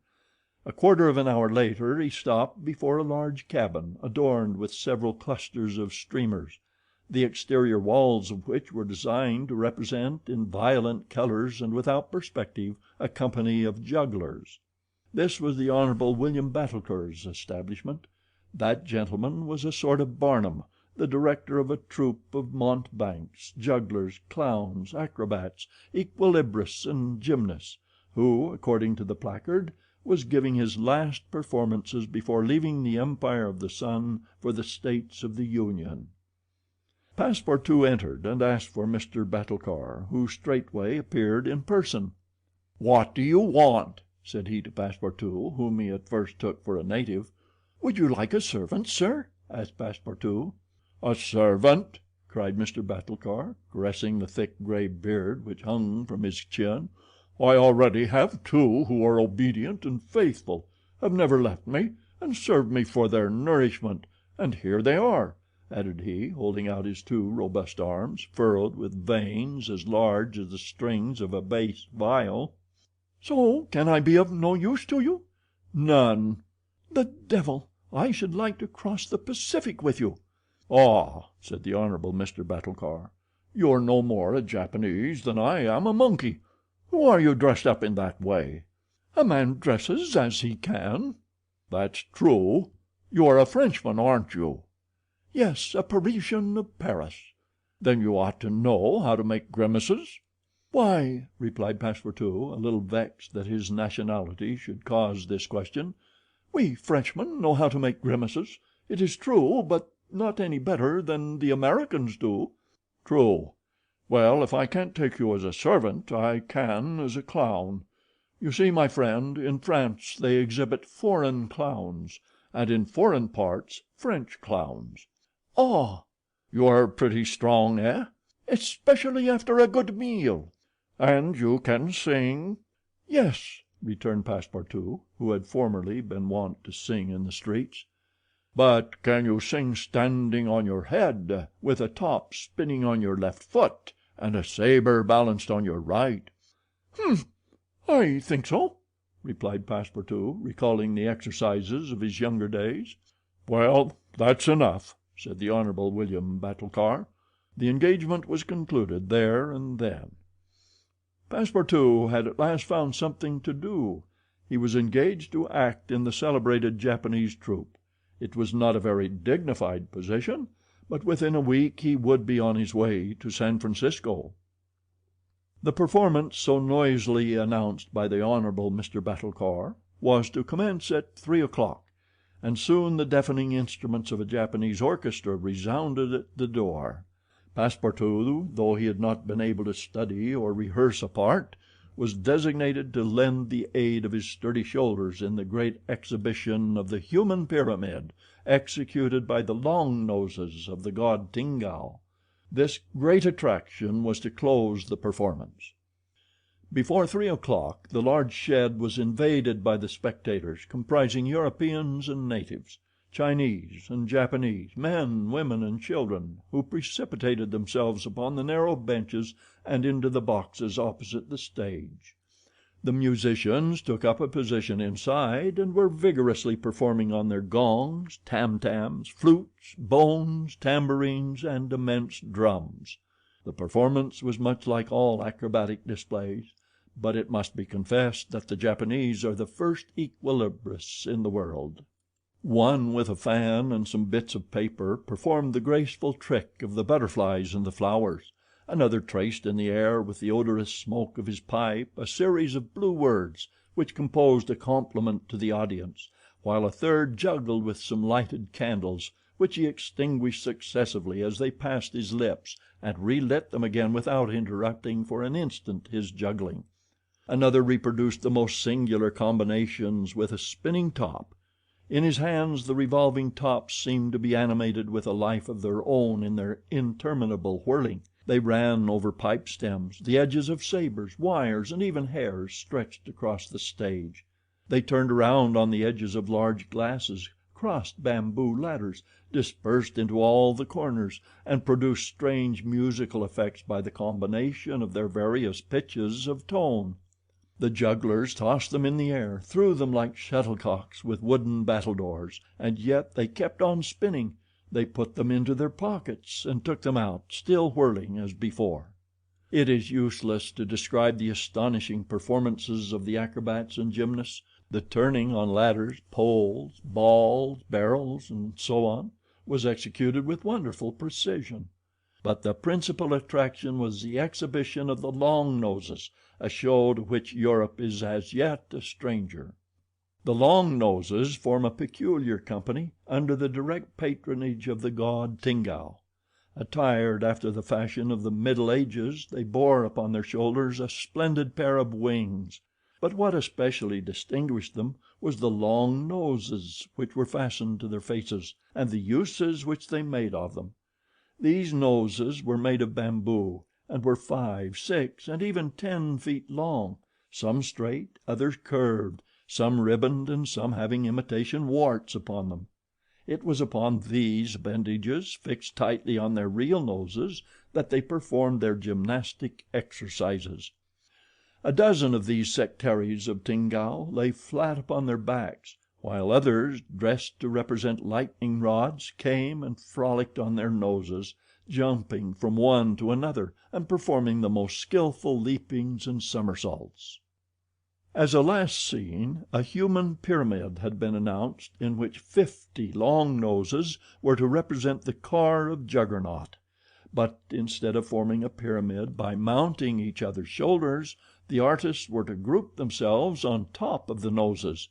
It happened that the performer who had hitherto formed the base of the car had quitted the troupe, and as, to fill this part, only strength and adroitness were necessary, Passepartout had been chosen to take his place. The poor fellow really felt sad when, melancholy reminiscence of his youth, he donned his costume, adorned with varicolored wings and fastened to his natural feature a false nose 6 feet long. But he cheered up when he thought that this nose was winning him something to eat. He went upon the stage and took his place beside the rest who were to compose the best of the car of Juggernaut. They all stretched themselves on the floor, their noses pointing to the ceiling.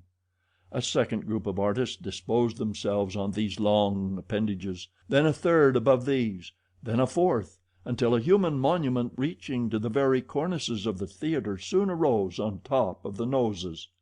This elicited loud applause, in the midst of which the orchestra was just striking up a deafening air, when the pyramid tottered, the balance was lost, one of the lower noses vanished from the pyramid, and the human monument was shattered like a castle built of cards. It was Passepartout's fault. Abandoning his position, clearing the footlights without the aid of his wings, and clambering up to the right-hand gallery, he fell at the feet of one of the spectators, crying: "Ah, my master! My master!" "You are here?" "Myself." "Very well, then let us go to the steamer, young man."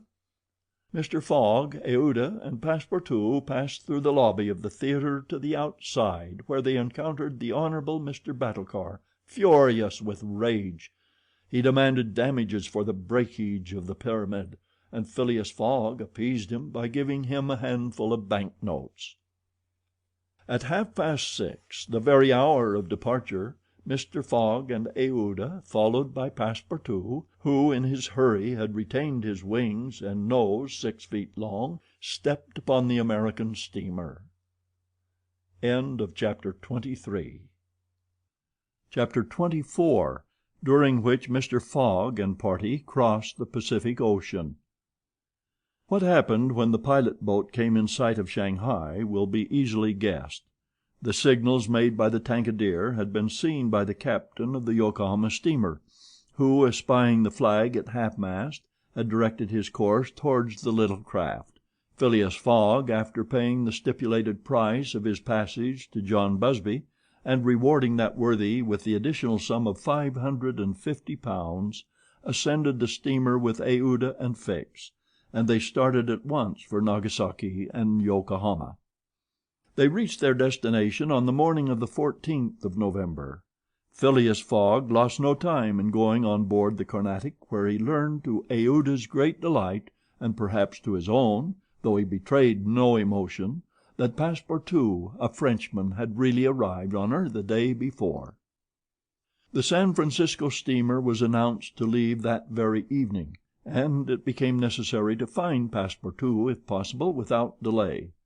Mr. Fogg applied in vain to the French and English consuls, and after wandering through the streets a long time, began to despair of finding his missing servant. Chance, or perhaps a kind of presentiment, at last led him into the Honorable Mr. Battlecor's theater.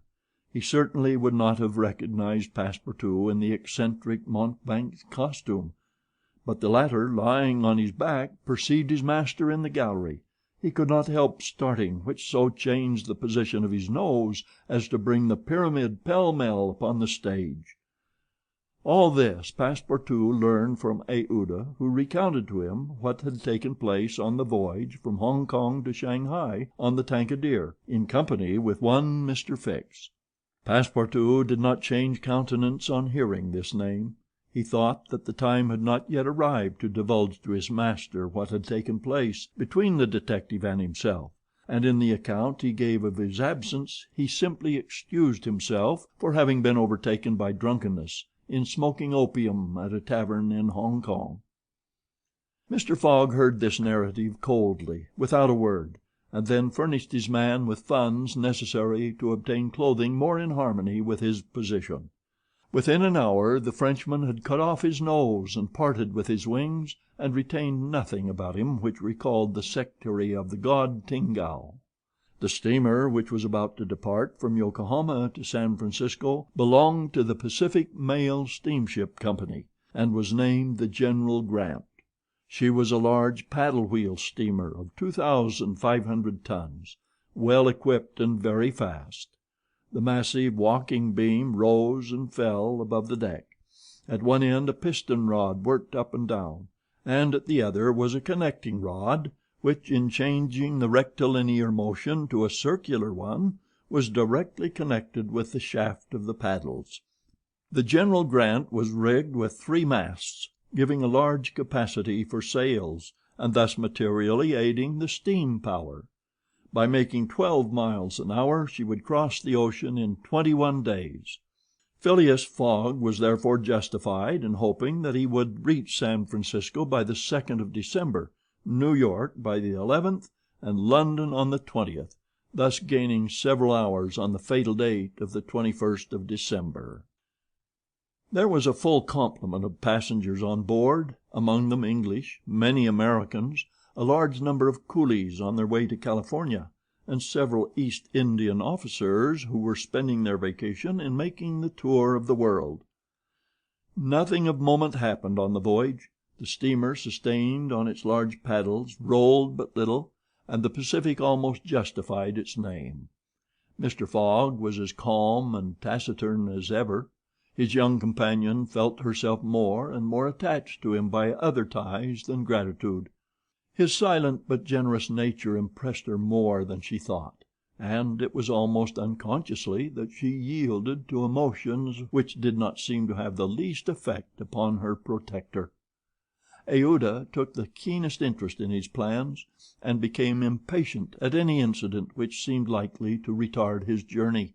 She often chatted with Passepartout, who did not fail to perceive the state of the lady's heart, and being the most faithful of domestics, he never exhausted his eulogies of Phileas Fogg's honesty, generosity, and devotion.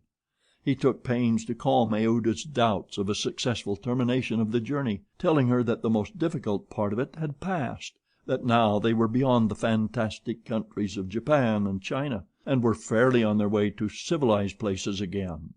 A railway train from San Francisco to New York, and a transatlantic steamer from New York to Liverpool, would doubtless bring them to the end of this impossible journey round the world within the period agreed upon. On the 9th day after leaving Yokohama, Phileas Fogg had traversed exactly 1/2 of the terrestrial globe. The General Grant passed on the 23rd of November the 180th meridian, and was at the very antipodes of London. Mr. Fogg had, it is true, exhausted 52 of the 80 days in which he was to complete the tour, and there were only 28 left. But though he was only halfway by the difference of meridians, he had really gone over 2/3 of the whole journey, for he had been obliged to make long circuits from London to Aden, from Aden to Bombay, from Calcutta to Singapore, and from Singapore to Yokohama. Could he have followed without deviation the 50th parallel, which is that of London, the whole distance would have only been about 12,000 miles, whereas he would be forced by the irregular methods of locomotion to traverse 26,000, of which he had, on the 23rd of November, accomplished 17,500. And now the course was a straight one, and Fix was no longer there to put obstacles in their way. It happened also on the 23rd of November that Passepartout made a joyful discovery. It will be remembered that the obstinate fellow had insisted on keeping his famous family watch at London time, and on regarding that of the countries he had passed through as quite false and unreliable. Now, on this day, though he had not changed the hands, he found that his watch exactly agreed with the ship's chronometers. His triumph was hilarious. He would have liked to know what Fix would say if he were aboard.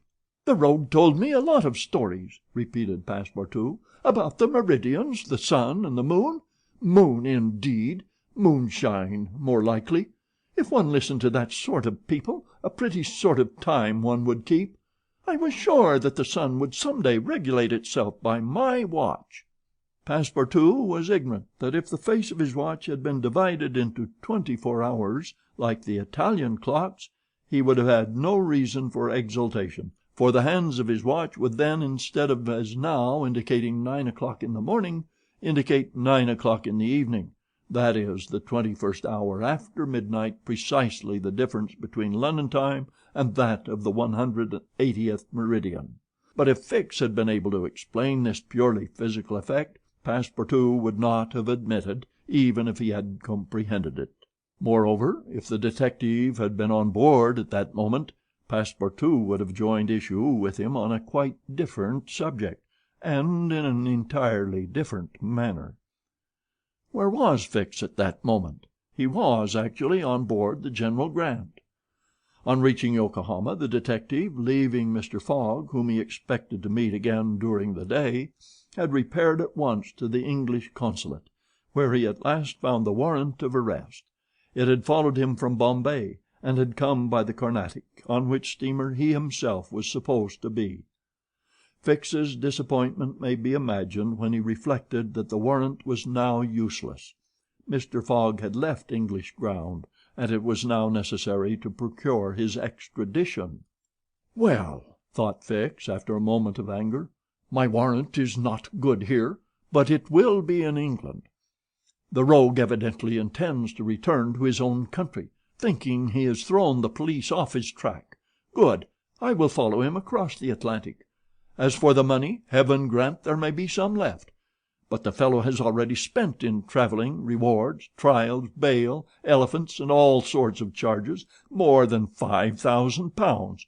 Yet, after all, the bank is rich." His course decided on, he went on board the General Grant, and was there when Mr. Fogg and Aouda arrived. To his utter amazement he recognized Passepartout, despite his theatrical disguise. He quickly concealed himself in his cabin to avoid an awkward explanation, and hoped, thanks to the number of passengers, to remain unperceived by Mr. Fogg's servant. On that very day, however, he met Passepartout face to face on the forward deck.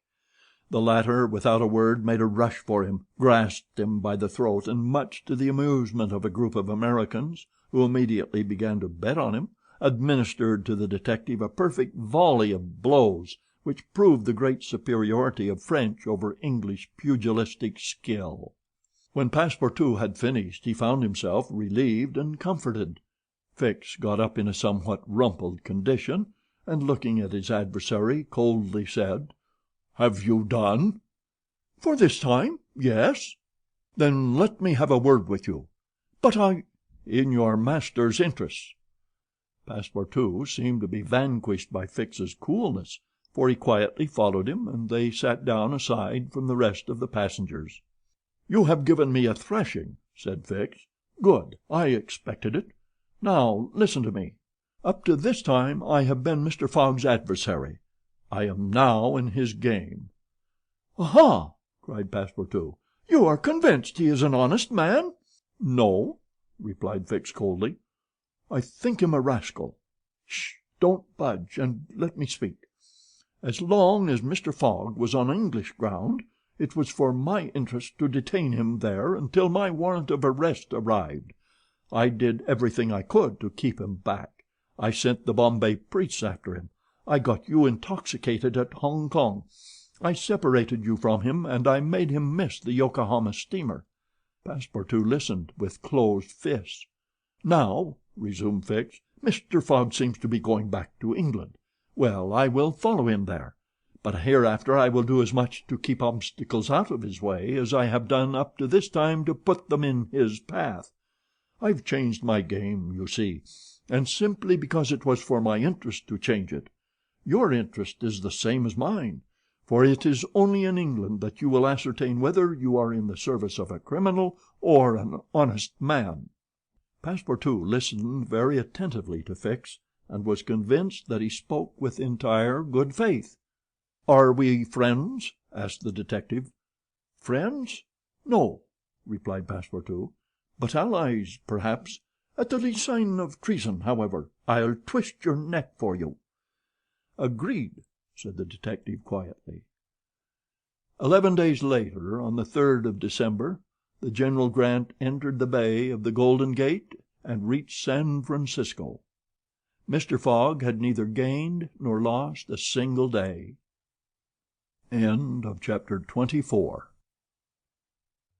Chapter 25, in which a slight glimpse is had of San Francisco. It was 7 in the morning when Mr. Fogg, Aouda, and Passepartout set foot upon the American continent, if this name can be given to the floating quay upon which they disembarked. These quays, rising and falling with the tide, thus facilitate the loading and unloading of vessels. Alongside them were clippers of all sizes, steamers of all nationalities, and the steamboats, with several decks rising one above the other, which ply on the Sacramento and its tributaries. There were also heaped up the products of a commerce which extends to Mexico, Chile, Peru, Brazil, Europe, Asia, and all the Pacific islands. Passepartout, in his joy on reaching at last the American continent, thought he would manifest it by executing a perilous vault in fine style, but tumbling upon some worm-eaten planks he fell through them.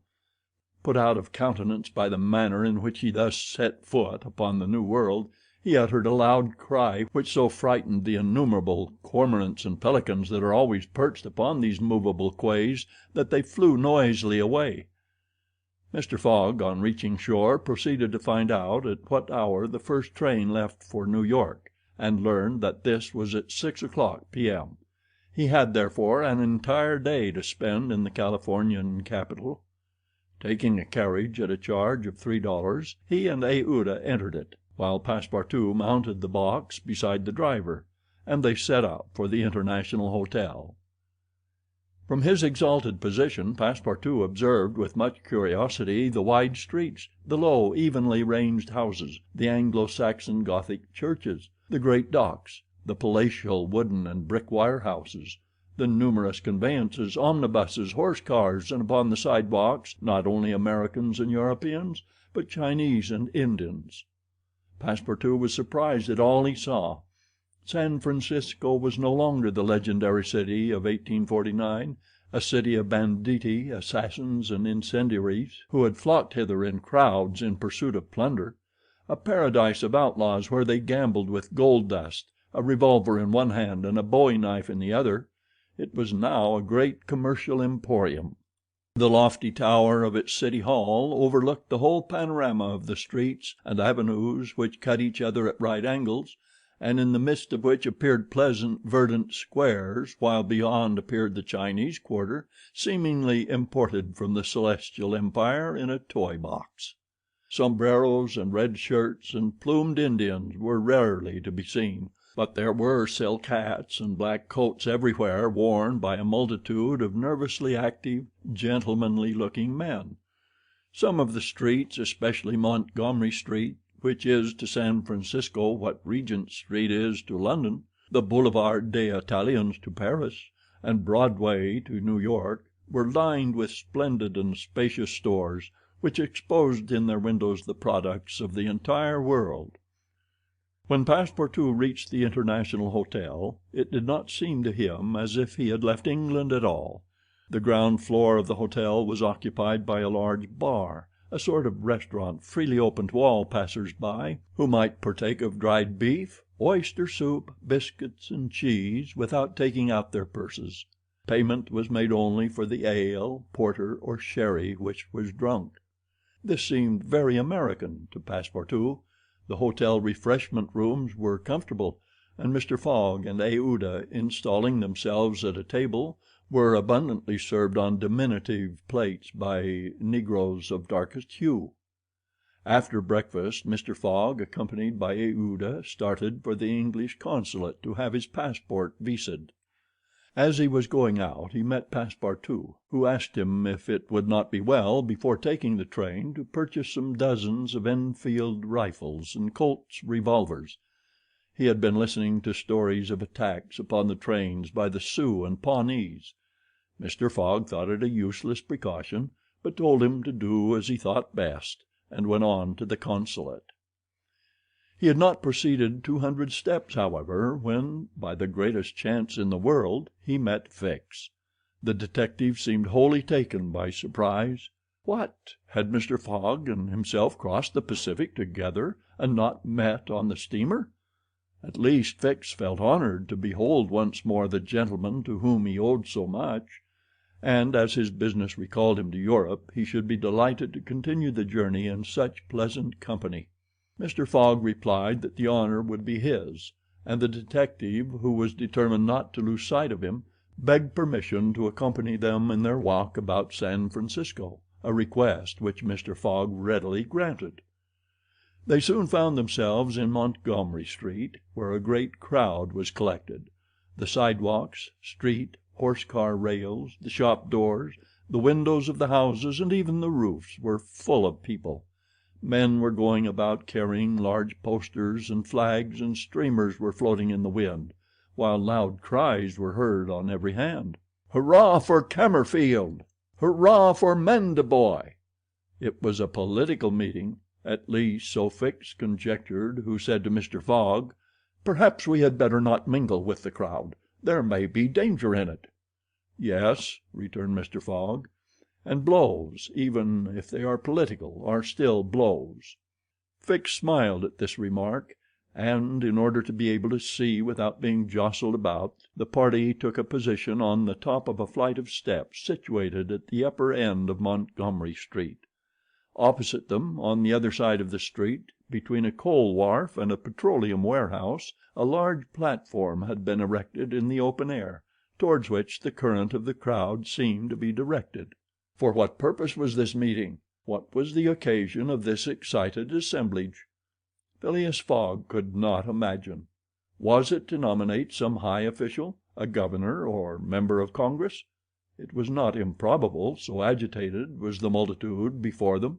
Just at this moment there was an unusual stir in the human mass. All the hands were raised in the air. Some, tightly closed, seemed to disappear suddenly in the midst of the cries, an energetic way, no doubt, of casting a vote. The crowd swayed back, the banners and flags wavered, disappeared an instant, and then reappeared in tatters. The undulations of the human surge reached the steps, while all the heads floundered on the surface like a sea agitated by a squall. Many of the black hats disappeared, and the greater part of the crowd seemed to have diminished in height.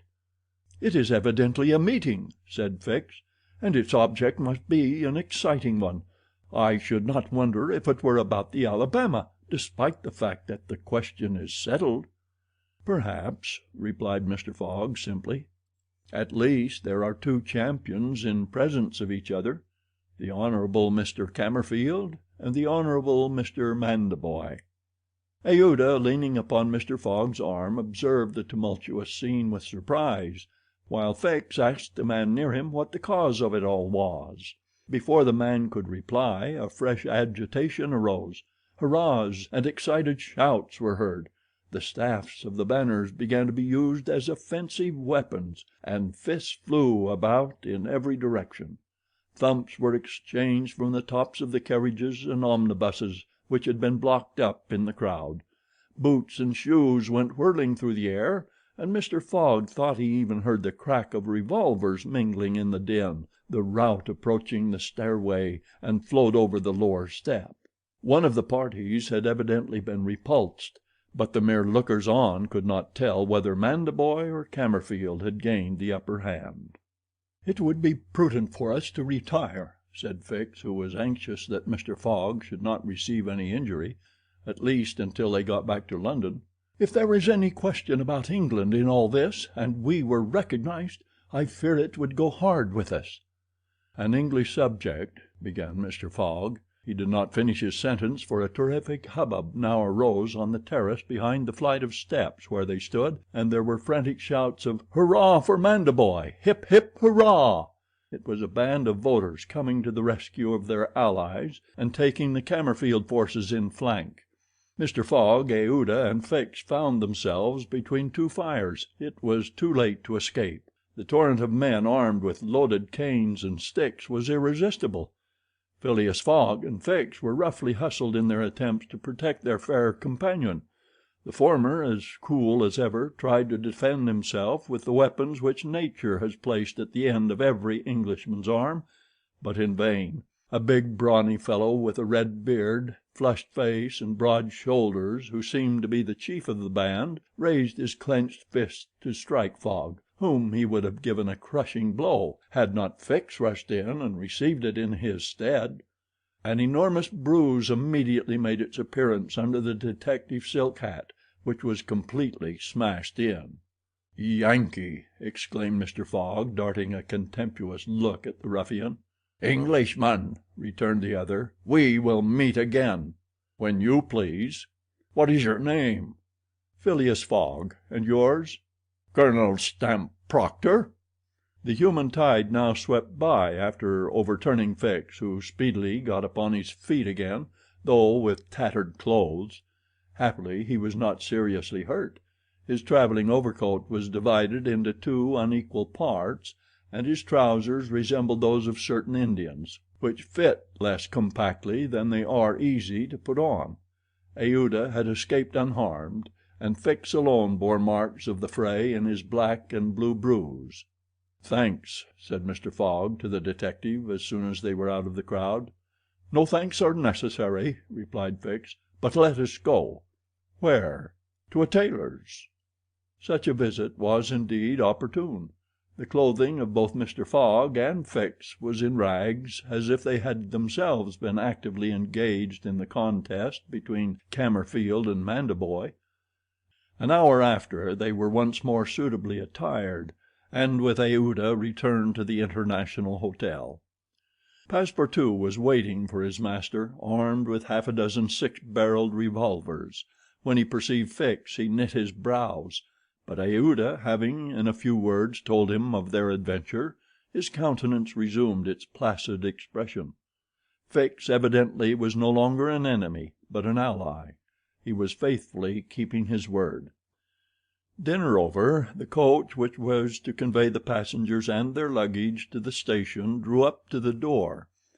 As he was getting in, Mr. Fogg said to Fix, "You have not seen this Colonel Proctor again?" "No." "I will come back to America to find him," said Phileas Fogg calmly. "It would not be right for an Englishman to permit himself to be treated in that way without retaliating." The detective smiled, but did not reply. It was clear that Mr. Fogg was one of those Englishmen who, while they do not tolerate dueling at home, fight abroad when their honor is attacked. At 6:15 the travelers reached the station and found the train ready to depart. As he was about to enter it, Mr. Fogg called a porter and said to him, "My friend, was there not some trouble today in San Francisco?" "It was a political meeting, sir," replied the porter. "But I thought there was a great deal of disturbance in the streets." "It was only a meeting assembled for an election." "The election of a general-in-chief, no doubt?" asked Mr. Fogg. "No, sir, of a justice of the peace." Phileas Fogg got into the train, which started off at full speed.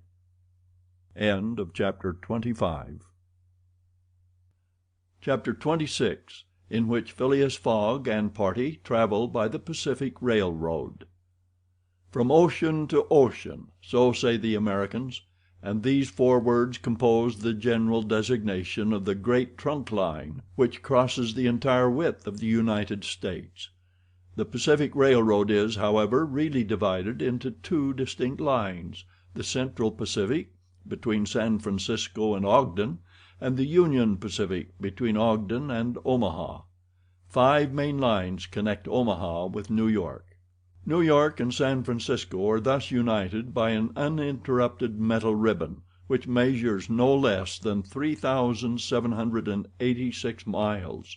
Between Omaha and the Pacific the railway crosses a territory which is still infested by Indians and wild beasts, and a large tract which the Mormons, after they were driven from Illinois in 1845, began to colonize. The journey from New York to San Francisco consumed formerly, under the most favorable conditions, at least 6 months. It is now accomplished in 7 days. It was in 1862 that, in spite of the Southern members of Congress who wished a more southerly route, it was decided to lay the road between the 41st and 42nd parallels. President Lincoln himself fixed the end of the line at Omaha, in Nebraska. The work was at once commenced and pursued with true American energy. Nor did the rapidity with which it went on injuriously affect its good execution.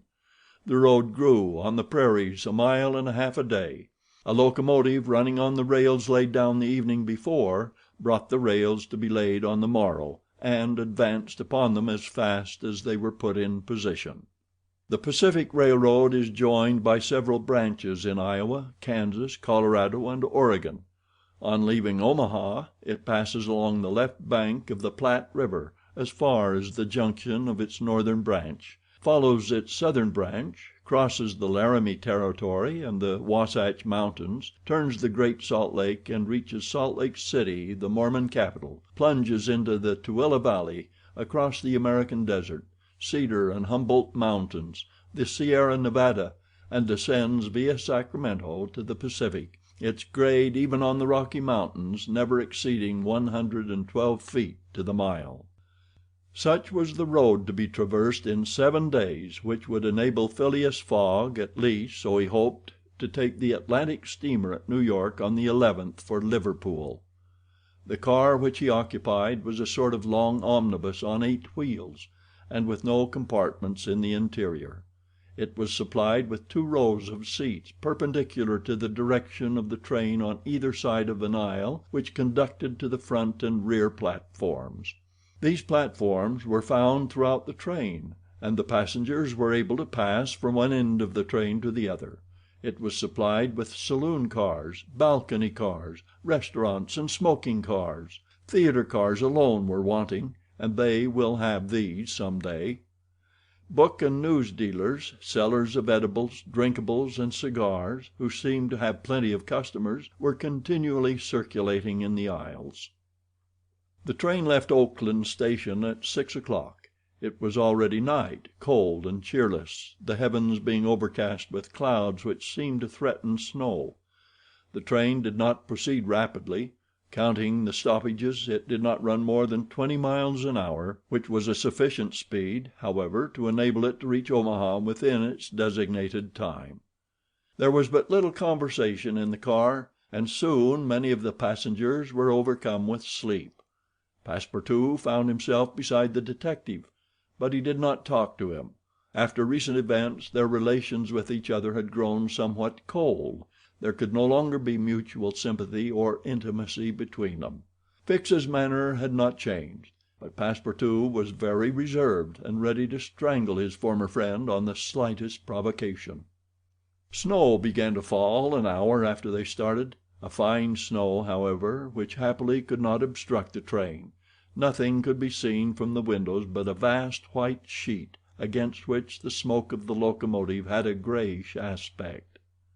At 8 o'clock a steward entered the car and announced that the time for going to bed had arrived, and in a few minutes the car was transformed into a dormitory. The backs of the seats were thrown back. Bedsteads carefully packed were rolled out by an ingenious system. Berths were suddenly improvised, and each traveler had soon at his disposition a comfortable bed, protected from curious eyes by thick curtains. The sheets were clean and the pillows soft. It only remained to go to bed and sleep, which everybody did, while the train sped on across the state of California. The country between San Francisco and Sacramento is not very hilly. The Central Pacific, taking Sacramento for its starting point, extends eastward to meet the road from Omaha. The line from San Francisco to Sacramento runs in a northeasterly direction along the American River, which empties into San Pablo Bay. The 120 miles between these cities were accomplished in 6 hours, and towards midnight, while fast asleep, the travelers passed through Sacramento, so that they saw nothing of that important place, the seat of the state government, with its fine quays, its broad streets, its noble hotels, squares, and churches. The train, on leaving Sacramento, passing the Junction, Rocklin, Auburn, and Colfax, entered the range of the Sierra Nevada. Cisco was reached at 7 in the morning, and an hour later the dormitory was transformed into an ordinary car, and the travelers could observe the picturesque beauties of the mountain region through which they were steaming. The railway track wound in and out among the passes, now approaching the mountain sides, now suspended over precipices, avoiding abrupt angles by bold curves, plunging into narrow defiles which seemed to have no outlet. The locomotive, its great funnel emitting a weird light, with its sharp bell and its cowcatcher extended like a spur, mingled its shrieks and bellowings with the noise of torrents and cascades, and twined its smoke among the branches of the gigantic pines. There were few or no bridges or tunnels on the route. The railway turned around the sides of the mountains, and did not attempt to violate nature by taking the shortest cut from one point to another. The train entered the state of Nevada through the Carson Valley about 9 o'clock, going always northeasterly, and at midday reached Reno, where there was a delay of 20 minutes for breakfast. From this point the road, running along Humboldt River, passed northward for several miles by its banks. Then it turned eastward and kept by the river until it reached the Humboldt Range, nearly at the extreme eastern limit of Nevada. Having breakfasted, Mr. Fogg and his companions resumed their places in the car, and observed the varied landscape which unfolded itself as they passed along the vast prairies, the mountains lining the horizon, and the creeks with their frothy, foaming streams. Sometimes a great herd of buffaloes, massing together in the distance, seemed like a movable dam. These innumerable multitudes of ruminating beasts often form an insurmountable obstacle to the passage of the trains. Thousands of them have been seen passing over the track for hours together in compact ranks. The locomotive is then forced to stop and wait till the road is once more clear. This happened, indeed, to the train in which Mr. Fogg was traveling. About 12 o'clock a troop of 10 or 12,000 head of buffalo encumbered the track. The locomotive, slackening its speed, tried to clear the way with its cowcatcher, but the mass of animals was too great. The buffaloes marched along with a tranquil gait, uttering now and then deafening bellowings. There was no use of interrupting them, for, having taken a particular direction, nothing can moderate and change their course. It is a torrent of living flesh which no dam could contain. The travelers gazed on this curious spectacle from the platforms, but Phileas Fogg, who had the most reason of all to be in a hurry, remained in his seat and waited philosophically until it should please the buffaloes to get out of the way. Passepartout was furious at the delay they occasioned, and longed to discharge his arsenal of revolvers upon them. "What a country!" cried he. "Mere cattle stop the trains and go by in a procession, just as if they were not impeding travel. Parbleu! I should like to know if Mr. Fogg foresaw this mishap in his programme. And here's an engineer who doesn't dare to run the locomotive into this herd of beasts." The engineer did not try to overcome the obstacle, and he was wise. He would have crushed the first buffaloes, no doubt, with the cowcatcher, but the locomotive, however powerful, would soon have been checked. The train would inevitably have been thrown off the track, and would then have been helpless. The best course was to wait patiently and regain the lost time by greater speed when the obstacle was removed. The procession of buffaloes lasted 3 full hours, and it was night before the track was clear. The last ranks of the herd were now passing over the rails, while the first had already disappeared below the southern horizon. It was 8 o'clock when the train passed through the defiles of the Humboldt Range, and 9:30 when it penetrated Utah, the region of the Great Salt Lake, the singular colony of the Mormons. Chapter 26. Chapter 27, in which Passepartout undergoes, at a speed of 20 miles an hour, a course of Mormon history. During the night of the 5th of December, the train ran southeasterly for about 50 miles, then rose an equal distance in a northeasterly direction towards the Great Salt Lake. Passepartout, about 9 o'clock, went out upon the platform to take the air. The weather was cold, the heavens gray, but it was not snowing. The sun's disk, enlarged by the mist, seemed an enormous ring of gold, and Passepartout was amusing himself by calculating its value in pounds sterling, when he was diverted from this interesting study by a strange-looking personage who made his appearance on the platform. This personage, who had taken the train at Elko, was tall and dark, with black mustache, black stockings, a black silk hat, a black waistcoat, black trousers, a white cravat, and dogskin gloves.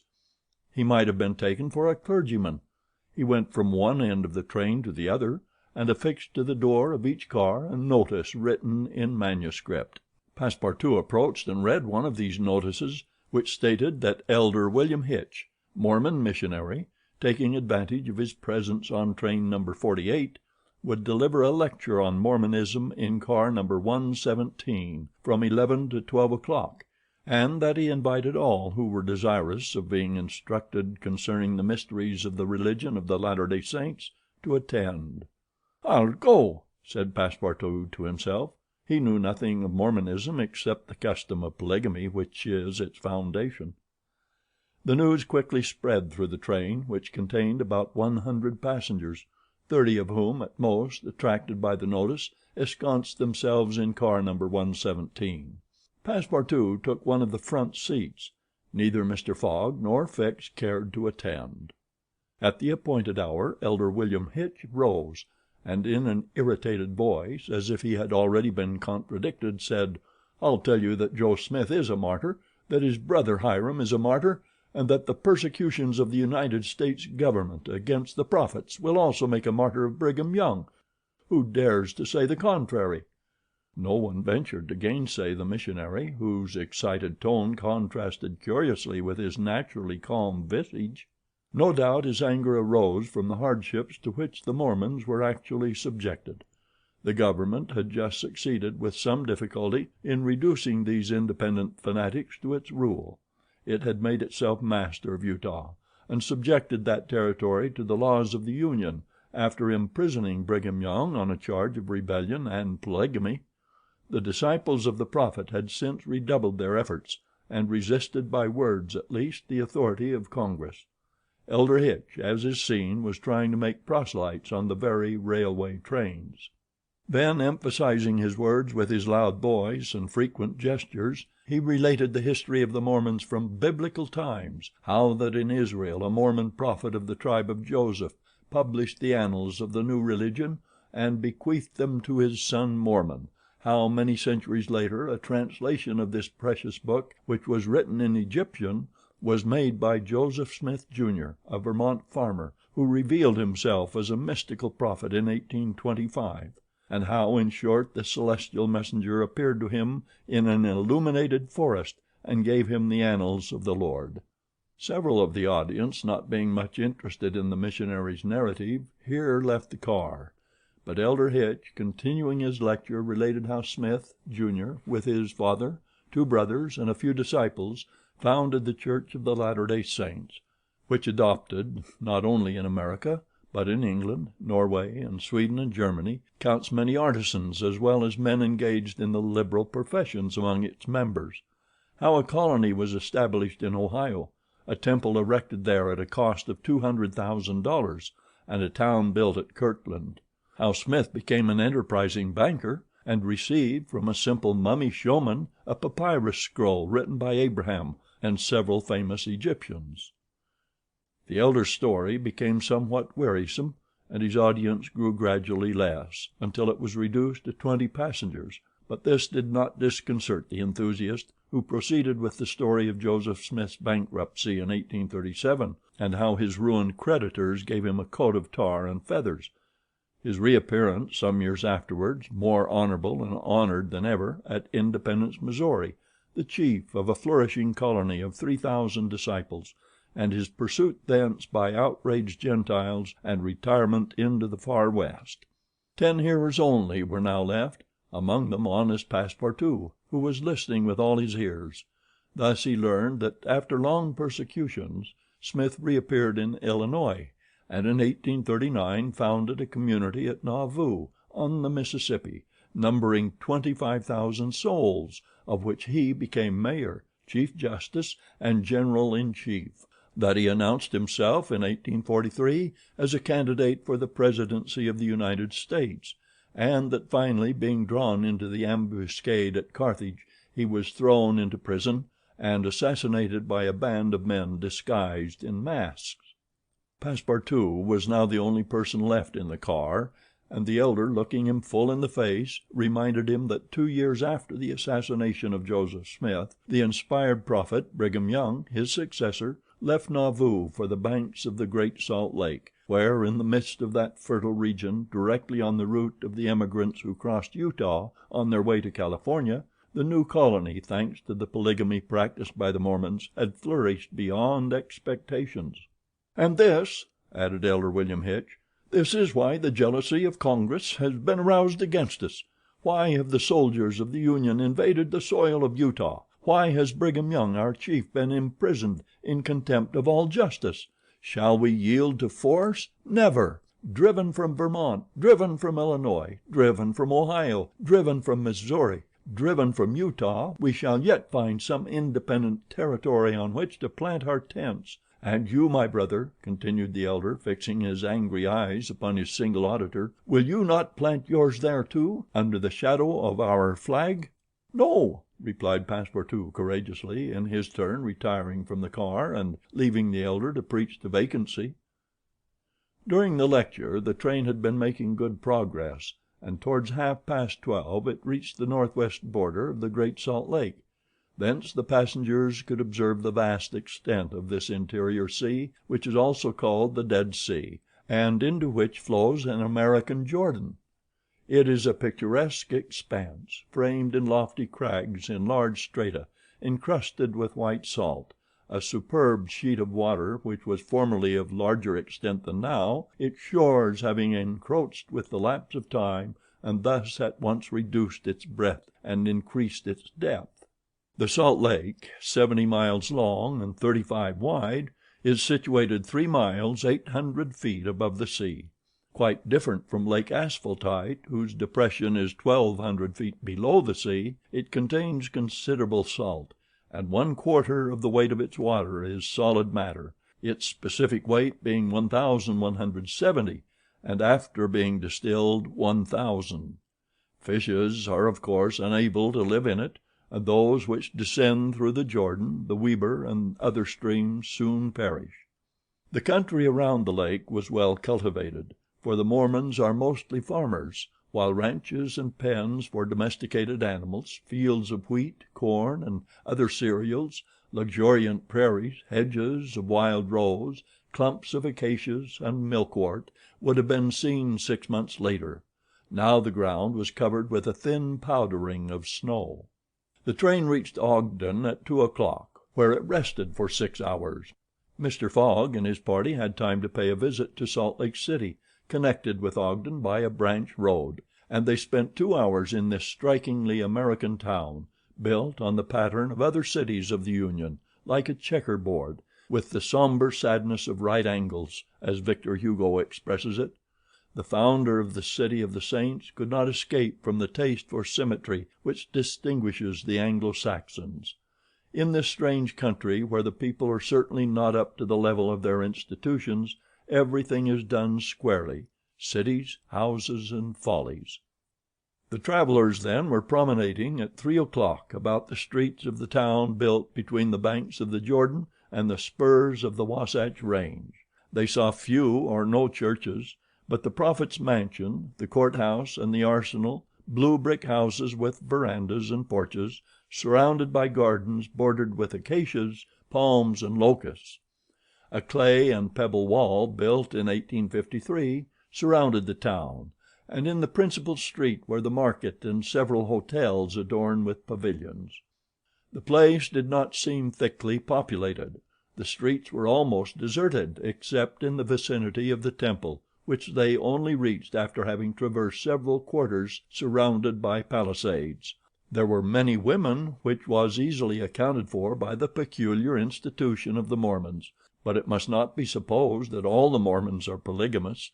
They are free to marry or not as they please, but it is worth noting that it is mainly the female citizens of Utah who are anxious to marry, as, according to the Mormon religion, maiden ladies are not admitted to the possession of its highest joys. These poor creatures seemed to be neither well off nor happy. Some, the more well to do no doubt, wore short, open, black silk dresses under a hood or modest shawl. Others were habited in Indian fashion. Passepartout could not behold without a certain fright these women, charged in groups with conferring happiness on a single Mormon. His common sense pitied, above all, the husband. It seemed to him a terrible thing to have to guide so many wives at once across the vicissitudes of life, and to conduct them, as it were, in a body to the Mormon paradise, with the prospect of seeing them in the company of the glorious Smith, who doubtless was the chief ornament of that delightful place to all eternity. He felt decidedly repelled from such a vocation, and he imagined, perhaps he was mistaken, that the fair ones of Salt Lake City cast rather alarming glances on his person. Happily his stay there was but brief. At 4 the party found themselves again at the station, took their places in the train, and the whistle sounded for starting. Just at the moment, however, that the locomotive wheels began to move, cries of "Stop! Stop!" were heard. Trains, like time and tide, stopped for no one. The gentleman who uttered the cries was evidently a belated Mormon. He was breathless with running. Happily for him, the station had neither gates nor barriers. He rushed along the track, jumped on the rear platform of the train, and fell exhausted into one of the seats. Passepartout, who had been anxiously watching this amateur gymnast, approached him with lively interest, and learned that he had taken flight after an unpleasant domestic scene. When the Mormon had recovered his breath, Passepartout ventured to ask him politely how many wives he had, for from the manner in which he had decamped it might be thought that he had 20 at least. "One, sir," replied the Mormon, raising his arms heavenward. "One, and that was enough."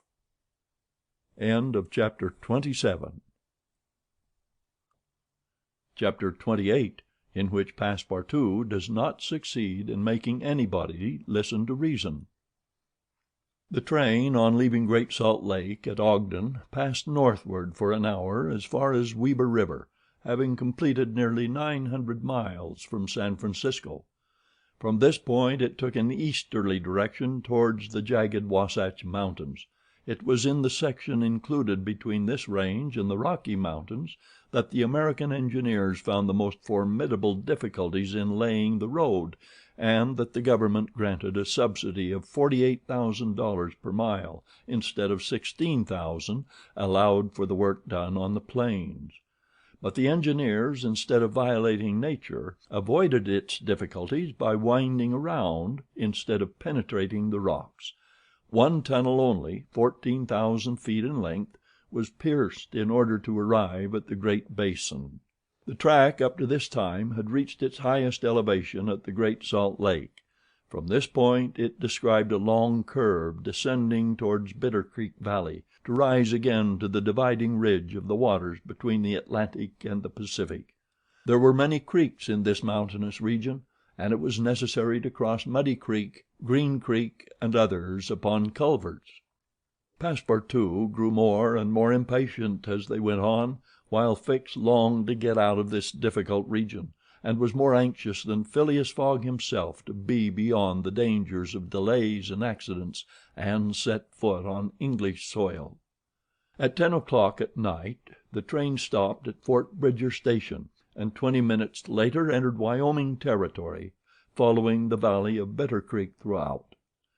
The next day, 7 December, they stopped for a quarter of an hour at Green River Station. Snow had fallen abundantly during the night, but being mixed with rain it had half melted and did not interrupt their progress. The bad weather, however, annoyed Passepartout, for the accumulation of snow by blocking the wheels of the cars would certainly have been fatal to Mr. Fogg's tour. "What an idea!"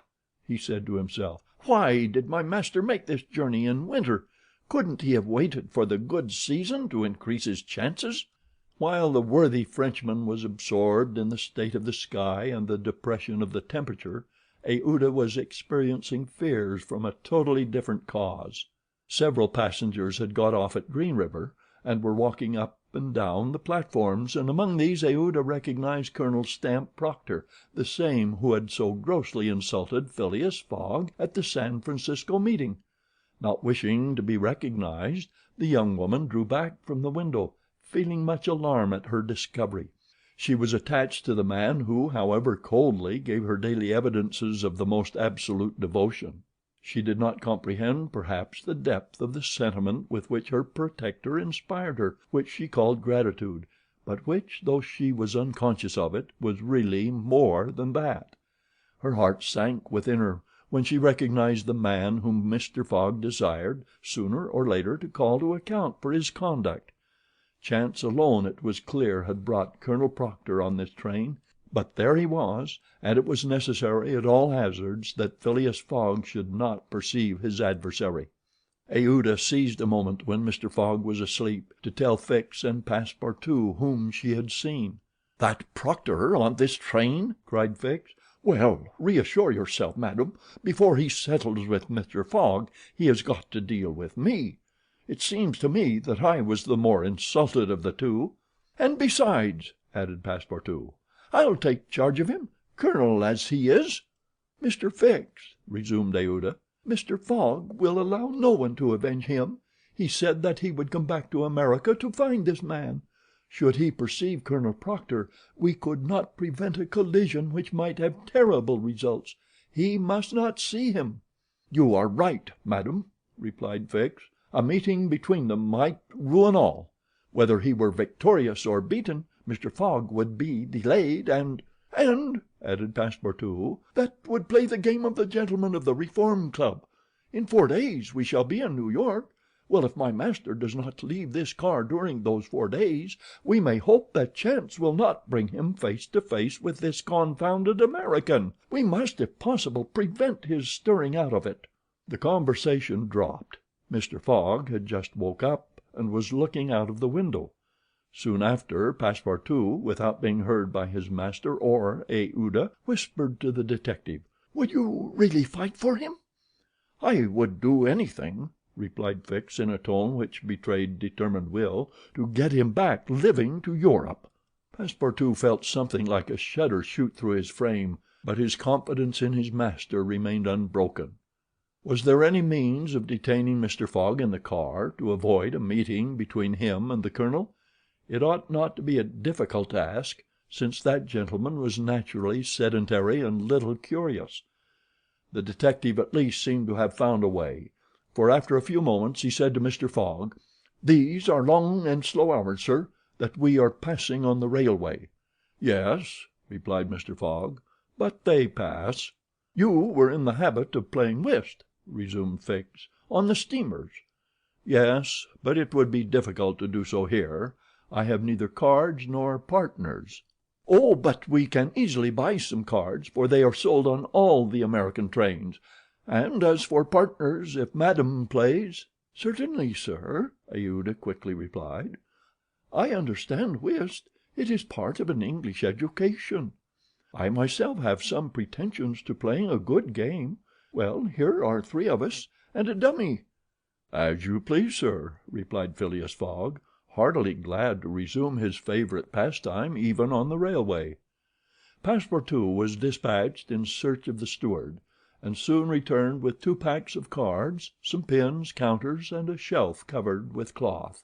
The game commenced. Aouda understood whist sufficiently well, and even received some compliments on her playing from Mr. Fogg. As for the detective, he was simply an adept, and worthy of being matched against his present opponent. "Now," thought Passepartout, "we've got him. He won't budge." At 11 in the morning the train had reached the dividing ridge of the waters at Bridger Pass, 7,524 feet above the level of the sea, one of the highest points attained by the track in crossing the Rocky Mountains. After going about 200 miles, the travelers at last found themselves on one of those vast plains which extend to the Atlantic, and which nature has made so propitious for laying the iron road. On the declivity of the Atlantic basin the first streams, branches of the North Platte River, already appeared. The whole northern and eastern horizon was bounded by the immense semicircular curtain which is formed by the southern portion of the Rocky Mountains, the highest being Laramie Peak. Between this and the railway extended vast plains, plentifully irrigated. On the right rose the lower spurs of the mountainous mass which extends southward to the sources of the Arkansas River, one of the great tributaries of the Missouri. At 12:30 the travelers caught sight for an instant of Fort Halleck, which commands that section, and in a few more hours the Rocky Mountains were crossed. There was reason to hope then that no accident would mark the journey through this difficult country. The snow had ceased falling, and the air became crisp and cold. Large birds, frightened by the locomotive, rose and flew off in the distance. No wild beast appeared on the plain. It was a desert in its vast nakedness. After a comfortable breakfast served in the car, Mr. Fogg and his partners had just resumed whist, when a violent whistling was heard, and the train stopped. Passepartout put his head out of the door, but saw nothing to cause the delay. No station was in view. Aouda and Fix feared that Mr. Fogg might take it into his head to get out, but that gentleman contented himself with saying to his servant, "See what is the matter." Passepartout rushed out of the car. 30 or 40 passengers had already descended, amongst them Colonel Stamp Proctor. The train had stopped before a red signal which blocked the way. The engineer and conductor were talking excitedly with a signalman, whom the station master at Medicine Bow, the next stopping place, had sent on before. The passengers drew around and took part in the discussion, in which Colonel Proctor, with his insolent manner, was conspicuous. Passepartout, joining the group, heard the signalman say, "No, you can't pass. The bridge at Medicine Bow is shaky and would not bear the weight of the train." This was a suspension bridge thrown over some rapids about a mile from the place where they now were. According to the signalman, it was in a ruinous condition, several of the iron wires being broken, and it was impossible to risk the passage. He did not in any way exaggerate the condition of the bridge. It may be taken for granted that, rash as the Americans usually are, when they are prudent there is good reason for it. Passepartout, not daring to apprise his master of what he heard, listened with set teeth, immovable as a statue. Cried Colonel Proctor. "But we are not going to stay here, I imagine, and take root in the snow." "Colonel," replied the conductor, "we have telegraphed to Omaha for a train, but it is not likely that it will reach Medicine Bow in less than 6 hours." "6 hours!" cried Passepartout. "Certainly," returned the conductor. "Besides, it will take us as long as that to reach Medicine Bow on foot." "But it is only a mile from here," said one of the passengers. "Yes, but it's on the other side of the river." "And we can't cross that in a boat?" asked the colonel. "That's impossible. The creek is swelled by the rains. It is a rapid, and we shall have to make a circuit of 10 miles to the north to find a ford." The colonel launched a volley of oaths, denouncing the railway company and the conductor, and Passepartout, who was furious, was not disinclined to make common cause with him. Here was an obstacle indeed which all his master's banknotes could not remove. There was a general disappointment among the passengers, who, without reckoning the delay, saw themselves compelled to trudge 15 miles over a plain covered with snow. They grumbled and protested, and would certainly have thus attracted Phileas Fogg's attention if he had not been completely absorbed in his game. Passepartout found that he could not avoid telling his master what had occurred, and with hanging head he was turning towards the car when the engineer, a true Yankee named Forster, called out: "Gentlemen, perhaps there is a way, after all, to get over." "On the bridge?" asked a passenger. "On the bridge." "With our train?" "With our train." Passepartout stopped short and eagerly listened to the engineer. "But the bridge is unsafe," urged the conductor. "No matter," replied Forster. "I think that by putting on the very highest speed we might have a chance of getting over." "The devil!" muttered Passepartout. But a number of the passengers were at once attracted by the engineer's proposal, and Colonel Proctor was especially delighted, and found the plan a very feasible one. He told stories about engineers leaping their trains over rivers without bridges, by putting on full steam, and many of those present avowed themselves of the engineer's mind. "We have 50 chances out of 100 of getting over," said one. 80, 90. Passepartout was astonished, and though ready to attempt anything to get over Medicine Creek, thought the experiment proposed a little too American. "Besides," thought he, "there's still a more simple way, and it does not even occur to any of these people. Sir," said he aloud to one of the passengers, "the engineer's plan seems to me a little dangerous, but—" "80 chances," replied the passenger, turning his back on him.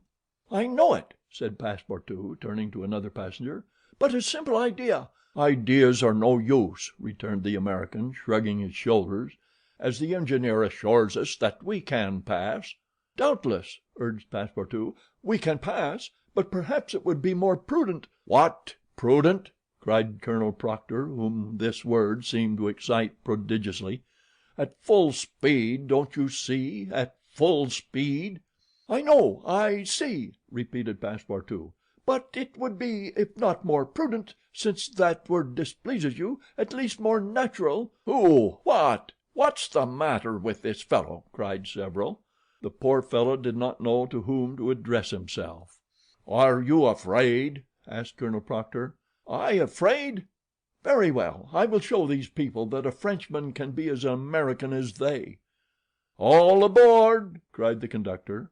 "Yes, all aboard," repeated Passepartout, and immediately. "But they can't prevent me from thinking that it would be more natural for us to cross the bridge on foot and let the train come after." But no one heard this sage reflection, nor would anyone have acknowledged its justice. The passengers resumed their places in the cars. Passepartout took his seat without telling what had passed. The whist players were quite absorbed in their game. The locomotive whistled vigorously. The engineer, reversing the steam, backed the train for nearly a mile, retiring like a jumper in order to take a longer leap. Then, with another whistle, he began to move forward. The train increased its speed, and soon its rapidity became frightful. A prolonged screech issued from the locomotive. The piston worked up and down 20 strokes to the second. They perceived that the whole train, rushing on at the rate of 100 miles an hour, hardly bore upon the rails at all. And they passed over! It was like a flash. No one saw the bridge. The train leaped, so to speak, from one bank to the other, and the engineer could not stop it until it had gone 5 miles beyond the station. But scarcely had the train passed the river when the bridge, completely ruined, fell with a crash into the rapids of Medicine Bow.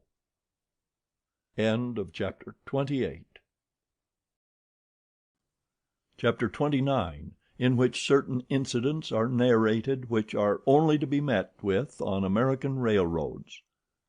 The train pursued its course that evening without interruption, passing Fort Saunders, crossing Cheyenne Pass, and reaching Evans Pass.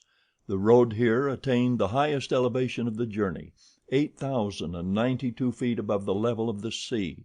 The travelers had now only to descend to the Atlantic by limitless plains, leveled by nature. A branch of the Grand Trunk led off southward to Denver, the capital of Colorado. The country round about is rich in gold and silver, and more than 50,000 inhabitants are already settled there. 1,382 miles had been passed over from San Francisco in 3 days and 3 nights. 4 days and nights more would probably bring them to New York. Phileas Fogg was not as yet behindhand. During the night Camp Walbach was passed on the left. Lodge Pole Creek ran parallel with the road, marking the boundary between the territories of Wyoming and Colorado. They entered Nebraska at 11, passed near Sedgwick, and touched at Julesburg on the southern branch of the Platte River. It was here that the Union Pacific Railroad was inaugurated on the 23rd of October, 1867, by the chief engineer, General Dodge. 2 powerful locomotives carrying 9 cars of invited guests, amongst whom was Thomas C. Durant, vice president of the road, stopped at this point. Cheers were given, the Sioux and Pawnees performed an imitation Indian battle, fireworks were let off, and the first number of the Railway Pioneer was printed by a press brought on the train. Thus was celebrated the inauguration of this great railroad, a mighty instrument of progress and civilization, thrown across the desert and destined to link together cities and towns which do not yet exist. The whistle of the locomotive, more powerful than Amphion's lyre, was about to bid them rise from American soil.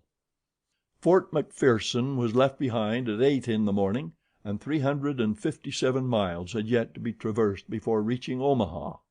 The road followed the capricious windings of the southern branch of the Platte River on its left bank.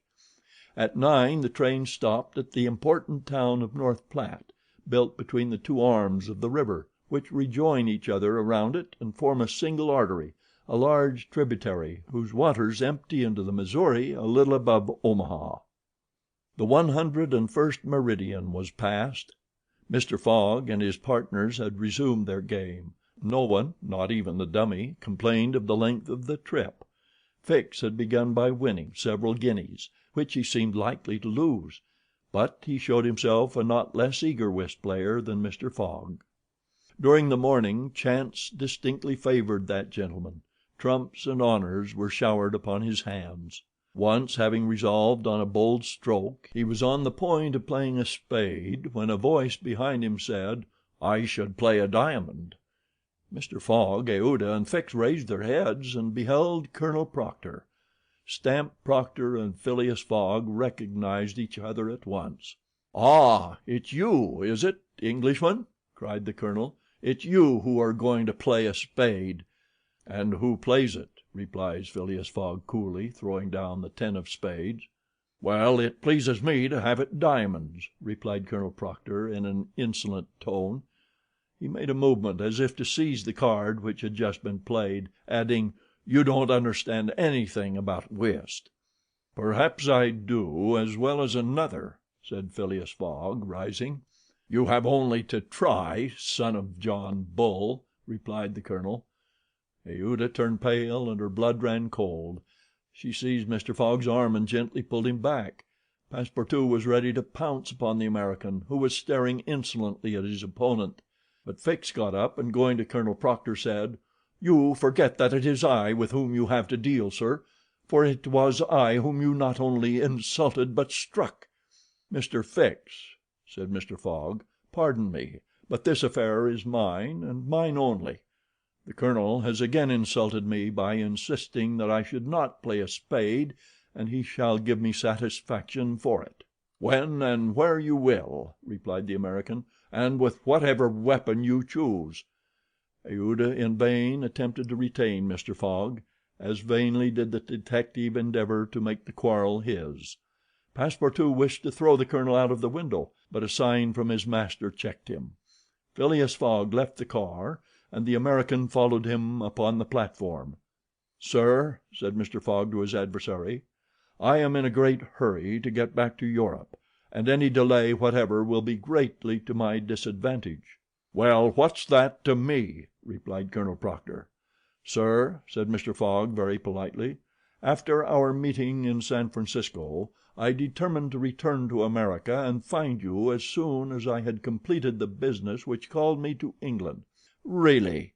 "Will you appoint a meeting for 6 months hence?" "Why not 10 years hence?"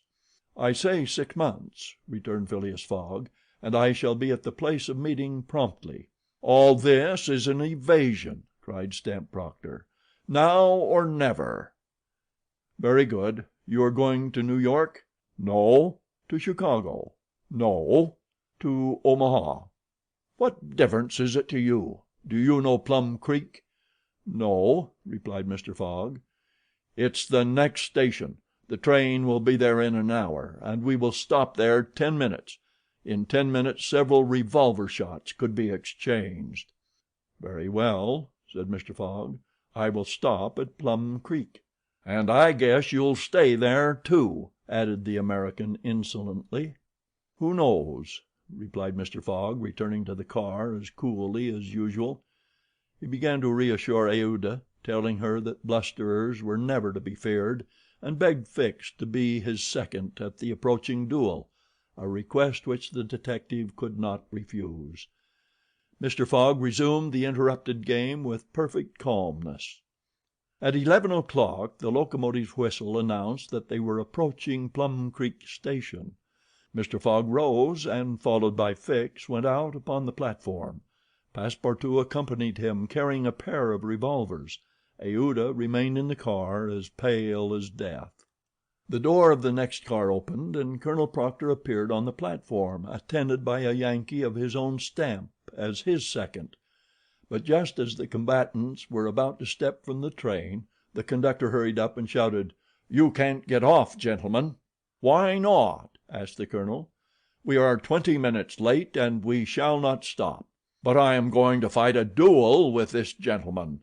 "I am sorry," said the conductor, "but we shall be off at once. There's the bell ringing now." The train started. "I'm really very sorry, gentlemen," said the conductor. "Under any other circumstances I should have been happy to oblige you; but after all, as you have not had time to fight here, why not fight as we go along?" "That wouldn't be convenient, perhaps, for this gentleman," said the colonel in a jeering tone. "It would be perfectly so," replied Phileas Fogg. "Well, are we really in America?" thought Passepartout, "and the conductor is a gentleman of the first order." So muttering, he followed his master. The two combatants, their seconds, and the conductor passed through the cars to the rear of the train. The last car was only occupied by a dozen passengers, whom the conductor politely asked if they would not be so kind as to leave it vacant for a few moments, as two gentlemen had an affair of honor to settle. The passengers granted the request with alacrity and straightway disappeared on the platform. The car, which was some 50 feet long, was very convenient for their purpose. The adversaries might march on each side in the aisle and fire at their ease. Never was duel more easily arranged. Mr. Fogg and Colonel Proctor, each provided with 2 6-barreled revolvers, entered the car. The seconds remaining outside shut them in.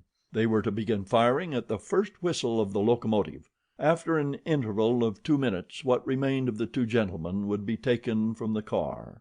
Nothing could be more simple. Indeed, it was all so simple that Fix and Passepartout felt their hearts beating as if they would crack.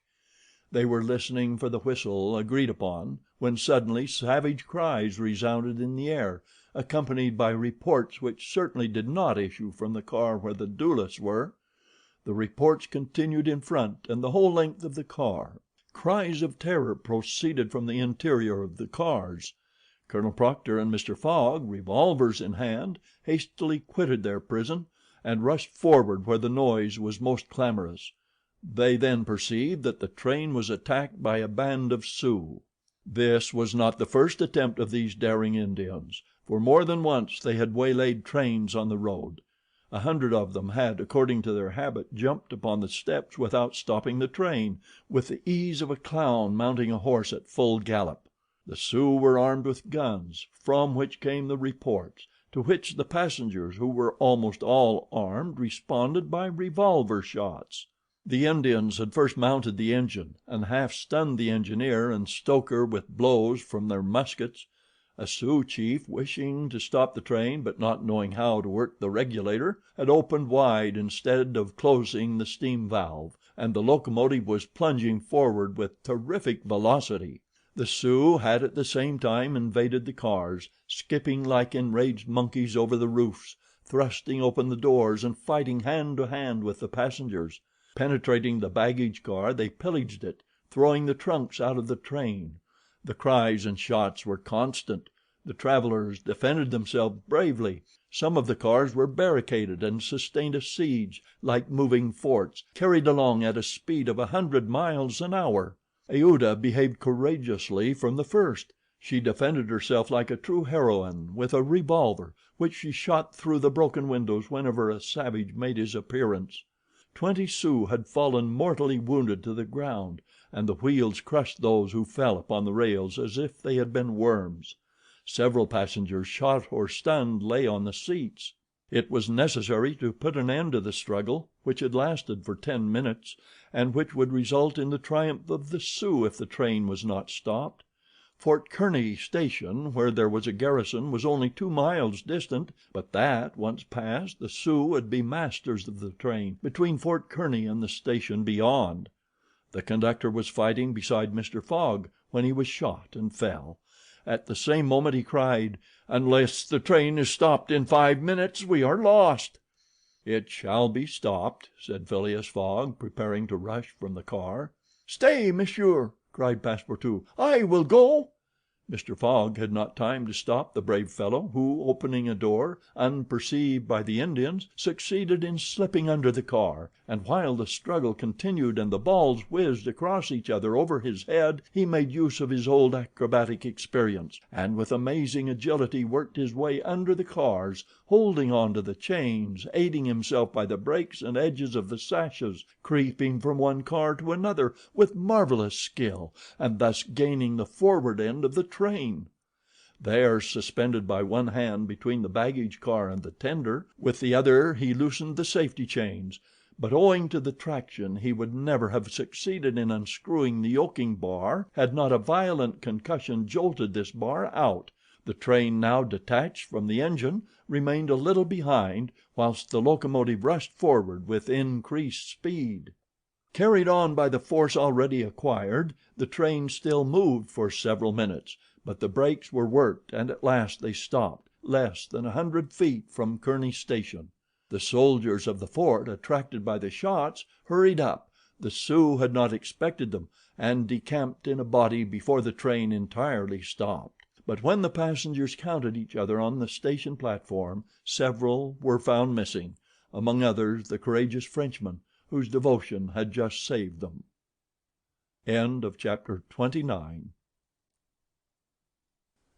Chapter 30, in which Phileas Fogg simply does his duty. 3 passengers, including Passepartout, had disappeared. Had they been killed in the struggle? Were they taken prisoners by the Sioux? It was impossible to tell. There were many wounded, but none mortally. Colonel Proctor was one of the most seriously hurt. He had fought bravely, and a ball had entered his groin. He was carried into the station with the other wounded passengers to receive such attention as could be of avail. Aouda was safe, and Phileas Fogg, who had been in the thickest of the fight, had not received a scratch. Fix was slightly wounded in the arm, but Passepartout was not to be found, and tears coursed down Aouda's cheeks. All the passengers had got out of the train, the wheels of which were stained with blood. From the tires and spokes hung ragged pieces of flesh. As far as the eye could reach on the white plain behind, red trails were visible. The last Sioux were disappearing in the south, along the banks of Republican River. Mr. Fogg, with folded arms, remained motionless.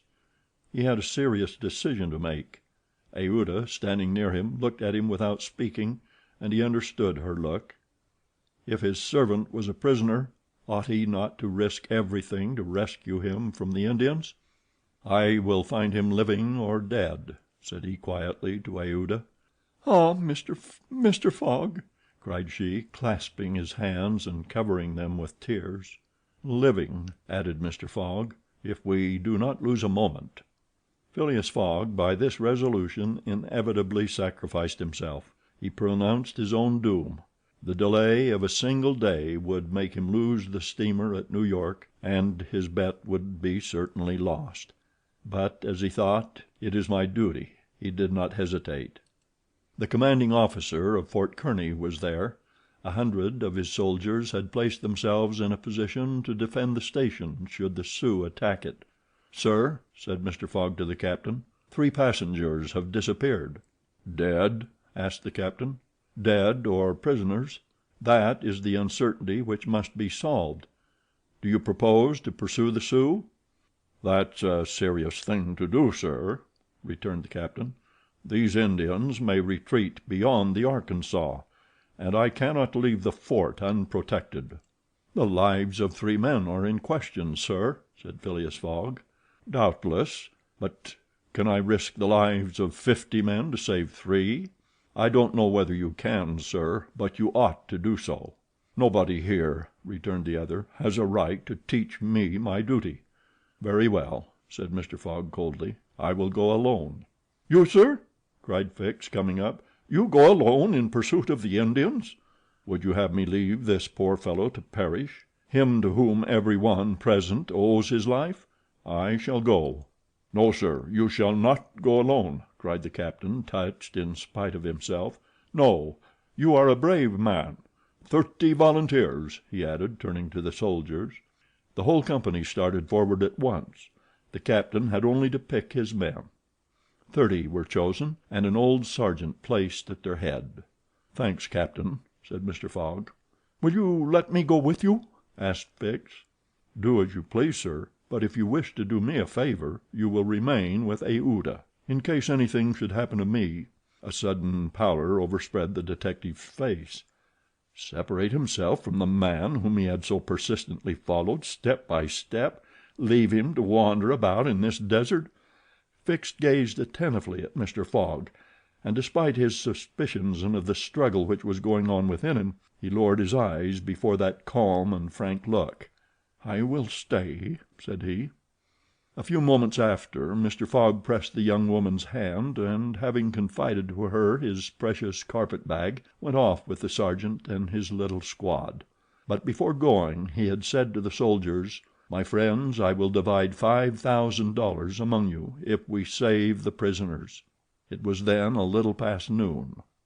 Aouda retired to a waiting room, and there she waited alone, thinking of the simple and noble generosity, the tranquil courage of Phileas Fogg. He had sacrificed his fortune, and was now risking his life, all without hesitation, from duty, in silence. Fix did not have the same thoughts, and could scarcely conceal his agitation. He walked feverishly up and down the platform, but soon resumed his outward composure.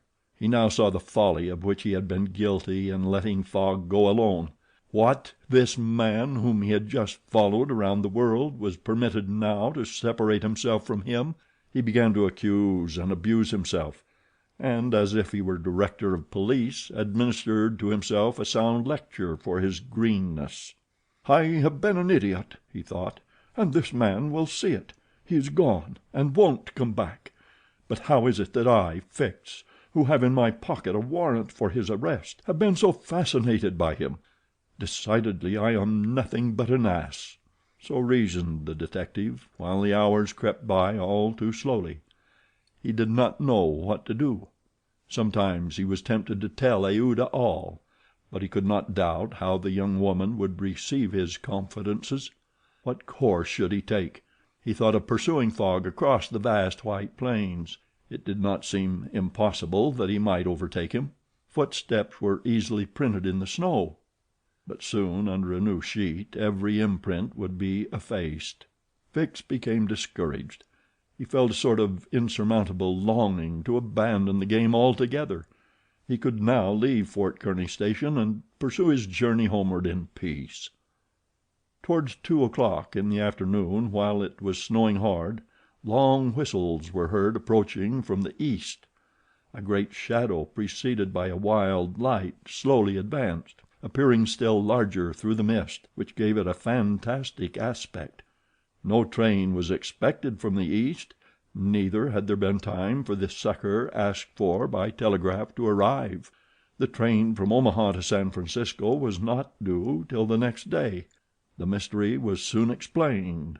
The locomotive, which was slowly approaching with deafening whistles, was that which, having been detached from the train, had continued its route with such terrific rapidity, carrying off the unconscious engineer and stoker. It had run several miles, when, the fire becoming low for want of fuel, the steam had slackened, and it had finally stopped an hour after, some 20 miles beyond Fort Kearney. Neither the engineer nor the stoker was dead, and, after remaining for some time in their swoon, had come to themselves. The train had then stopped. The engineer, when he found himself in the desert and the locomotive without cars, understood what had happened. He could not imagine how the locomotive had become separated from the train, but he did not doubt that the train left behind was in distress. He did not hesitate what to do. It would be prudent to continue on to Omaha, for it would be dangerous to return to the train, which the Indians might still be engaged in pillaging. Nevertheless, he began to rebuild the fire in the furnace. The pressure again mounted, and the locomotive returned, running backwards, to Fort Kearny. This it was which was whistling in the mist. The travelers were glad to see the locomotive resume its place at the head of the train. They could now continue the journey so terribly interrupted. Aouda, on seeing the locomotive come up, hurried out of the station and asked the conductor, "Are you going to start?" "At once, madam." "But the prisoners, our unfortunate fellow travelers?" "I cannot interrupt the trip," replied the conductor. "We are already 3 hours behind time." "And when will another train pass here from San Francisco?" "Tomorrow evening, madam." "Tomorrow evening? But then it will be too late. We must wait." "It is impossible," responded the conductor. "If you wish to go, please get in." "I will not go," said Aouda. Fix had heard this conversation. A little while before, when there was no prospect of proceeding on the journey, he had made up his mind to leave Fort Kearny; but now that the train was there, ready to start, and he had only to take his seat in the car, an irresistible influence held him back. The station platform burned his feet, and he could not stir. The conflict in his mind again began. Anger and failure stifled him. He wished to struggle on to the end. Meanwhile the passengers and some of the wounded, among them Colonel Proctor, whose injuries were serious, had taken their places in the train. The buzzing of the overheated boiler was heard, and the steam was escaping from the valves. The engineer whistled.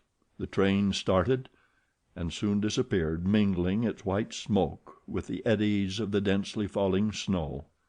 The detective had remained behind. Several hours passed. The weather was dismal, and it was very cold. Fix sat motionless on a bench in the station.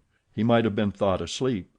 Aouda, despite the storm, kept coming out of the waiting room, going to the end of the platform, and peering through the tempest of snow, as if to pierce the mist which narrowed the horizon around her, and to hear, if possible, some welcome sound. She heard and saw nothing. Then she would return, chilled through, to issue out again after the lapse of a few moments, but always in vain. Evening came, and the little band had not returned. Where could they be? Had they found the Indians, and were they having a conflict with them, or were they still wandering amid the mist? The commander of the fort was anxious, though he tried to conceal his apprehensions. As night approached the snow fell less plentifully, but it became intensely cold. Absolute silence rested on the plains. Neither flight of bird nor passing of beast troubled the perfect calm. Throughout the night Aouda, full of sad forebodings, her heart stifled with anguish, wandered about on the verge of the plains. Her imagination carried her far off, and showed her innumerable dangers. What she suffered through the long hours it would be impossible to describe.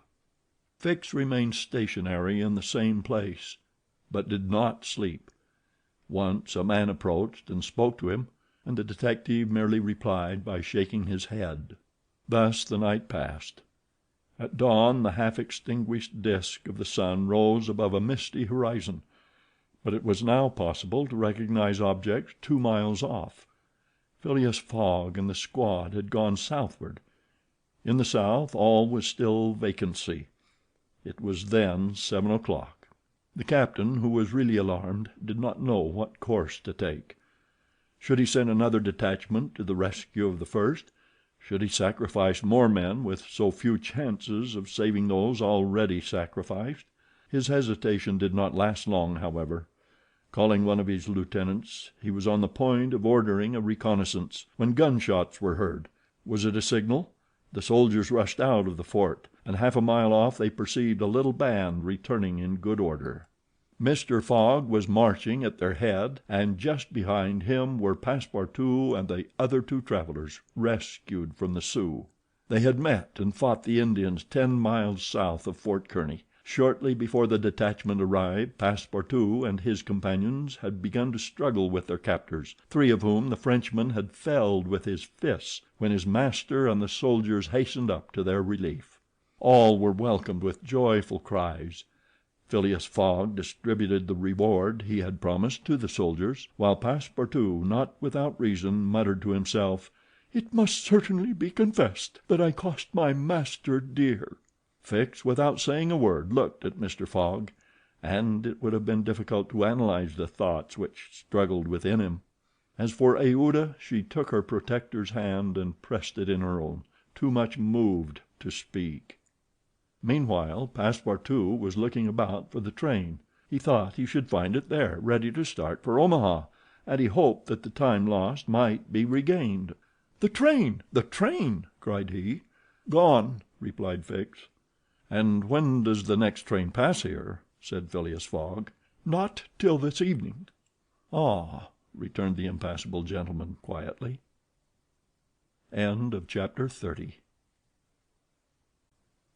Chapter 31, in which Fix, the detective, considerably furthers the interests of Phileas Fogg.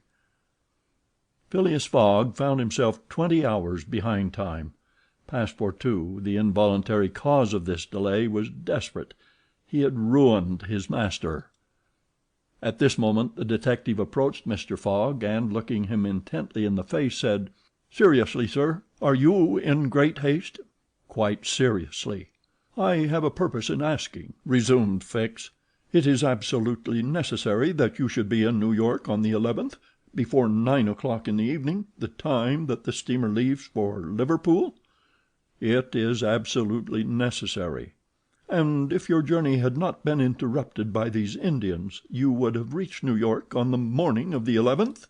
"Yes, with 11 hours to spare before the steamer left." "Good. You are, therefore, 20 hours behind. 12 from 20 leaves 8. You must regain 8 hours. Do you wish to try to do so?" "On foot?" asked Mr. Fogg. "No, on a sledge," replied Fix. "On a sledge with sails. A man has proposed such a method to me." It was the man who had spoken to Fix during the night, and whose offer he had refused. Phileas Fogg did not reply at once, but Fix having pointed out the man, who was walking up and down in front of the station, Mr. Fogg went up to him. An instant after, Mr. Fogg and the American, whose name was Mudge, entered a hut built just below the fort. There Mr. Fogg examined a curious vehicle, a kind of frame on two long beams, a little raised in front like the runners of a sledge, and upon which there was room for 5 or 6 persons. A high mast was fixed on the frame, held firmly by metallic lashings, to which was attached a large brigantine sail. This mast held an iron stay upon which to hoist a jib sail. Behind, a sort of rudder served to guide the vehicle.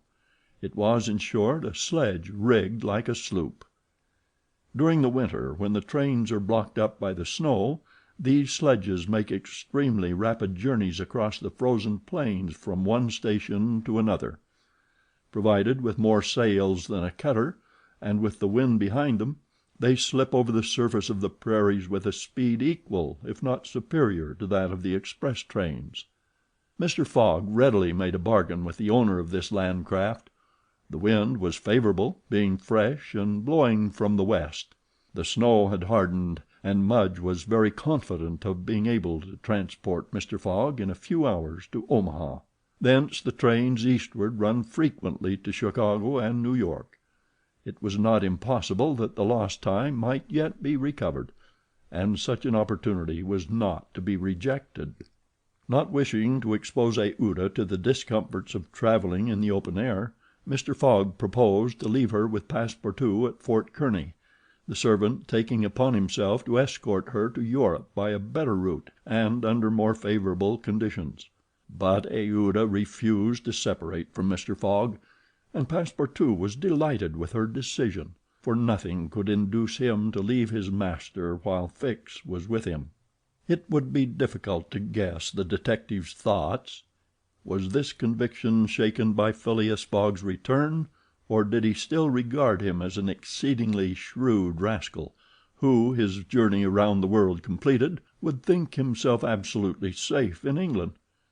Perhaps Fix's opinion of Phileas Fogg was somewhat modified, but he was nevertheless resolved to do his duty, and to hasten the return of the whole party to England as much as possible.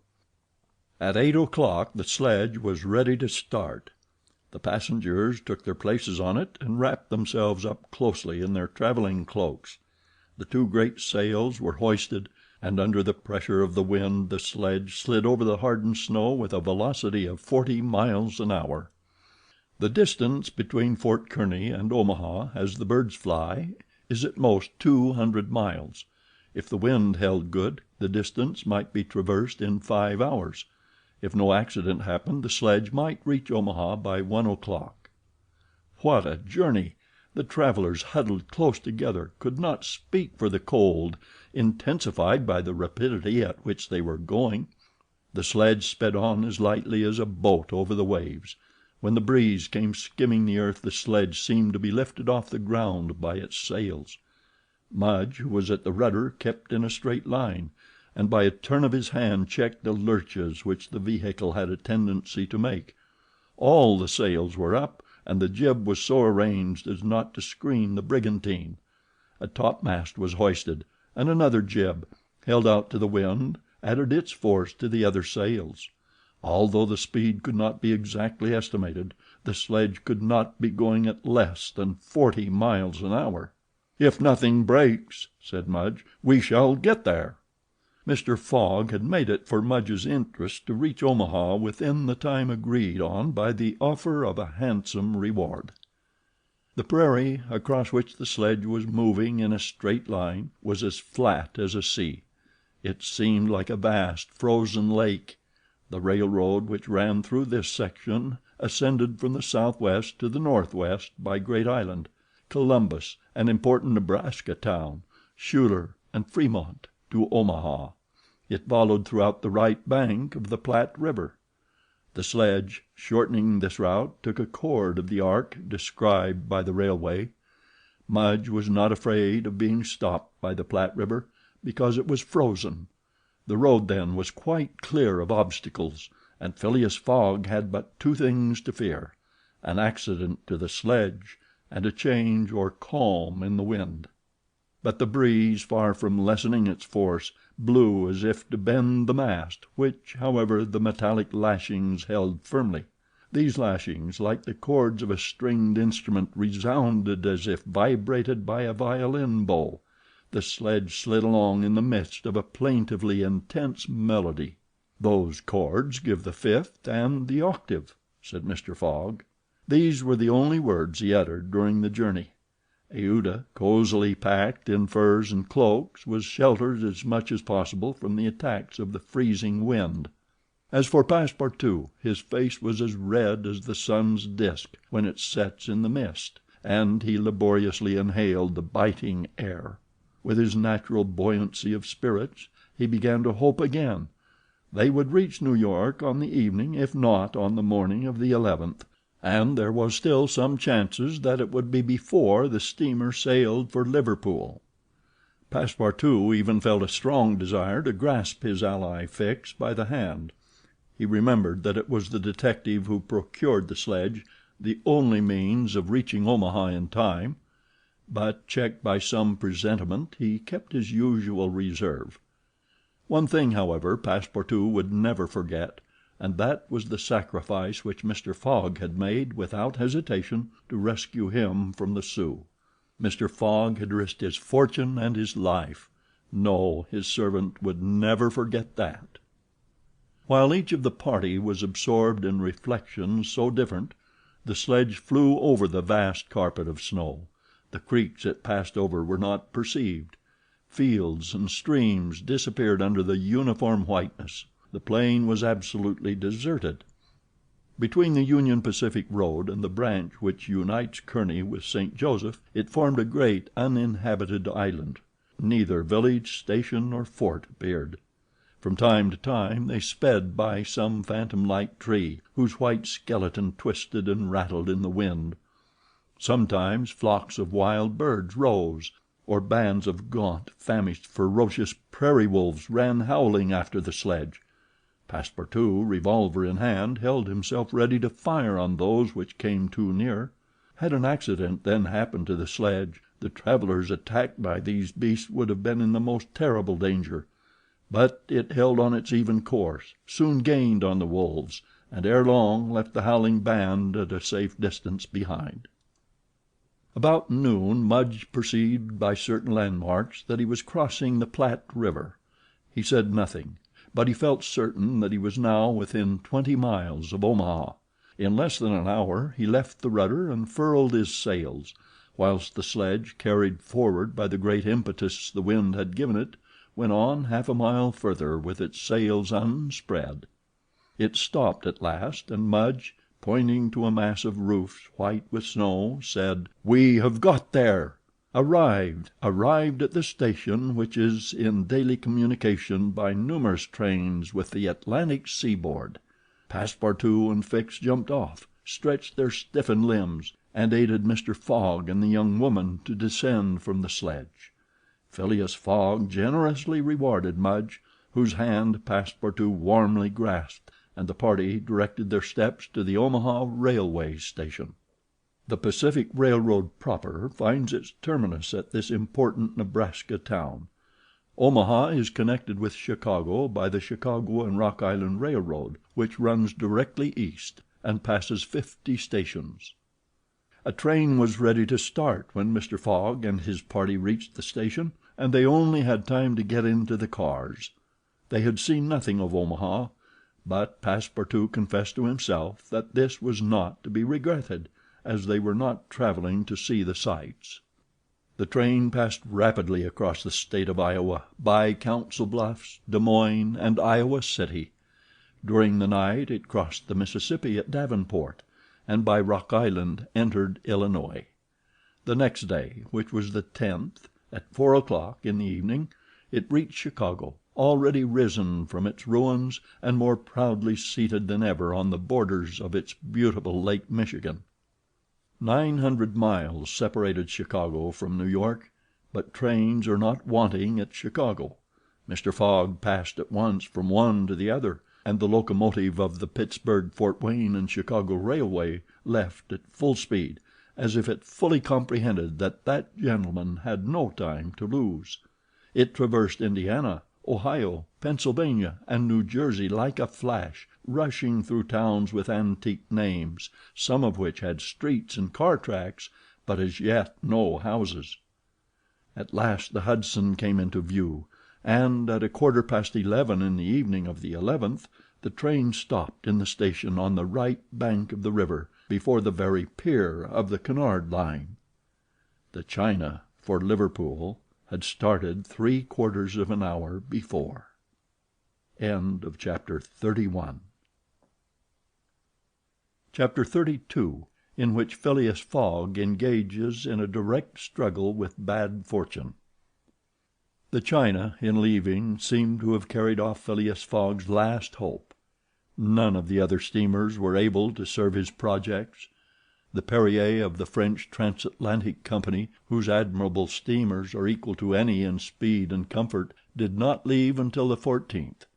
The Hamburg boats did not go directly to Liverpool or London, but to Havre, and the additional trip from Havre to Southampton would render Phileas Fogg's last efforts of no avail.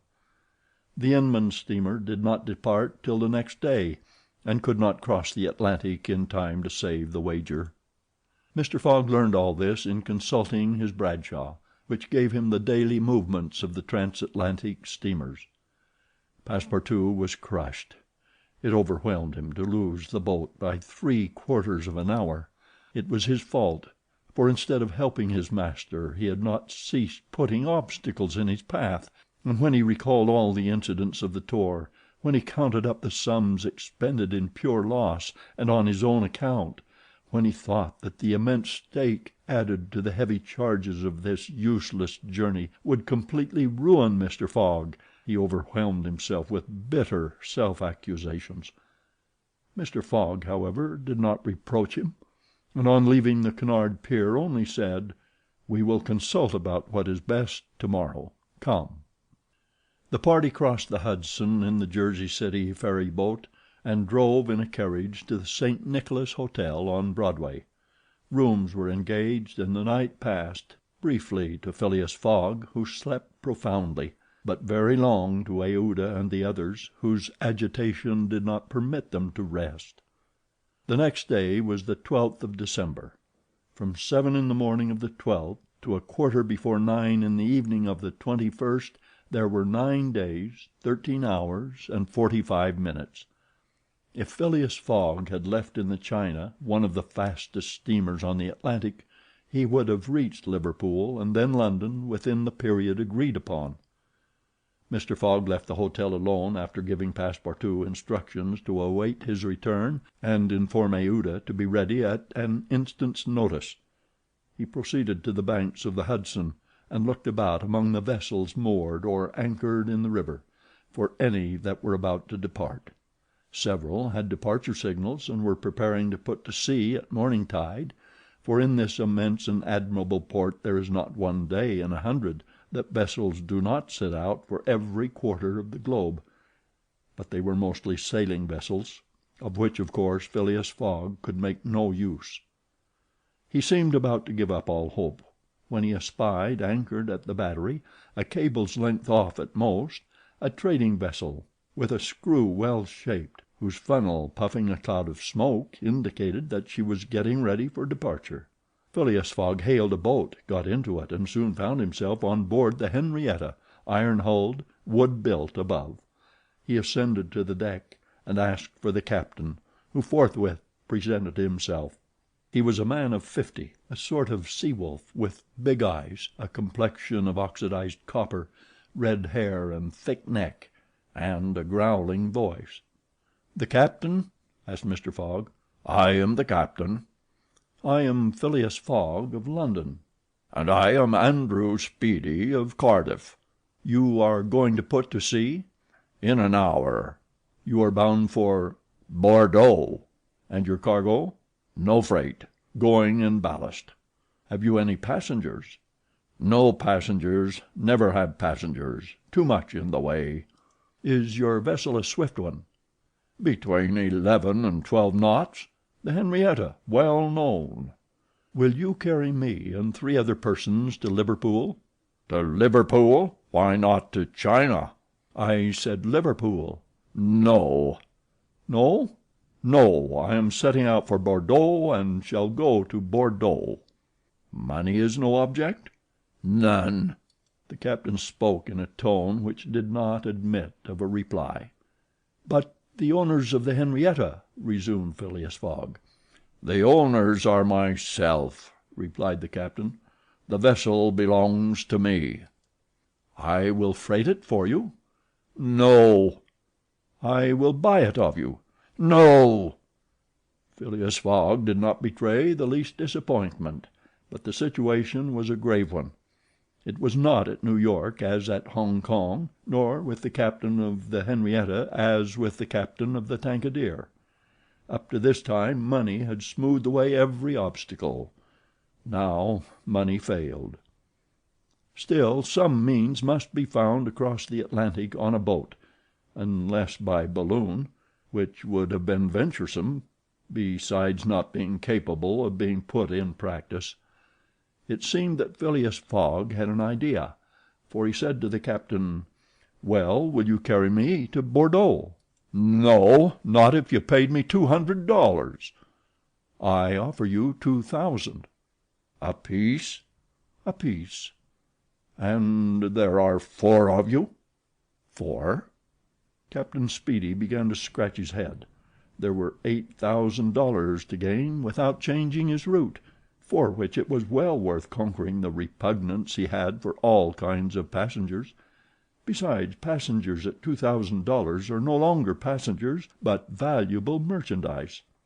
"I start at 9 o'clock," said Captain Speedy, simply. "Are you and your party ready?" "We will be on board at 9 o'clock," replied no less simply Mr. Fogg. It was 8:30. to disembark from the Henrietta, jump into a hack, hurry to the St. Nicholas, and return with Aouda, Passepartout, and even the inseparable Fix, was the work of a brief time, and was performed by Mr. Fogg with the coolness which never abandoned him. They were on board when the Henrietta was ready to weigh anchor. When Passepartout heard what this last voyage was going to cost, he uttered a prolonged "Oh! oh! oh!" which extended throughout his vocal gamut. As for Fix, he said to himself that the Bank of England would certainly not come out of this affair well indemnified. When they reached England, even if Mr. Fogg did not throw some handfuls of bank bills into the sea, more than £7,000 would have been spent.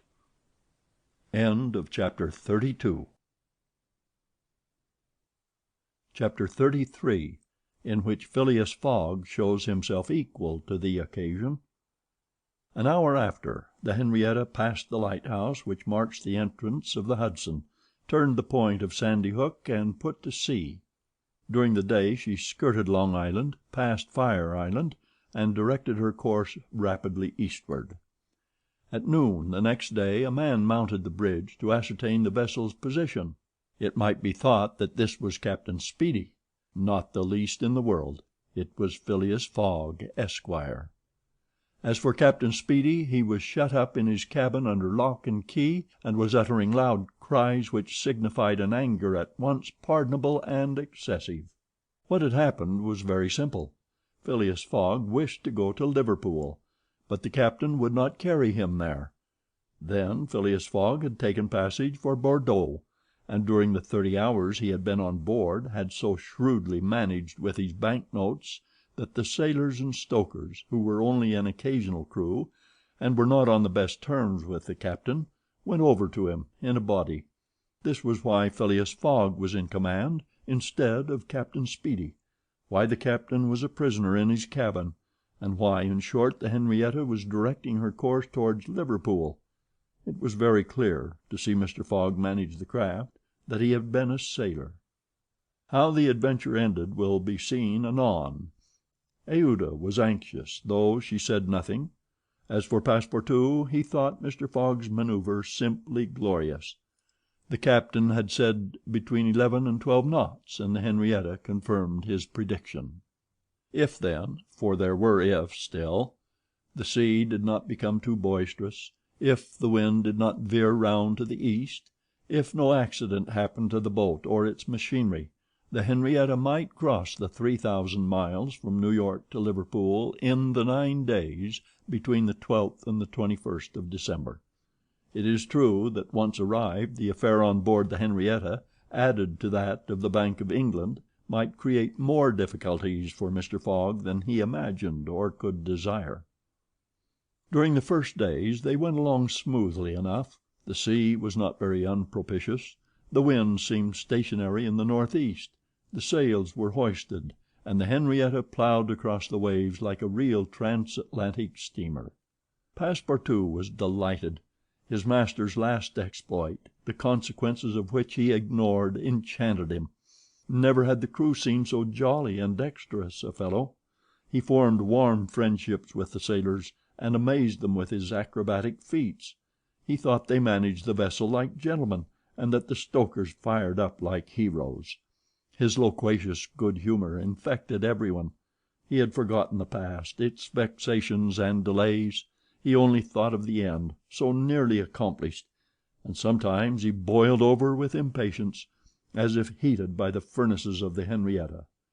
Often also the worthy fellow revolved round Fix, looking at him with a keen, distrustful eye, but he did not speak to him, for their old intimacy no longer existed. Fix, it must be confessed, understood nothing of what was going on. The conquest of the Henrietta, the bribery of the crew, Fogg managing the boat like a skilled seaman, amazed and confused him. He did not know what to think, for, after all, a man who began by stealing £55,000 might end by stealing a vessel, and Fix was not unnaturally inclined to conclude that the Henrietta under Fogg's command was not going to Liverpool at all, but to some part of the world where the robber, turned into a pirate, would quietly put himself in safety. The conjecture was at least a plausible one, and the detective began to seriously regret that he had embarked on the affair. As for Captain Speedy, he continued to howl and growl in his cabin, and Passepartout, whose duty it was to carry him his meals, courageous as he was, took the greatest precautions. Mr. Fogg did not seem even to know that there was a captain on board. On the 13th they passed the edge of the banks of Newfoundland, a dangerous locality. During the winter, especially, there were frequent fogs and heavy gales of wind. Ever since the evening before, the barometer, suddenly falling, had indicated an approaching change in the atmosphere, and during the night the temperature varied, the cold became sharper, and the wind veered to the southeast. This was a misfortune. Mr. Fogg, in order not to deviate from his course, furled his sails and increased the force of the steam, but the vessel's speed slackened owing to the state of the sea, the long waves of which broke against the stern. She pitched violently, and this retarded her progress. The breeze, little by little, swelled into a tempest, and it was to be feared that the Henrietta might not be able to maintain herself upright on the waves. Passepartout's visage darkened with the skies, and for 2 days the poor fellow experienced constant fright. But Phileas Fogg was a bold mariner, and knew how to maintain headway against the sea, and he kept on his course without even decreasing his steam. The Henrietta, when she could not rise above the waves, crossed them, swamping her deck, but passing safely. Sometimes the screw rose out of the water, beating its protruding end, when a mountain of water raised the stern above the waves, but the craft always kept straight ahead.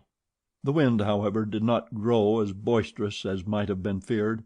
It was not one of those tempests which burst and rush on with a speed of 90 miles an hour.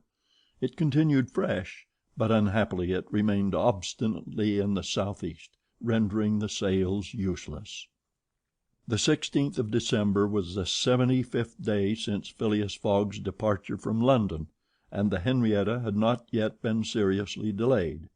Half of the voyage was almost accomplished, and the worst localities had been passed.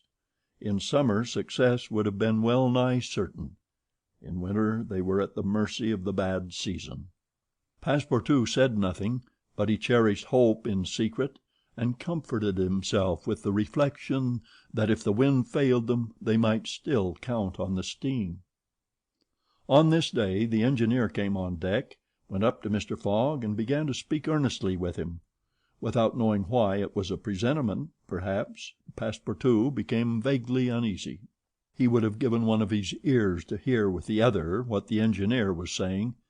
He finally managed to catch a few words, and was sure he heard his master say, "You are certain of what you tell me?" "Certain, sir," replied the engineer.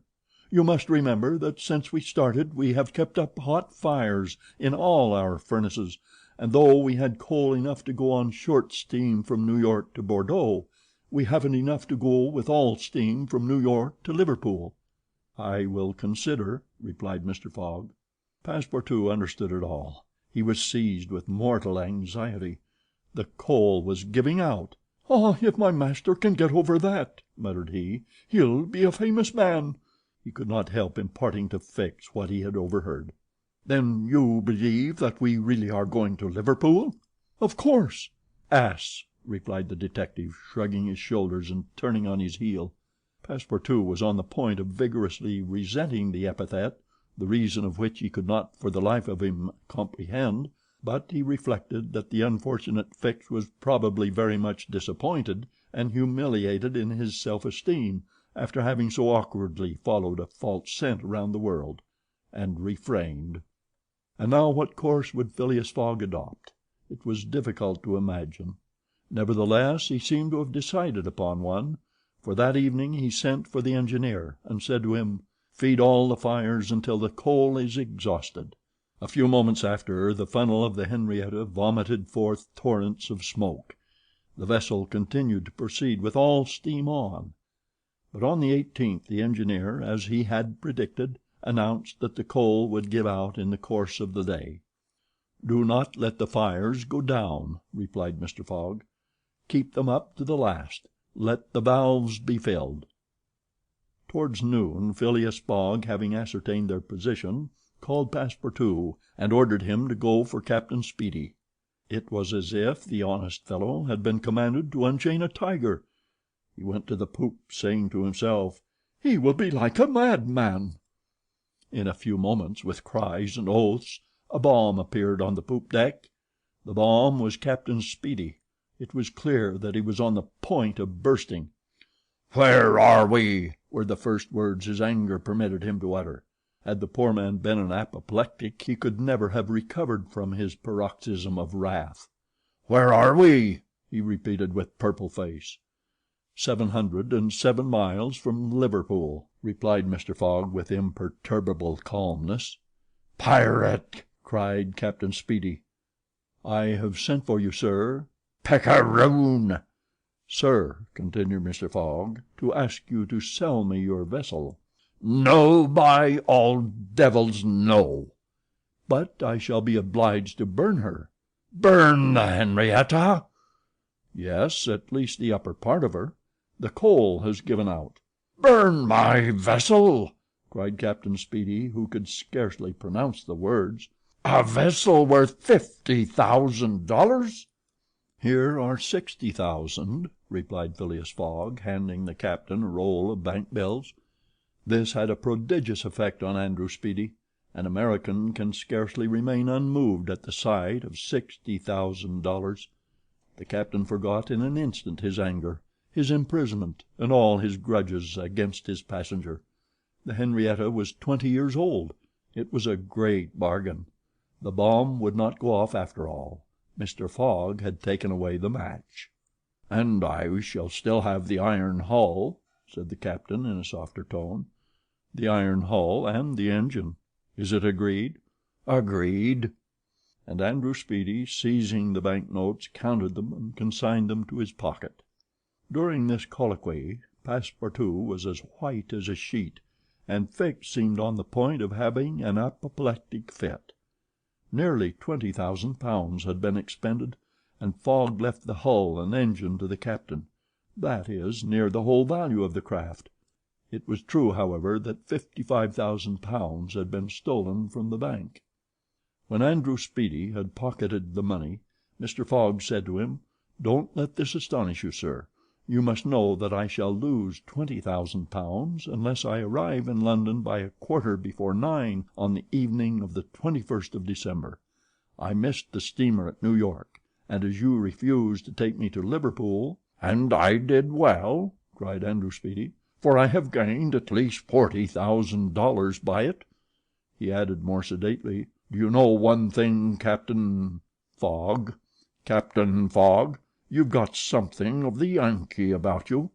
And having paid his passenger what he considered a high compliment, he was going away when Mr. Fogg said, "The vessel now belongs to me?" "Certainly, from the keel to the truck of the mass. All the wood, that is." "Very well. Have the interior seats, bunks, and frames pulled down and burn them." It was necessary to have dry wood to keep the steam up to the adequate pressure, and on that day the poop, cabins, bunks, and the spare deck were sacrificed. On the next day, the 19th of December, the masts, rafts, and spars were burned. The crew worked lustily, keeping up the fires. Passepartout hewed, cut, and sawed away with all his might. There was a perfect rage for demolition. The railings, fittings, the greater part of the deck and topsides disappeared on the 20th, and the Henrietta was now only a flat hulk. But on this day they sighted the Irish coast and Fastnet Light. By 10 in the evening they were passing Queenstown. Phileas Fogg had only 24 hours more in which to get to London. That length of time was necessary to reach Liverpool with all the steam on, and the steam was about to give out altogether. "Sir," said Captain Speedy, who was now deeply interested in Mr. Fogg's project, "I really commiserate with you. Everything is against you. We are only opposite Queenstown." "Ah," said Mr. Fogg, "is that the place where we see the lights, Queenstown?" "Yes." "Can we enter the harbor?" "Not under 3 hours, only at high tide." "Stay," replied Mr. Fogg calmly, without betraying in his features that by a supreme inspiration he was about to attempt once more to conquer ill fortune. "Queenstown is the Irish port at which the transatlantic steamers stop to put off the mails. These mails are carried to Dublin by express trains, always held in readiness to start. From Dublin they are sent on to Liverpool by the most rapid boats, and thus gain 12 hours on the Atlantic steamers. Phileas Fogg counted on gaining 12 hours in the same way. Instead of arriving at Liverpool the next evening by the Henrietta, he would be there by noon, and would therefore have time to reach London before a quarter before 9 in the evening. The Henrietta entered Queenstown harbor at 1 o'clock in the morning, it then being high tide, and Phileas Fogg, after being grasped heartily by the hand by Captain Speedy, left that gentleman on the leveled hulk of his craft, which was still worth half what he had sold it for. The party went on shore at once. Fix was greatly tempted to arrest Mr. Fogg on the spot, but he did not. Why? What struggle was going on within him? Had he changed his mind about his man? Did he understand that he had made a grave mistake? He did not, however, abandon Mr. Fogg. They all got upon the train, which was just ready to start, at 1:30. At dawn of day they were in Dublin, and they lost no time in embarking on a steamer, which, disdaining to rise upon the waves, invariably cut through them. Phileas Fogg at last disembarked on the Liverpool quay at 20 minutes before 12, 21st of December. He was only 6 hours distant from London. But at this moment Fix came up, put his hand upon Mr. Fogg's shoulder, and showing his warrant, said, "You are really Phileas Fogg?" "I am." "I arrest you in the Queen's name." Chapter 34, in which Phileas Fogg at last reaches London. Phileas Fogg was in prison. He had been shut up in the custom house, and he was to be transferred to London the next day. Passepartout, when he saw his master arrested, would have fallen upon Fix had he not been held back by some policemen. Aouda was thunderstruck at the suddenness of an event which she could not understand. Passepartout explained to her how it was that the honest and courageous Fogg was arrested as a robber. The young woman's heart revolted against so heinous a charge, and when she saw that she could attempt to do nothing to save her protector, she wept bitterly. As for Fix, he had arrested Mr. Fogg because it was his duty, whether Mr. Fogg were guilty or not. The thought then struck Passepartout that he was the cause of this new misfortune. Had he not concealed Fix's errand from his master? When Fix revealed his true character and purpose, why had he not told Mr. Fogg? If the latter had been warned, he would no doubt have given Fix proof of his innocence, and satisfied him of his mistake. At least, Fix would not have continued his journey at the expense and on the heels of his master, only to arrest him the moment he set foot on English soil. Passepartout wept till he was blind, and felt like blowing his brains out. Aouda and he had remained, despite the cold, under the portico of the custom house. Neither wished to leave the place. Both were anxious to see Mr. Fogg again. That gentleman was really ruined, and that at the moment when he was about to attain his end. This arrest was fatal. Having arrived at Liverpool at 20 minutes before 12 on the 21st of December, he had till a quarter before 9 that evening to reach the Reform Club, that is, 9 hours and a quarter. The journey from Liverpool to London was 6 hours. If anyone at this moment had entered the custom house, he would have found Mr. Fogg seated, motionless, calm, and without apparent anger, upon a wooden bench. He was not, it is true, resigned, but this last blow failed to force him into an outward betrayal of any emotion. Was he being devoured by one of those secret rages, all the more terrible because contained, and which only burst forth with an irresistible force at the last moment? No one could tell. There he sat, calmly waiting. For what? Did he still cherish hope? Did he still believe, now that the door of this prison was closed upon him, that he would succeed? However that may have been, Mr. Fogg carefully put his watch upon the table, and observed its advancing hands. Not a word escaped his lips, but his look was singularly set and stern. The situation, in any event, was a terrible one, and might be thus stated: if Phileas Fogg was honest, he was ruined; if he was a knave, he was caught. Did escape occur to him? Did he examine to see if there were any practicable outlet from his prison? Did he think of escaping from it? Possibly. For once he walked slowly around the room. But the door was locked and the window heavily barred with iron rods. He sat down again and drew his journal from his pocket. On the line where these words were written, 21st December, Saturday, Liverpool, he added 80th day, 11:40 a.m., and waited. The custom house clock struck 1.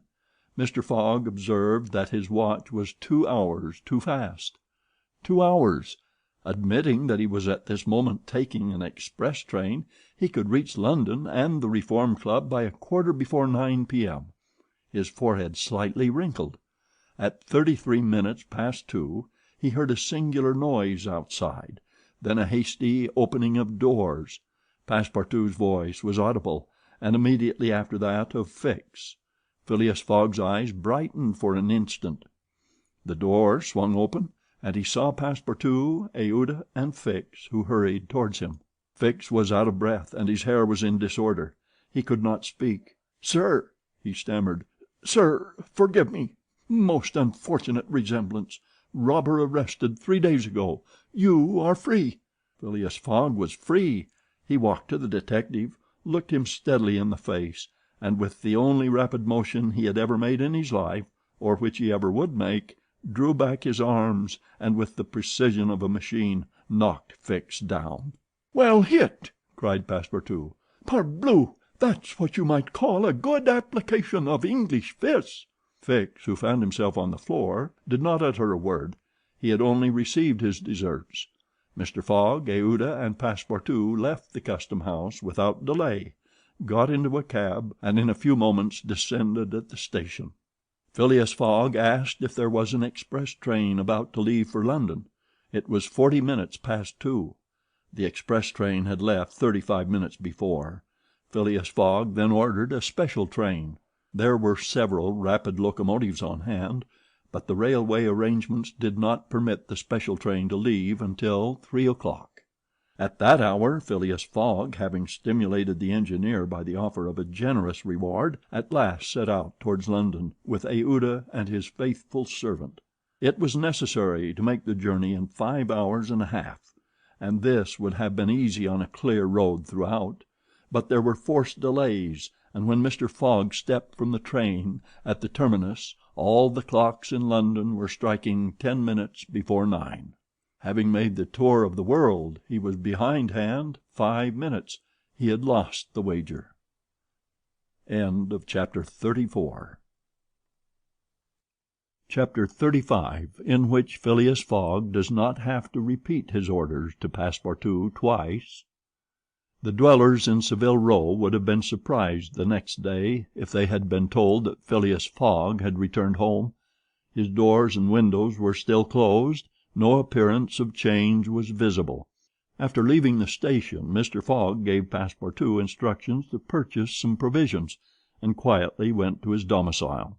He bore his misfortune with his habitual tranquillity. Ruined, and by the blundering of the detective. After having steadily traversed that long journey, overcome 100 obstacles, braved many dangers, and still found time to do some good on his way, to fail near the goal by a sudden event which he could not have foreseen and against which he was unarmed. It was terrible. But a few pounds were left of the large sum he had carried with him. There only remained of his fortune the £20,000 deposited at Baring's, and this amount he owed to his friends of the Reform Club. So great had been the expense of his tour that even had he won it would not have enriched him, and it is probable that he had not sought to enrich himself, being a man who rather laid wagers for honor's sake than for the stake proposed. But this wager totally ruined him. Mr. Fogg's course, however, was fully decided upon. He knew what remained for him to do. A room in the house in Savile Row was set apart for Aouda, who was overwhelmed with grief at her protector's misfortune. From the words which Mr. Fogg dropped, she saw that he was meditating some serious project. Knowing that Englishmen governed by a fixed idea sometimes resort to the desperate expedient of suicide, Passepartout kept a narrow watch upon his master, though he carefully concealed the appearance of so doing. First of all, the worthy fellow had gone up to his room, and had extinguished the gas burner, which had been burning for 80 days. He had found in the letter box a bill from the gas company, and he thought it more than time to put a stop to this expense, which he had been doomed to bear. The night passed. Mr. Fogg went to bed. But did he sleep? Aouda did not once close her eyes. Passepartout watched all night, like a faithful dog, at his master's door. Mr. Fogg called him in the morning, and told him to get Aouda's breakfast, and a cup of tea and a chop for himself. He desired Aouda to excuse him from breakfast and dinner, as his time would be absorbed all day in putting his affairs to rights. In the evening he would ask permission to have a few moments' conversation with the young lady. Passepartout, having received his orders, had nothing to do but obey them. He looked at his imperturbable master, and could scarcely bring his mind to leave him. His heart was full, and his conscience tortured by remorse, for he accused himself more bitterly than ever of being the cause of the irretrievable disaster. Yes, if he had warned Mr. Fogg, and had betrayed Fix's projects to him, his master would certainly not have given the detective passage to Liverpool. And then Passepartout could hold in no longer. "My master, Mr. Fogg!" he cried. "Why do you not curse me? It was my fault that—" "I blame no one," returned Phileas Fogg, with perfect calmness. "Go." Passepartout left the room, and went to find Aouda, to whom he delivered his master's message. "Madam," he added, "I can do nothing myself—nothing. I have no influence over my master, but you, perhaps—" "What influence could I have?" replied Aouda. "Mr. Fogg is influenced by no one. Has he ever understood that my gratitude to him is overflowing? Has he ever read my heart? My friend, he must not be left alone an instant. You say he is going to speak with me this evening?" "Yes, madam, probably to arrange for your protection and comfort in England." "We shall see," replied Aouda, becoming suddenly pensive. Throughout this day, Sunday, the house in Savile Row was as if uninhabited, and Phileas Fogg, for the first time since he had lived in that house, did not set out for his club when Westminster clock struck 11:30. Why should he present himself at the Reform? His friends no longer expected him there. As Phileas Fogg had not appeared in the saloon on the evening before, Saturday, the 21st of December, at 9:15, he had lost his wager. It was not even necessary that he should go to his bankers for the £20,000, for his antagonists already had his cheque in their hands, and they had only to fill it out and send it to the Barings to have the amount transferred to their credit. Mr. Fogg, therefore, had no reason for going out, and so he remained at home. He shut himself up in his room, and busied himself putting his affairs in order. Passepartout continually ascended and descended the stairs. The hours were long for him. He listened at his master's door, and looked through the keyhole, as if he had a perfect right so to do, and as if he feared that something terrible might happen at any moment. Sometimes he thought of Fix, but no longer in anger. Fix, like all the world, had been mistaken in Phileas Fogg, and had only done his duty in tracking and arresting him, while he, Passepartout— This thought haunted him, and he never ceased cursing his miserable folly.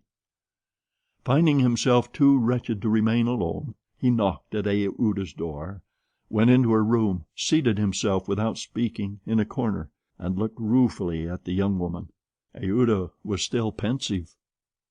About 7:30 in the evening Mr. Fogg sent to know if Aouda would receive him, and in a few moments he found himself alone with her.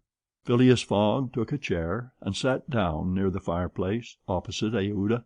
No emotion was visible on his face. Fogg returned was exactly the Fogg who had gone away. There was the same calm, the same impassibility. He sat several minutes without speaking. Then, bending his eyes on Aouda, "Madam," said he, "will you pardon me for bringing you to England?" "I, Mr. Fogg?" replied Aouda, checking the pulsations of her heart.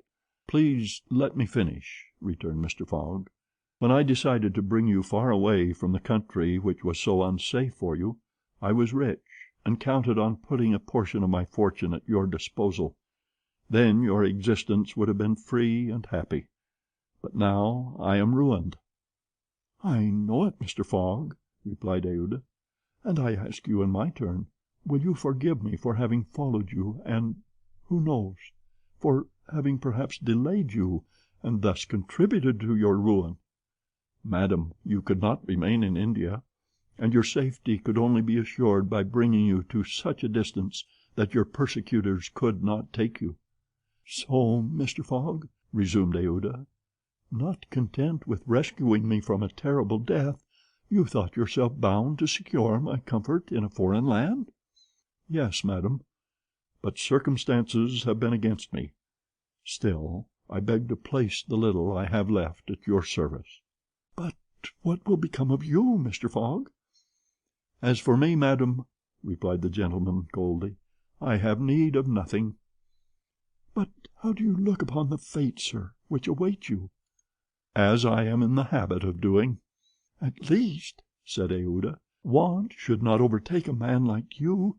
Your friends—" "I have no friends, madam." "Your relatives?" "I have no longer any relatives." "I pity you, then, Mr. Fogg, for solitude is a sad thing, with no heart to which to confide your griefs. They say, though, that misery itself, shared by two sympathetic souls, may be borne with patience." "They say so, madam." "Mr. Fogg," said Aouda, rising and seizing his hand, "do you wish at once a kinswoman and friend? Will you have me for your wife?"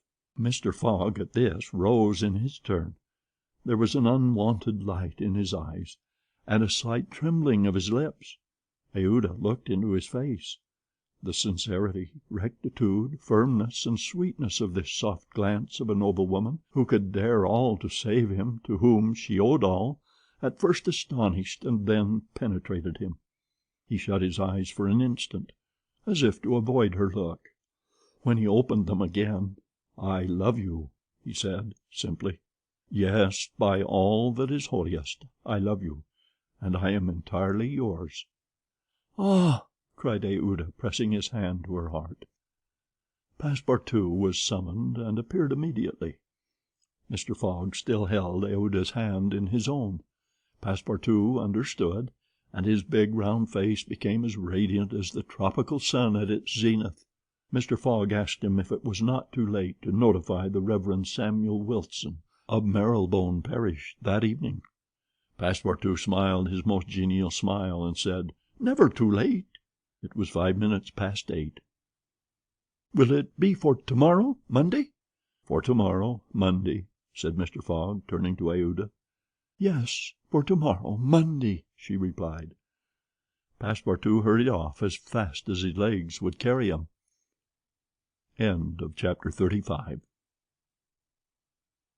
Chapter 36, in which Phileas Fogg's name is once more at a premium on 'Change. It is time to relate what a change took place in English public opinion when it transpired that the real bank robber, a certain James Strand, had been arrested on the 17th day of December, at Edinburgh. 3 days before, Phileas Fogg had been a criminal, who was being desperately followed up by the police. Now he was an honorable gentleman, mathematically pursuing his eccentric journey round the world. The papers resumed their discussion about the wager. All those who had laid bets for or against him revived their interest. As if by magic, the Phileas Fogg bonds again became negotiable, and many new wagers were made. Phileas Fogg's name was once more at a premium on 'Change. His 5 friends of the Reform Club passed these 3 days in a state of feverish suspense. Would Phileas Fogg, whom they had forgotten, reappear before their eyes? Where was he at this moment? The 17th of December, the day of James Strand's arrest, was the 76th since Phileas Fogg's departure, and no news of him had been received. Was he dead? Had he abandoned the effort? Or was he continuing his journey along the route agreed upon? And would he appear on Saturday, the 21st of December, at 9:15 in the evening, on the threshold of the Reform Club saloon? The anxiety in which, for 3 days, London society existed cannot be described. Telegrams were sent to America and Asia for news of Phileas Fogg. Messengers were dispatched to the house in Savile Row, morning and evening. No news. The police were ignorant what had become of the detective, Fix, who had so unfortunately followed up a false scent. Bets increased, nevertheless, in number and value. Phileas Fogg, like a racehorse, was drawing near his last turning point. The bonds were quoted no longer at 100 below par, but at 20, at 10, and at 5, and paralytic old Lord Albemarle bet even in his favor. A great crowd was collected in Pall Mall and the neighboring streets on Saturday evening. It seemed like a multitude of brokers permanently established around the Reform Club. Circulation was impeded, and everywhere disputes, discussions, and financial transactions were going on. The police had great difficulty in keeping back the crowd, and as the hour when Phileas Fogg was due approached, the excitement rose to its highest pitch. The 5 antagonists of Phileas Fogg had met in the great saloon of the club: John Sullivan and Samuel Fallentin, the bankers; Andrew Stewart, the engineer; Gauthier Ralph, the director of the Bank of England; and Thomas Flanagan, the brewer. One and all waited anxiously. When the clock indicated 20 minutes past 8, Andrew Stewart got up, saying, "Gentlemen, in 20 minutes the time agreed upon between Mr. Fogg and ourselves will have expired." "What time did the last train arrive from Liverpool?" asked Thomas Flanagan. "At 23 minutes past 7, replied Gauthier Ralph, "and the next does not arrive till 10 minutes after 12. "Well, gentlemen," resumed Andrew Stewart, "if Phileas Fogg had come in the 7:23 train, he would have got here by this time. We can, therefore, regard the bet as won." "Wait, don't let us be too hasty," replied Samuel Fallentin. "You know that Mr. Fogg is very eccentric. His punctuality is well known. He never arrives too soon or too late, and I should not be surprised if he appeared before us at the last minute." "Why," said Andrew Stewart nervously, "if I should see him I should not believe it was he." "The fact is," resumed Thomas Flanagan, "Mr. Fogg's project was absurdly foolish. Whatever his punctuality, he could not prevent the delays which were certain to occur, and a delay of only 2 or 3 days would be fatal to his tour." "Observe, too," added John Sullivan, "that we have received no intelligence from him, though there are telegraphic lines all along his route." "He has lost, gentlemen," said Andrew Stewart. "He has 100 times lost. You know, besides, that the China, the only steamer he could have taken from New York to get here in time, arrived yesterday. I have seen a list of the passengers, and the name of Phileas Fogg is not among them. Even if we admit that fortune has favored him, he can scarcely have reached America. I think he will be at least 20 days behindhand, and that Lord Albemarle will lose a cool 5,000. "It is clear," replied Gauthier Ralph, "and we have nothing to do but to present Mr. Fogg's check at Baring's tomorrow." At this moment the hands of the club clock pointed to 20 minutes to 9. "5 minutes more," said Andrew Stewart. The 5 gentlemen looked at each other. Their anxiety was becoming intense, but not wishing to betray it, they readily assented to Mr. Fallentin's proposal of a rubber. "I wouldn't give up my 4,000 of the bet," said Andrew Stewart, as he took his seat, "for 3,999. The clock indicated 18 minutes to 9. The players took up their cards, but could not keep their eyes off the clock. Certainly, however secure they felt, minutes had never seemed so long to them. 17 minutes to 9, said Thomas Flanagan, as he cut the cards which Ralph handed to him. Then there was a moment of silence. The great saloon was perfectly quiet, but the murmurs of the crowd outside were heard, with now and then a shrill cry. The pendulum beat the seconds, which each player eagerly counted as he listened, with mathematical regularity. 16 minutes to 9, said John Sullivan, in a voice which betrayed his emotion. 1 minute more, and the wager would be won. Andrew Stuart and his partners suspended their game. They left their cards and counted the seconds. At the 40th second, nothing. At the 50th, still nothing. At the 55th, a loud cry was heard in the street, followed by applause, hurrahs, and some fierce growls. The players rose from their seats. At the 57th second the door of the saloon opened, and the pendulum had not beat the 60th second when Phileas Fogg appeared, followed by an excited crowd who had forced their way through the club doors, and in his calm voice said, "Here I am, gentlemen." Chapter 36. Chapter 37, in which it is shown that Phileas Fogg gained nothing by his tour around the world, unless it were happiness. Yes, Phileas Fogg in person. The reader will remember that at 5 minutes past 8 in the evening, about 25 hours after the arrival of the travellers in London, Passepartout had been sent by his master to engage the services of the Reverend Samuel Wilson in a certain marriage ceremony which was to take place the next day. Passepartout went on his errand enchanted. He soon reached the clergyman's house, but found him not at home. Passepartout waited a good 20 minutes, and when he left the reverend gentleman it was 35 minutes past 8. But in what a state he was, with his hair in disorder and without his hat. He ran along the street as never man was seen to run before, overturning passers-by, rushing over the sidewalk like a waterspout. In 3 minutes he was in Savile Row again, and staggered back into Mr. Fogg's room. He could not speak. "What is the matter?" asked Mr. Fogg. "My master!" gasped Passepartout. "Marriage! Impossible!" "Impossible?" "Impossible for tomorrow." "Why so?" "Because tomorrow is Sunday." "Monday," replied Mr. Fogg. "No, today is Saturday." "Saturday? Impossible." "Yes, yes, yes, yes!" cried Passepartout. "You have made a mistake of 1 day. We arrived 24 hours ahead of time, but there are only 10 minutes left." Passepartout had seized his master by the collar and was dragging him along with irresistible force.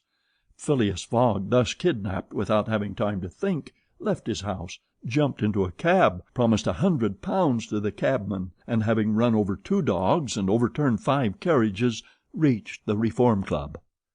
The clock indicated 9:15 when he appeared in the great saloon. Phileas Fogg had accomplished the journey round the world in 80 days. Phileas Fogg had won his wager of £20,000. How was it that a man so exact and fastidious could have made this error of a day? How came he to think that he had arrived in London on Saturday, the 21st day of December, when it was really Friday the 20th, the 79th day only from his departure? The cause of the error is very simple. Phileas Fogg had, without suspecting it, gained 1 day on his journey, and this merely because he had travelled constantly eastward. He would, on the contrary, have lost a day had he gone in the opposite direction, that is, westward. In journeying eastward he had gone towards the sun, and the days therefore diminished for him as many times 4 minutes as he crossed the degrees in this direction.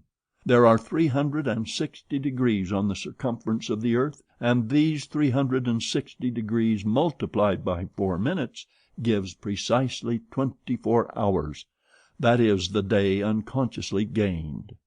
In other words, while Phileas Fogg, going eastward, saw the sun pass the meridian 80 times, his friends in London only saw it pass the meridian 79 times. This is why they awaited him at the Reform Club on Saturday, and not Sunday, as Mr. Fogg thought. And Passepartout's famous family watch, which had always kept London time, would have betrayed this fact if it had marked the days as well as the hours and the minutes. Phileas Fogg, then, had won the £20,000, but as he had spent nearly 19,000 on the way, the pecuniary gain was small. His object was, however, to be victorious and not to win money. He divided the £1,000 that remained between Passepartout and the unfortunate Fix, against whom he cherished no grudge. He deducted, however, from Passepartout's share the cost of the gas, which had burned in his room for 1920 hours, for the sake of regularity. That evening Mr. Fogg, as tranquil and phlegmatic as ever, said to Aouda, "Is our marriage still agreeable to you?" "Mr. Fogg," replied she, "it is for me to ask that question. You were ruined, but now you are rich again." "Pardon me, madam, my fortune belongs to you. If you had not suggested our marriage, my servant would not have gone to the Reverend Samuel Wilson's. I should not have been apprised of my error, and—" "Dear Mr. Fogg," said the young woman. "Dear Aouda," replied Phileas Fogg. It need not be said that the marriage took place 48 hours after, and that Passepartout, glowing and dazzling, gave the bride away. Had he not saved her, and was he not entitled to this honor? The next day, as soon as it was light, Passepartout rapped vigorously at his master's door. Mr. Fogg opened it, and asked, "What's the matter, Passepartout?" "What is it, sir? Why, I've just this instant found out—" "What?" "That we might have made the tour of the world in only 78 days." "No doubt," returned Mr. Fogg, "by not crossing India. But if I had not crossed India, I should not have saved Aouda. She would not have been my wife, and—" Mr. Fogg quietly shut the door. Phileas Fogg had won his wager, and had made his journey around the world in 80 days. To do this he had employed every means of conveyance—steamers, railways, carriages, yachts, trading vessels, sledges, elephants. The eccentric gentleman had throughout displayed all his marvelous qualities of coolness and exactitude. But what then? What had he really gained by all this trouble? What had he brought back from this long and weary journey? Nothing, you say? Perhaps so. Nothing but a charming woman, who, strange as it may appear, made him the happiest of men. Truly, would you not for less than that make the tour around the world? End of Chapter 37. End of Around the World in 80 Days by Jules Verne. Translated by George Makepeace Towell. Recording by Ralph J. Snelson.